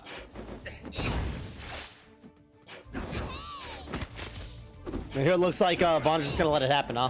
Not much saving Galu here. Oh, there we go. Oh yeah, no, like Galu is savable. Slow, huh? Yeah, no, they're savable until they're off the stage, because you could switch and then it pops them up a little bit, and then you could like up special. Yeah, as soon as you switch, there's a little pop up, which there used to be switch spikes, and well, that's a whole other thing. Right.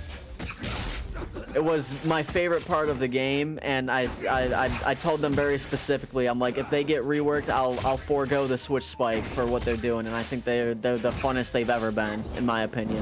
What are the mechanics that like I should be looking for that are like the fun stuff that they have now? All right, so the whole switch mechanic is like they can switch and spark, right? And they're one of the good down air. They're one of the few characters that can get spark from a neutral move. Their neutral special, when they grab the other totem, gives them spark, right?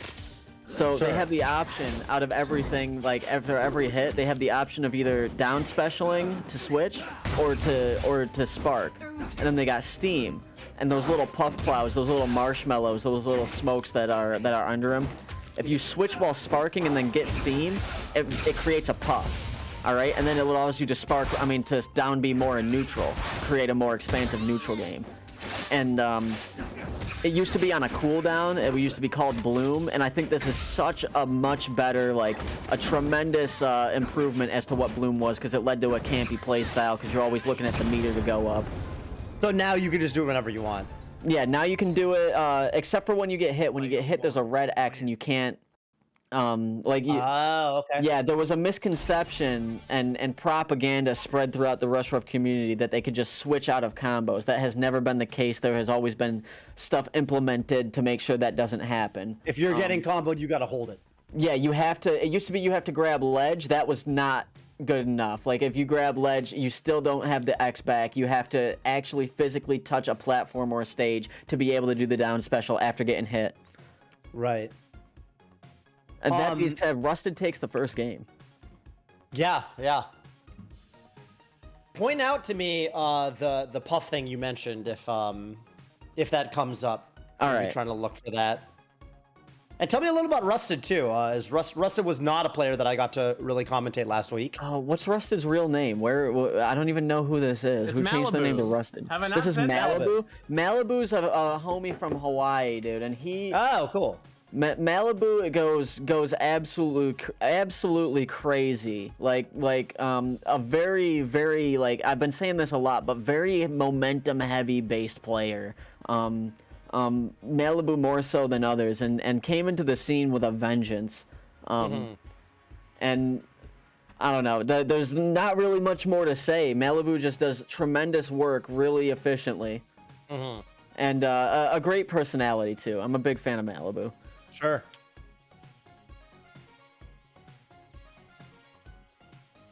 And he changed his name because he's rusty.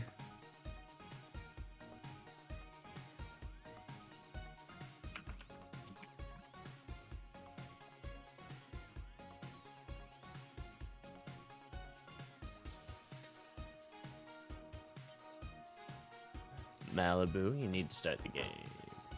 You have the I crown believe for a in reason. Mvlibuu. Mvlibuu can do this. He started a game before. See what happens when we trust players with the opportunity of running the whole lobby. No, yeah. Oh, there we go. All right, Malu. This will be good. Gotta enjoy it. Wait. All right, so this is the first game. Okay, so yeah, game 2 between these two. Let's get to it. Yep. Game 2, Mvlibuu being up a game.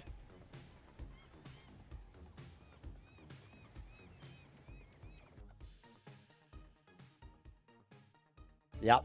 3, 2, 1, rush.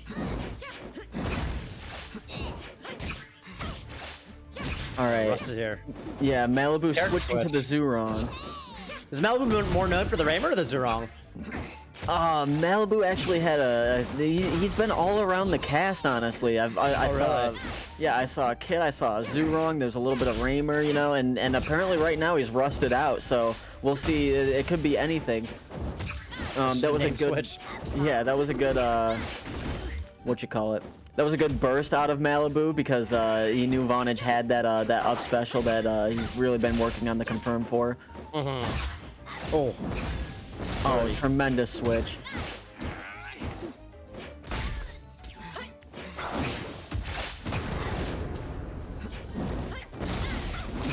Oh! Yeah. That was unexpected. Yeah, Afi and Galu are like magicians. They use lots of misdirection, lots of sleight of hand to make you look at the character that isn't actually active anymore. When can you switch between them? Can you switch mid-move? Yes, you can switch mid-move, and not only that, you can switch like mid-grab. So they don't have wobbles because of how the grab system works in this game. And and nobody's like successfully done a lot of like really cool grab stuff with Afi and Galu yet.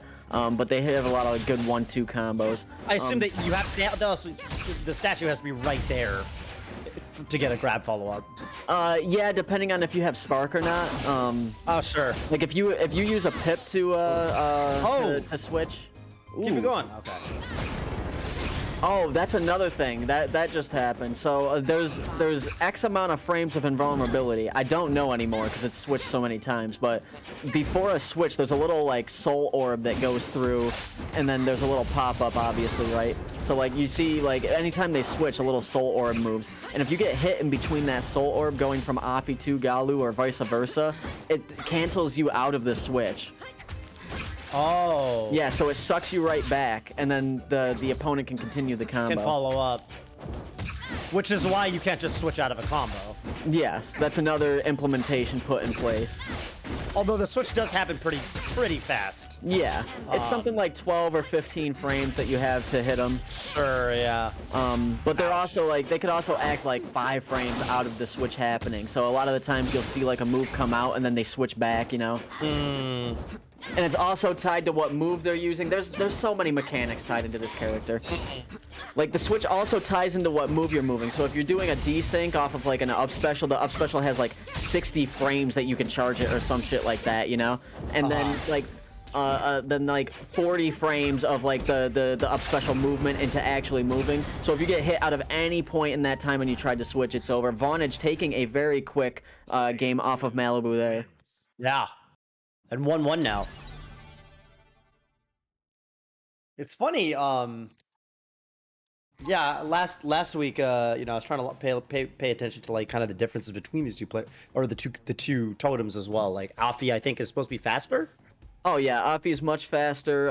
They actually, he used to be faster than Kid. They used to be the fastest character in the game, and Galu was the slowest, but Galu is much floatier. Afi is much heavier. Afi is much faster on the ground. Galu has decent airspeed, but still is, you know, pretty slow. Afi is very good horizontally with his fair and forward tilt. Galu is tremendous vertically with her up special, up air, and her down air. Like, they are complete opposites, and it gets really hard for the opponent to like like understand the varying weights and what's going on there. Do most AG players prefer to like be in control of one or the other for you know, neutral, or how do you feel? We come in all shapes and sizes, honestly. For a while, Galu was undisputedly better than Afi for quite a bit. I always liked Galu more. Right now, I like Afi more. There are people that only like Afi. I know Torin really likes Afi. I know Urdah is good with both. Wick, I think, runs both, but I've currently switched to both too, because with their new kit and the way their flow works and the way the pips work and how we finally got rid of that bloom system, they really feel like you're playing a single character that's cut in half instead of instead of 2 characters that are just molded together. Yeah, makes sense. Makes sense. Feels a little more cohesive. Really good back air. That I can't stress hard enough how that explosion was the back air. Yeah, that back air, and you could use it for momentum and other stuff like that, but Vawnage just killed with it outright. It is very hard to hit. It's deceptively hard to hit. Really? Okay. For me, at least. I won't say that for all Afi Galus or as like a general statement. Sure. I like pushing the Galu in, like, all right, go get him, Tiger. Yeah. But that is going to be the stock taken from Mvlibuu. Yeah, we're all evened up with the burst now. Mvlibuu in green. Mm-hmm. And this is contested as one of the worst matchups in the game, the Afi Galu versus Ashani. Really? Yeah, what about Ashani's? Afi Galu thinks Ashani completely destroys them, and I think it's worse for other characters, mainly with swords like Zhurong and Weishan. But why is this one considered so tough though? Because Ashani can move really fast, and it's like, what are you gonna do? Like, and she's not like the largest character ever. Like, you gotta be fairly precise, and you get the weak hit with Galu, like you saw with Vawnage there. Like, that strong hit would have killed, but you got the weak hit, so it's like, nah. And that down air, so oppressive. And it looks like the recovery isn't that great either if you don't have access to the neutral B, right? Yeah, the recovery is like phenomenal on paper, but in practice, like the explosion recovery is like one of the most easiest to call out, most punishable recoveries in the game. You kind of know where they're gonna go. Yeah. Do they have to be within a certain range to use the neutral B, like the tractor beam? Yes to grab them, no to use it. You could push yourself away or pull yourself forward. If you don't have the totem on screen, it goes as like a little empty wiggle wobble type thing that does like pretty much nothing, but it's good for movement and stalling. Let's see. Down air into what? You got the spark? Helen out for a little bit. Feels like for part of the time, because I mean, you know, Vawnage could just switch here, right? Yeah, he could, but Mvlibuu knows that. So Malibu's gonna be ready to ideally punish it. Like you'll see in Malibu's like neutral, he always stays pretty close to the totem, playing around it. But it seems like you can act pretty quick out of the swap, right? So even when you switch, even if they're pretty close to you, like, it's not like you immediately just get beat up for it. Yeah, and like depending on where you are to your totem, like you could switch and then like somebody could throw out a move, and if like the move encapsulates both totems, you're gonna get hit and then it's gonna switch, and depending on how big the move is, you're also gonna get hit on the switch, you know? So it's like, oh, which sends you back. Yeah, you gotta really even though you can switch spam and you can like just side special, switch side special, you know, like there's some like thought that has to go into it to make sure, and a lot of people are really good at making sure that it's never safe for you to switch. I've gotten switch baited multiple times. And it feels so detrimental to get your switch stolen as well. 3, 2, yeah, makes sense. Wow, character switch every game. Taking that last game. Yeah. Mvlibuu just kind of, cycling through the cast here. Back on Raymer. Yeah, you do see Mvlibuu frequently, like, kind of heading over to the totem to just kind of check it. To see if, and you know what you said you could get hit mid-switch? You can hit either one, I assume, right? Ooh, keep crazy. going. You can hit either totem if they switch to kind of interrupt it? Basically hit whatever totem you're closest to, because like if you hit the totem that they're actively switching to, like that's like the start of your next combo. But if you hit the totem that's switching out of, like not only do you like have a combo opportunity, but it's also like mentally destructive, at least when I get hit right to the opponent, and it's like kind of like a oh no, this happened, what now? Right, okay, fair.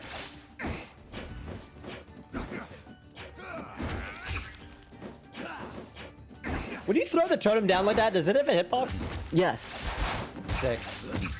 Sick.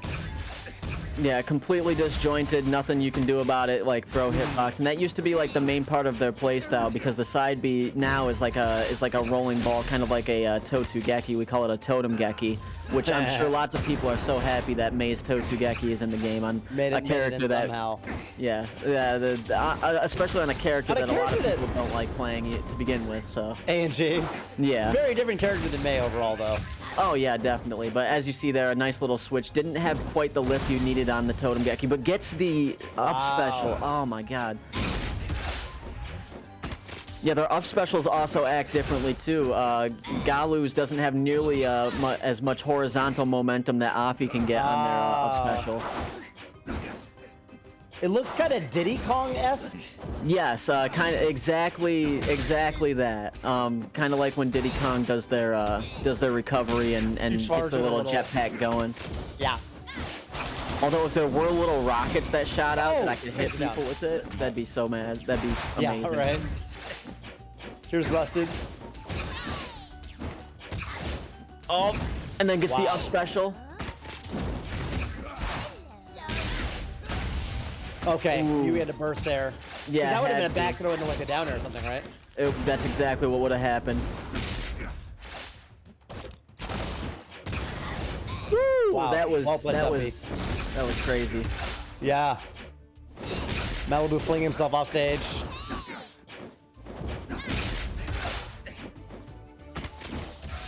Ooh, great orb by Mvlibuu into the up air. And that back air, that's like Urdah fair, but in disguise. And the jab combo takes that last stock. We're at an even game right now. 2 orbs, let's go. So many orbs. Kicks him into the other one, but doesn't quite get the lift. Yeah, if he got it, that would have been insane. Oh! Is that parry on the orb? Not that I saw. Ooh, and the up special takes it. Okay. Can I get an accurate set count so I don't make a fool of myself? Almost certain it's... No, actually. I think it's 3-1. Yeah. Fantastic. What if we're going to get another character switch?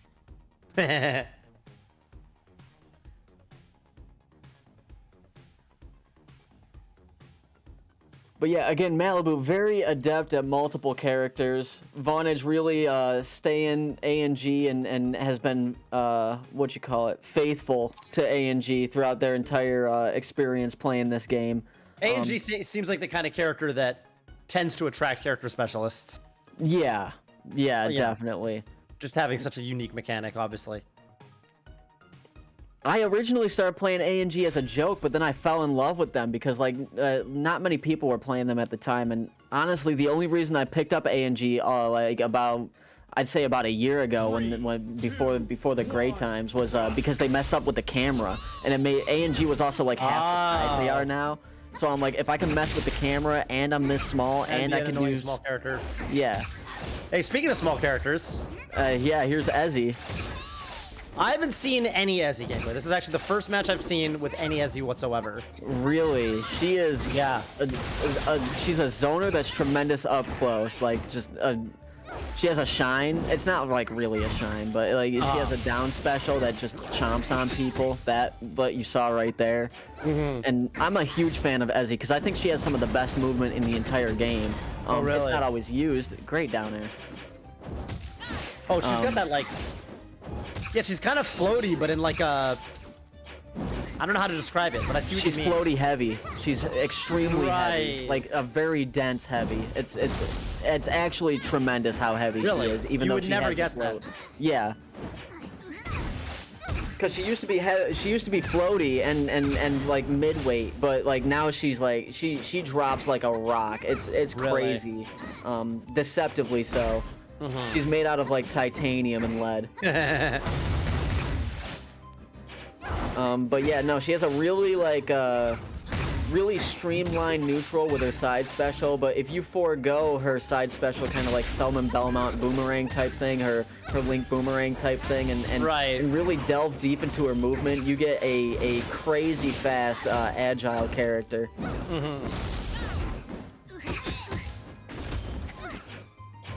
Oh, terrible SD.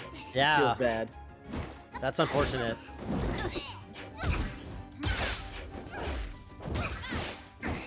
What is the name of that move? The it's like it looks like a leaf blade or something. Oh, geez, we call it boomerang. Yeah, okay. Leaf blade probably is better. It does remind me of Razor Leaf from Ivysaur or something. Yeah. Ivysaur.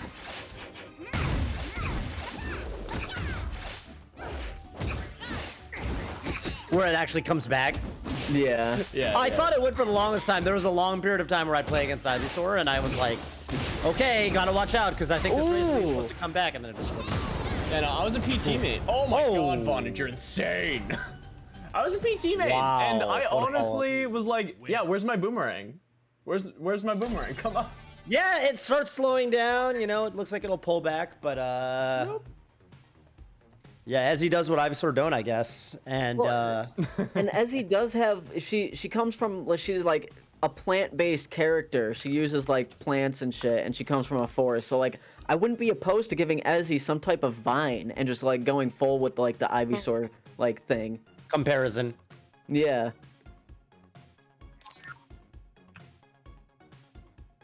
But she's pretty cool. You haven't seen a lot of Ezzie? She has like a no.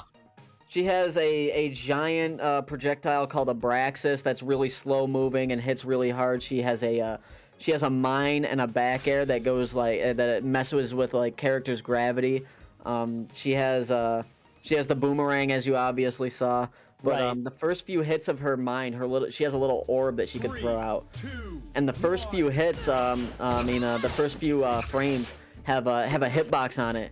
So you could like do a fair into throw out the mine, hit him with the mine, do another fair, up air, hit the mine. Like there's really cool stuff that could be done. I'll show you some footage of that if you're interested after this. Yeah, sure. We got Mvlibuu on the kid now, and we haven't seen a lot of kid gameplay. Not today, no. Newcomer to the stream for today. What is Kid's mechanic, by the way, underneath his life bar?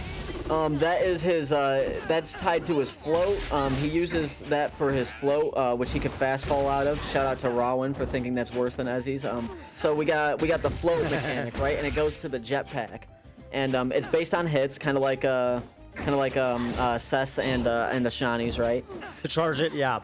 But his float is also tied to special moves. He has a flamethrower, which is kind of like a falcon punch that's downward angled and sends them straight out. It's pretty crazy, and that takes 3 pips, right? Okay. And then he also has a fireball, and that used to cost 3 pups, but now it costs 6. And the Fireball is just like a tremendous win neutral button. It's got some weird properties on it where you can't really clank it. And you're just in. Yeah, but he pretty much has infinite mix-ups with his float mechanic and his side special, a tremendous recovery, a great back air as you just saw. Oh yeah. He has Fox's Nair, Sex Kick. There's the Fireball. Yeah, that can't be bad. That drop kickling move, I assume that's forward air? Yeah. Got it. Ooh. Oh wow. Yeah, and you can really milk that forward air for all it's worth. Yeah. It looks insanely good. Yeah. Oh, almost made it out of grab and got a punish there. Ooh, the reverse hit. Oh, that I didn't even mention that. Afi and Galu's up special. The hit is like shine, where it sends outward depending on where you hit it in the circumference of it. Oh, okay. Yeah.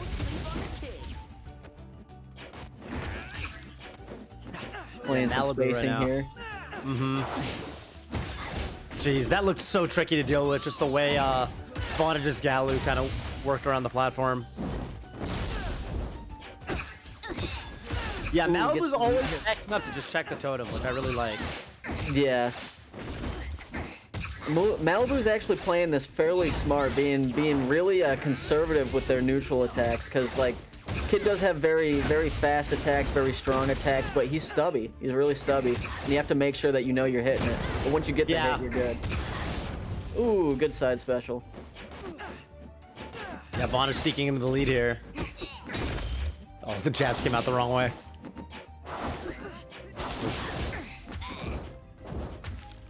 Finally switching Afi to save him from the depths.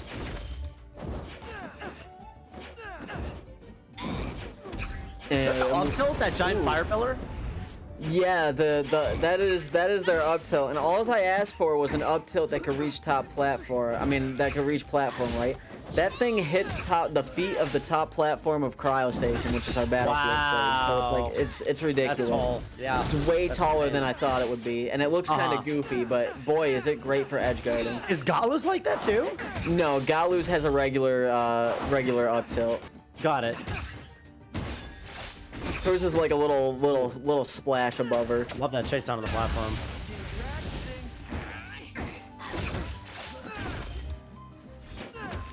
Vawnage right now only needs 1 or 2 more hits.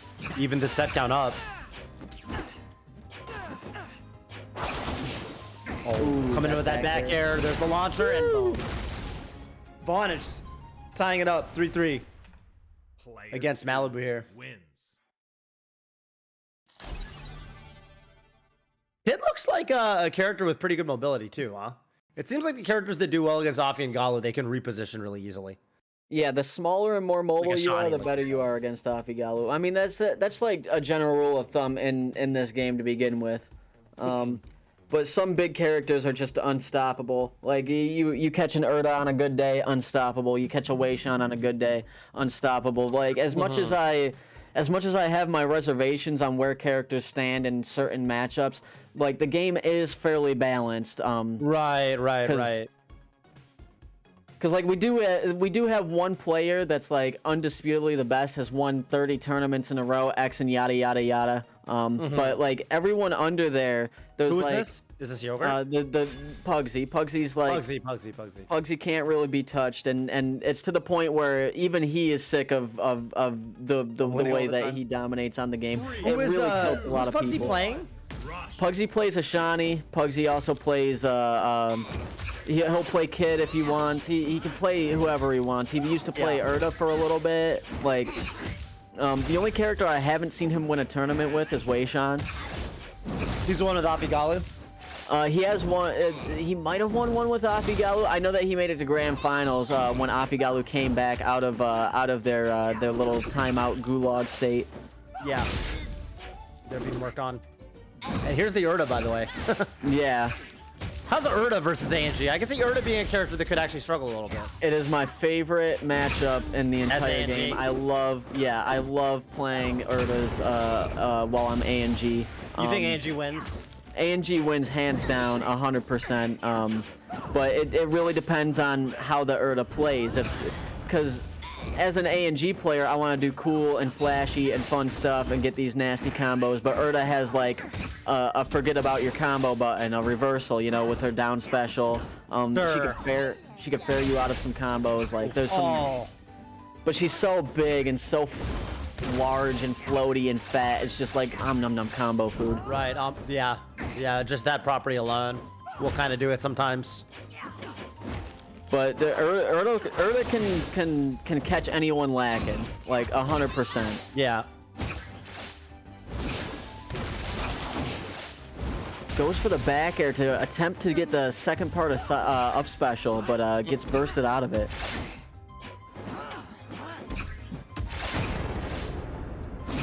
Oh. Damn, Vawnage right now. Yeah, showing us why. Showing us why a little bit. Big forwarder, there's the burst from Vawnage.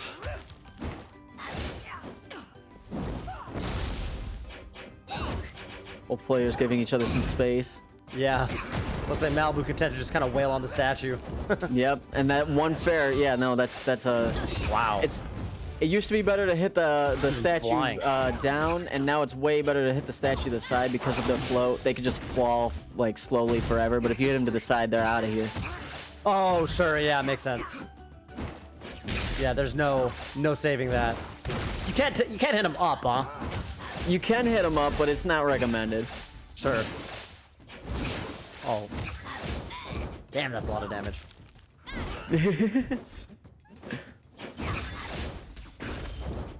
Oh, almost getting the follow-up on the platform with Offie. That would have been sick. Yeah. And Vawnage, again, setting up those up specials really well. I'm surprised that one didn't hit. Up special does have a gigantic hitbox on Galu, but burst baits with it, catches DI out of it, holds people in hit stun with it. Vawnage winning games with it right now, going crazy. And now being up 4-3, one more game here for Vawnage. How fast can you act, by the way, out of the neutral B from Offie and Galu? Like, when you use that to pull yourself towards your statue, can you, like, could you fling yourself towards the opponent and, like, immediately attack them? You can hold it. I know that you can hold the statue. It really depends. Like, after the statue's thrown, you could, like, pretty much immediately throw out a nair or any type of fast hit and move or a down air. I usually go with a down air. But from the time of them getting of like hugging them to throwing, it's like ambiguous because like you could charge how long you want to throw it. You could throw it straight up. You could throw it down. You could throw it diagonally. You could hold on to it for a little bit, you know. And it used to be invincible when they were hugging. I really enjoyed that. Nobody else did. So like yeah, there's some ambiguity there. I'll try to get you the frame data on that. I honestly don't know the frame data for a lot of things in this game because the last frame data chart that I looked at... Oh, it just changes all the time? Yeah, I can imagine. It's just all over the place, dude.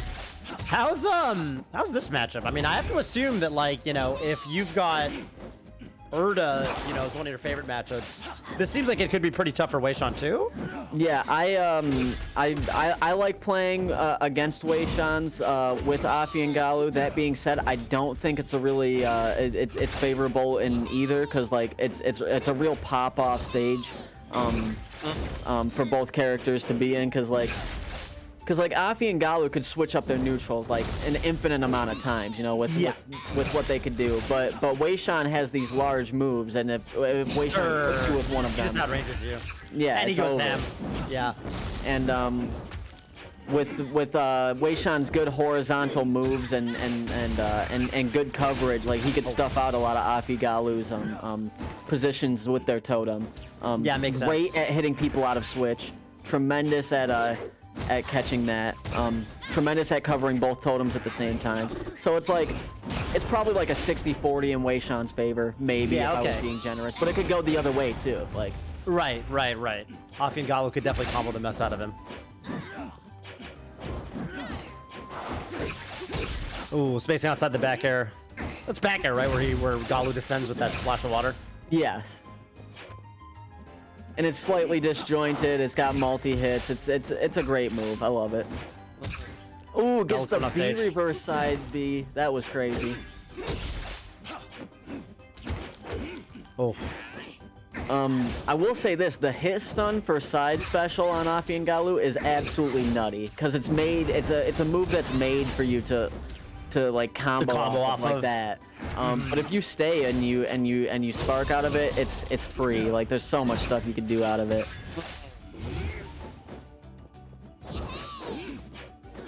Right, because sometimes you would probably just want to combo with just one of the totems. Yeah. You don't need to switch between them to combo. No, not at all. Like Galu has tremendous air combos using utilizing up air, up special, and forward air. Like she could do absolutely nutty stuff all by her lonesome. And Afi is really great on the ground with his down tilt, forward air. Like he could do crazy stuff. Like they're all competent by themselves, but as a unit, they're like really good. It's just a matter of putting in the like with Afi and Galu, you have to put in twice the amount of labbing. Sure. Yeah. Just to find everything. Yeah, and they're not as like stranded as Zoo is in my opinion, but they definitely have like really situational stuff. Like everything is like, oh, this is a good situational thing. It's never like, oh, this is a bread and butter. And this is gonna work for me in all situations. Yeah, that makes sense. Oh, nice coverage there from Mvlibuu Weishan. Oh, going ham at the ground comp, yeah. But always taking a step back. And there's the switch to Afi. Wow, looked like Mvlibuu didn't mean to land on the side platform there with the back air. Alright, good punish on the up special. Oh, huge back air. Ouch.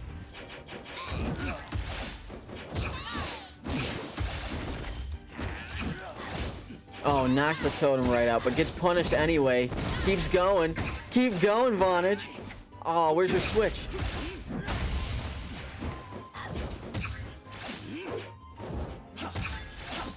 Oh. Vawnage looks like I like the attempt to throw out that up tilt to catch Mvlibuu coming in. Yeah. All right, now the combo starts up again. One more hit is gonna do it.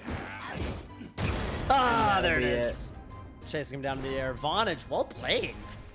Going down to the set and then just taking complete control over it. Yeah. Over Mvlibuu, switching between like I think 5 or 6 different characters throughout the duration of the set.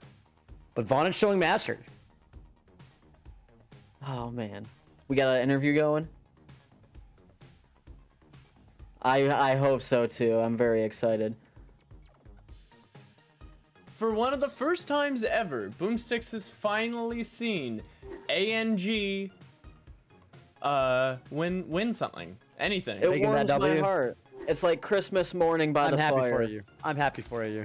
You know what? I'm happy that you got to see it, Toph, and I'm happy that the community showed a wide range of characters for you today, homie. I'm glad that you got to at least witness a little bit of everyone today. Yeah, who didn't? Were there any characters that I didn't get to watch today? Did you see Seth? Yeah, Seth was Kenpai and ZachStarAttack. Yeah, that's right. I think you saw everybody. You saw Seth, Kid, Ezzie, Raymer, Ashani, Weishan.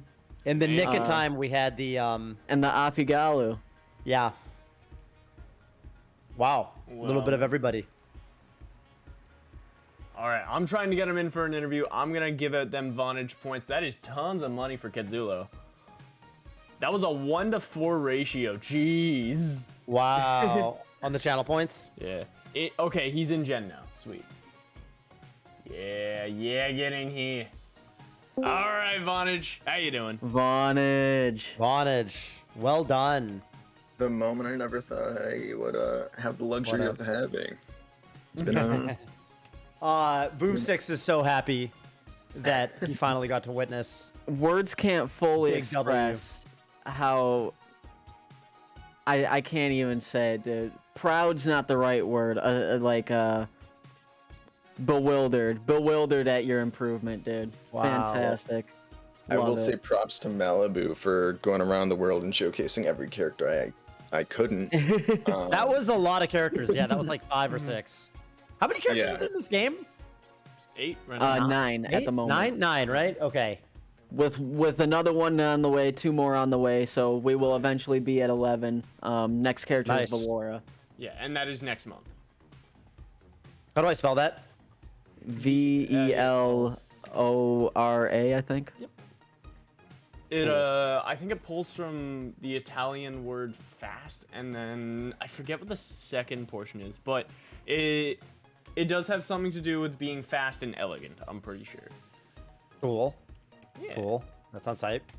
So, Vawnage, back to the interview. Yeah, how's Vawnage, do you go plan ahead, on switching characters ever? I mean, the answer is no. To make the Boomstix happy. only character I've dabbled with, but that's because Angie was kind of in an unplayable state for a bit, was Zoo. And with characters coming out, kind of sharing her properties, I might mess with them.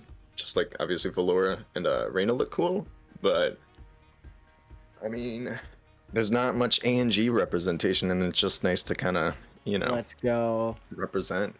Because you keep posting sad ducks every time I play anyone else aside from ANG, so I'm glad that you've been teasing my heartstrings. You're just like dipping your toes in other waters, and I'm like, I don't know what's going on. Boom. So before the floaty rework, before the slow moving totems, you had a very bait and punish neutral based gameplay style, and now you're just comboing all over the place. What can you pinpoint when that happened? I mean, obviously the rework, the whole shift, because I mean beforehand they were a very kind of campy character with the resources that they had. They literally just had the timer, the bloom, so you would have to wait that out and stuff. And when one totem was dead, it felt somewhat like an incomplete character. So with the rework, adding the totem Geki, it feels a lot better to just actually go in, and then the resources, the Steam and everything like that actively encourage like doing things like most characters' resources like do. So that was definitely a good change to just like, you know, let yourself play the game. How much labbing have you been doing, just in terms of, you know, the recent changes and things like that? I just hit buttons. I've kind of played around with some stuff, just starters and stuff like that, and generally just jump into like comp quick play, just force it and see if it works. A lot of it, because of the totems, are kind of situational. There's no like perfect kind of setups that you can always count on. You just have kind of like the starts and stuff like that, so you just gotta kind of get comfortable with like reacting quick, and like if you land something, you either decide to swap right away or like continue with the totem. So there's a lot of pick and choose your swaps, and you gotta just kind of like decide which way you're going. Otherwise, you kind of drop a lot of stuff. Boomstix, does that sound like your experience character? Yeah, very situational character. I'm always flying at the seat of my pants whenever I play ANG. Vawnage is much more composed than me now. Much more composed. Has really good up special setups that I'm trying to steal. And Vawnage, where can we find you, homie? I stream every once in a while, twitch.tv/Vawnage. I have a Twitter. I'm not the most active, but twitter.com/the_Vawnage. And just in the Rushdown Discord, which is a dope community, and it's been one of the best parts about the game, honestly. You got people like Boom and Goose, who are one of the best. So Boom was actually one of the ones who got me started. Beat me up real quick when I first got started. Showed me some of the ANG tech and all that. So that's a signature move of mine. I can't beat any of the people that actually play the game, so I find new players and I'm like, all right, here's how I play, and here's how you're gonna get better than me. But yeah, no, I've seen Vawnage from I think day 3, and I don't know. I'm a huge Vawnage fan. I'm glad that you won. I think that Mvlibuu did a tremendous job showcasing lots of characters, being really adept with some of them. But they even changed their name to Rusted. That's just how the game goes. Definitely not Rusted, but you know, he was just having a good time. So I respect that, and I'm grateful.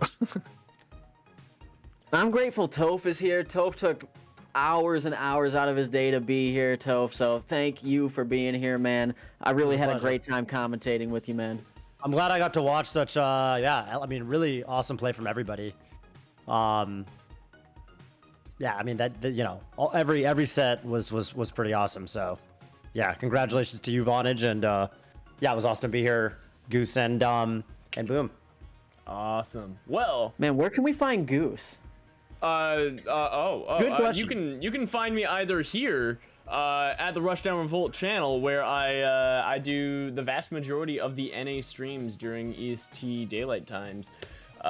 And you can find me at my own channel at night, twitch.tv/can_goose. I'm a variety streamer. I do, I will do like playthroughs of small indie games and talk to people about the different design aspects that are going into it, as well as a lot of Splitgate at the moment, which actually we are about to do. Boomstix and I have got a group together. I am starving. I need food first, but yeah, I'm a split head gate guy. So we're doing a out here. podcast. Goose might be streaming it. I will not be. Oh yeah, I'll be streaming. Don't you worry. I am it an very event? much one of them daily streamers. What were you saying? It's an event. Oh, Is it it's an an event, or- event, all right. We all yell at each other, but no, we haven't gotten around to doing a Splitgate customs event. But I think that's definitely in the possibility in the future, especially with You were how just gonna often- stream it. Yeah, especially yeah. with how often we all play. I think that a Rush Rev Splitgate community event would be great. And yeah. do you play at all? No, I mean I've No? watched. I haven't really gotten my hands on the game yet. It's very addictive, addictive, Toph. It's like it's very addictive. So if you ever start playing it, let us know. We'll get you into custom lobbies. Also, if you're ever playing this game, let us know. I'm really pumped. Shout out to Toph's plant yet again. Can I get some Toph's plant in the chat? Oh yeah, yeah. If you ever want to go toe to toe with a man using a piece of trash as a controller, let me know. I'm always willing to show people how it works. Your controller is you know, when you said it was held together by a lot of duct tape, I thought it was people use duct tape as like a figure of speech. Oh no. It started it's out with actually 3 just duct tape. pieces, and now the whole top is duct tape. Yeah, it's very Yeah. impressive. I've had to put things in it to reinforce the cardboard. So there is actually the plunger for a weed syringe, like CBD oil, that I've put in there. I have a straight blade ruler from school. I have the what's it called? The little pegs for IKEA furniture that I have in there. Like it's very slowly becoming less and less cardboard. Fascinating. So it's getting better. The build's getting better. Oh, it's getting better every single day. I'm planning on going to a local pizza place, grabbing one of their boxes, and then we're gonna make a hitbox out of it at a keyboard switches. So that Why did you end up making it a stick and not a hitbox in the first place? I assume making a hitbox is just easier, but yeah. So what happened was I ended up finding those parts on sale and wanted to play Street Fighter 5. Because of Korea Gaming's videos, because who didn't want to play Street Fighter 5 after watching those videos? Right. So I ended up just finding those on sale, and I was measuring things out on that shoebox, and eventually I just decided, screw it, I'm not able to stand at the moment, why not just make the hitbox out of this instead of doing it myself? Or, just put the least effort in for the best outcome, you know? Yeah, that's compelling to me. So yeah, really into that. It just goes to show you Goose's dedication to the craft. So we respect and love Goose. That's what it's all about. All right, we are gonna go raid Yogurrt for this one again. Thank you so much to all of our amazing commentators and people behind the scenes, as well as every single player that came out today on such short notice. I actually really enjoyed doing these. I'll probably run a few more around maybe the beginning of tournaments, maybe next time we do throwdowns in season 2, or for the Arcadians we can get some gameplay on screen of some of the best talent you will ever see. But we're gonna go see Yogurrt, and I'm going to answer Isikara in DMs. But have a great day, homies. Thanks for coming out. Thank you. Have a again, great Phil. day. Thanks, Boomstix. Absolutely. I will see you guys around. Peace out. Yeah, thank you guys so much. All right, take it wait, easy, actually, everyone. Hold up. Aura reads all of my buttons normally, but it won't let me map my directions to up, down, left, right. Is this a common issue? Yeah, there should be somebody in the Discord. The golden standard for somebody to find your problem would be Joe, or if you have any problems at all, like even if your girlfriend has left you, just text Evil. Evil's got it. Always all. Message Evil. Yeah, no, Evil's perfect. Fencing. Should have something like that in your corner. Yeah. Fencing tips. Anything. All right, everybody have a great time at Yogurrt stream. We'll see you later. Peace out, everybody. Raid's gone, and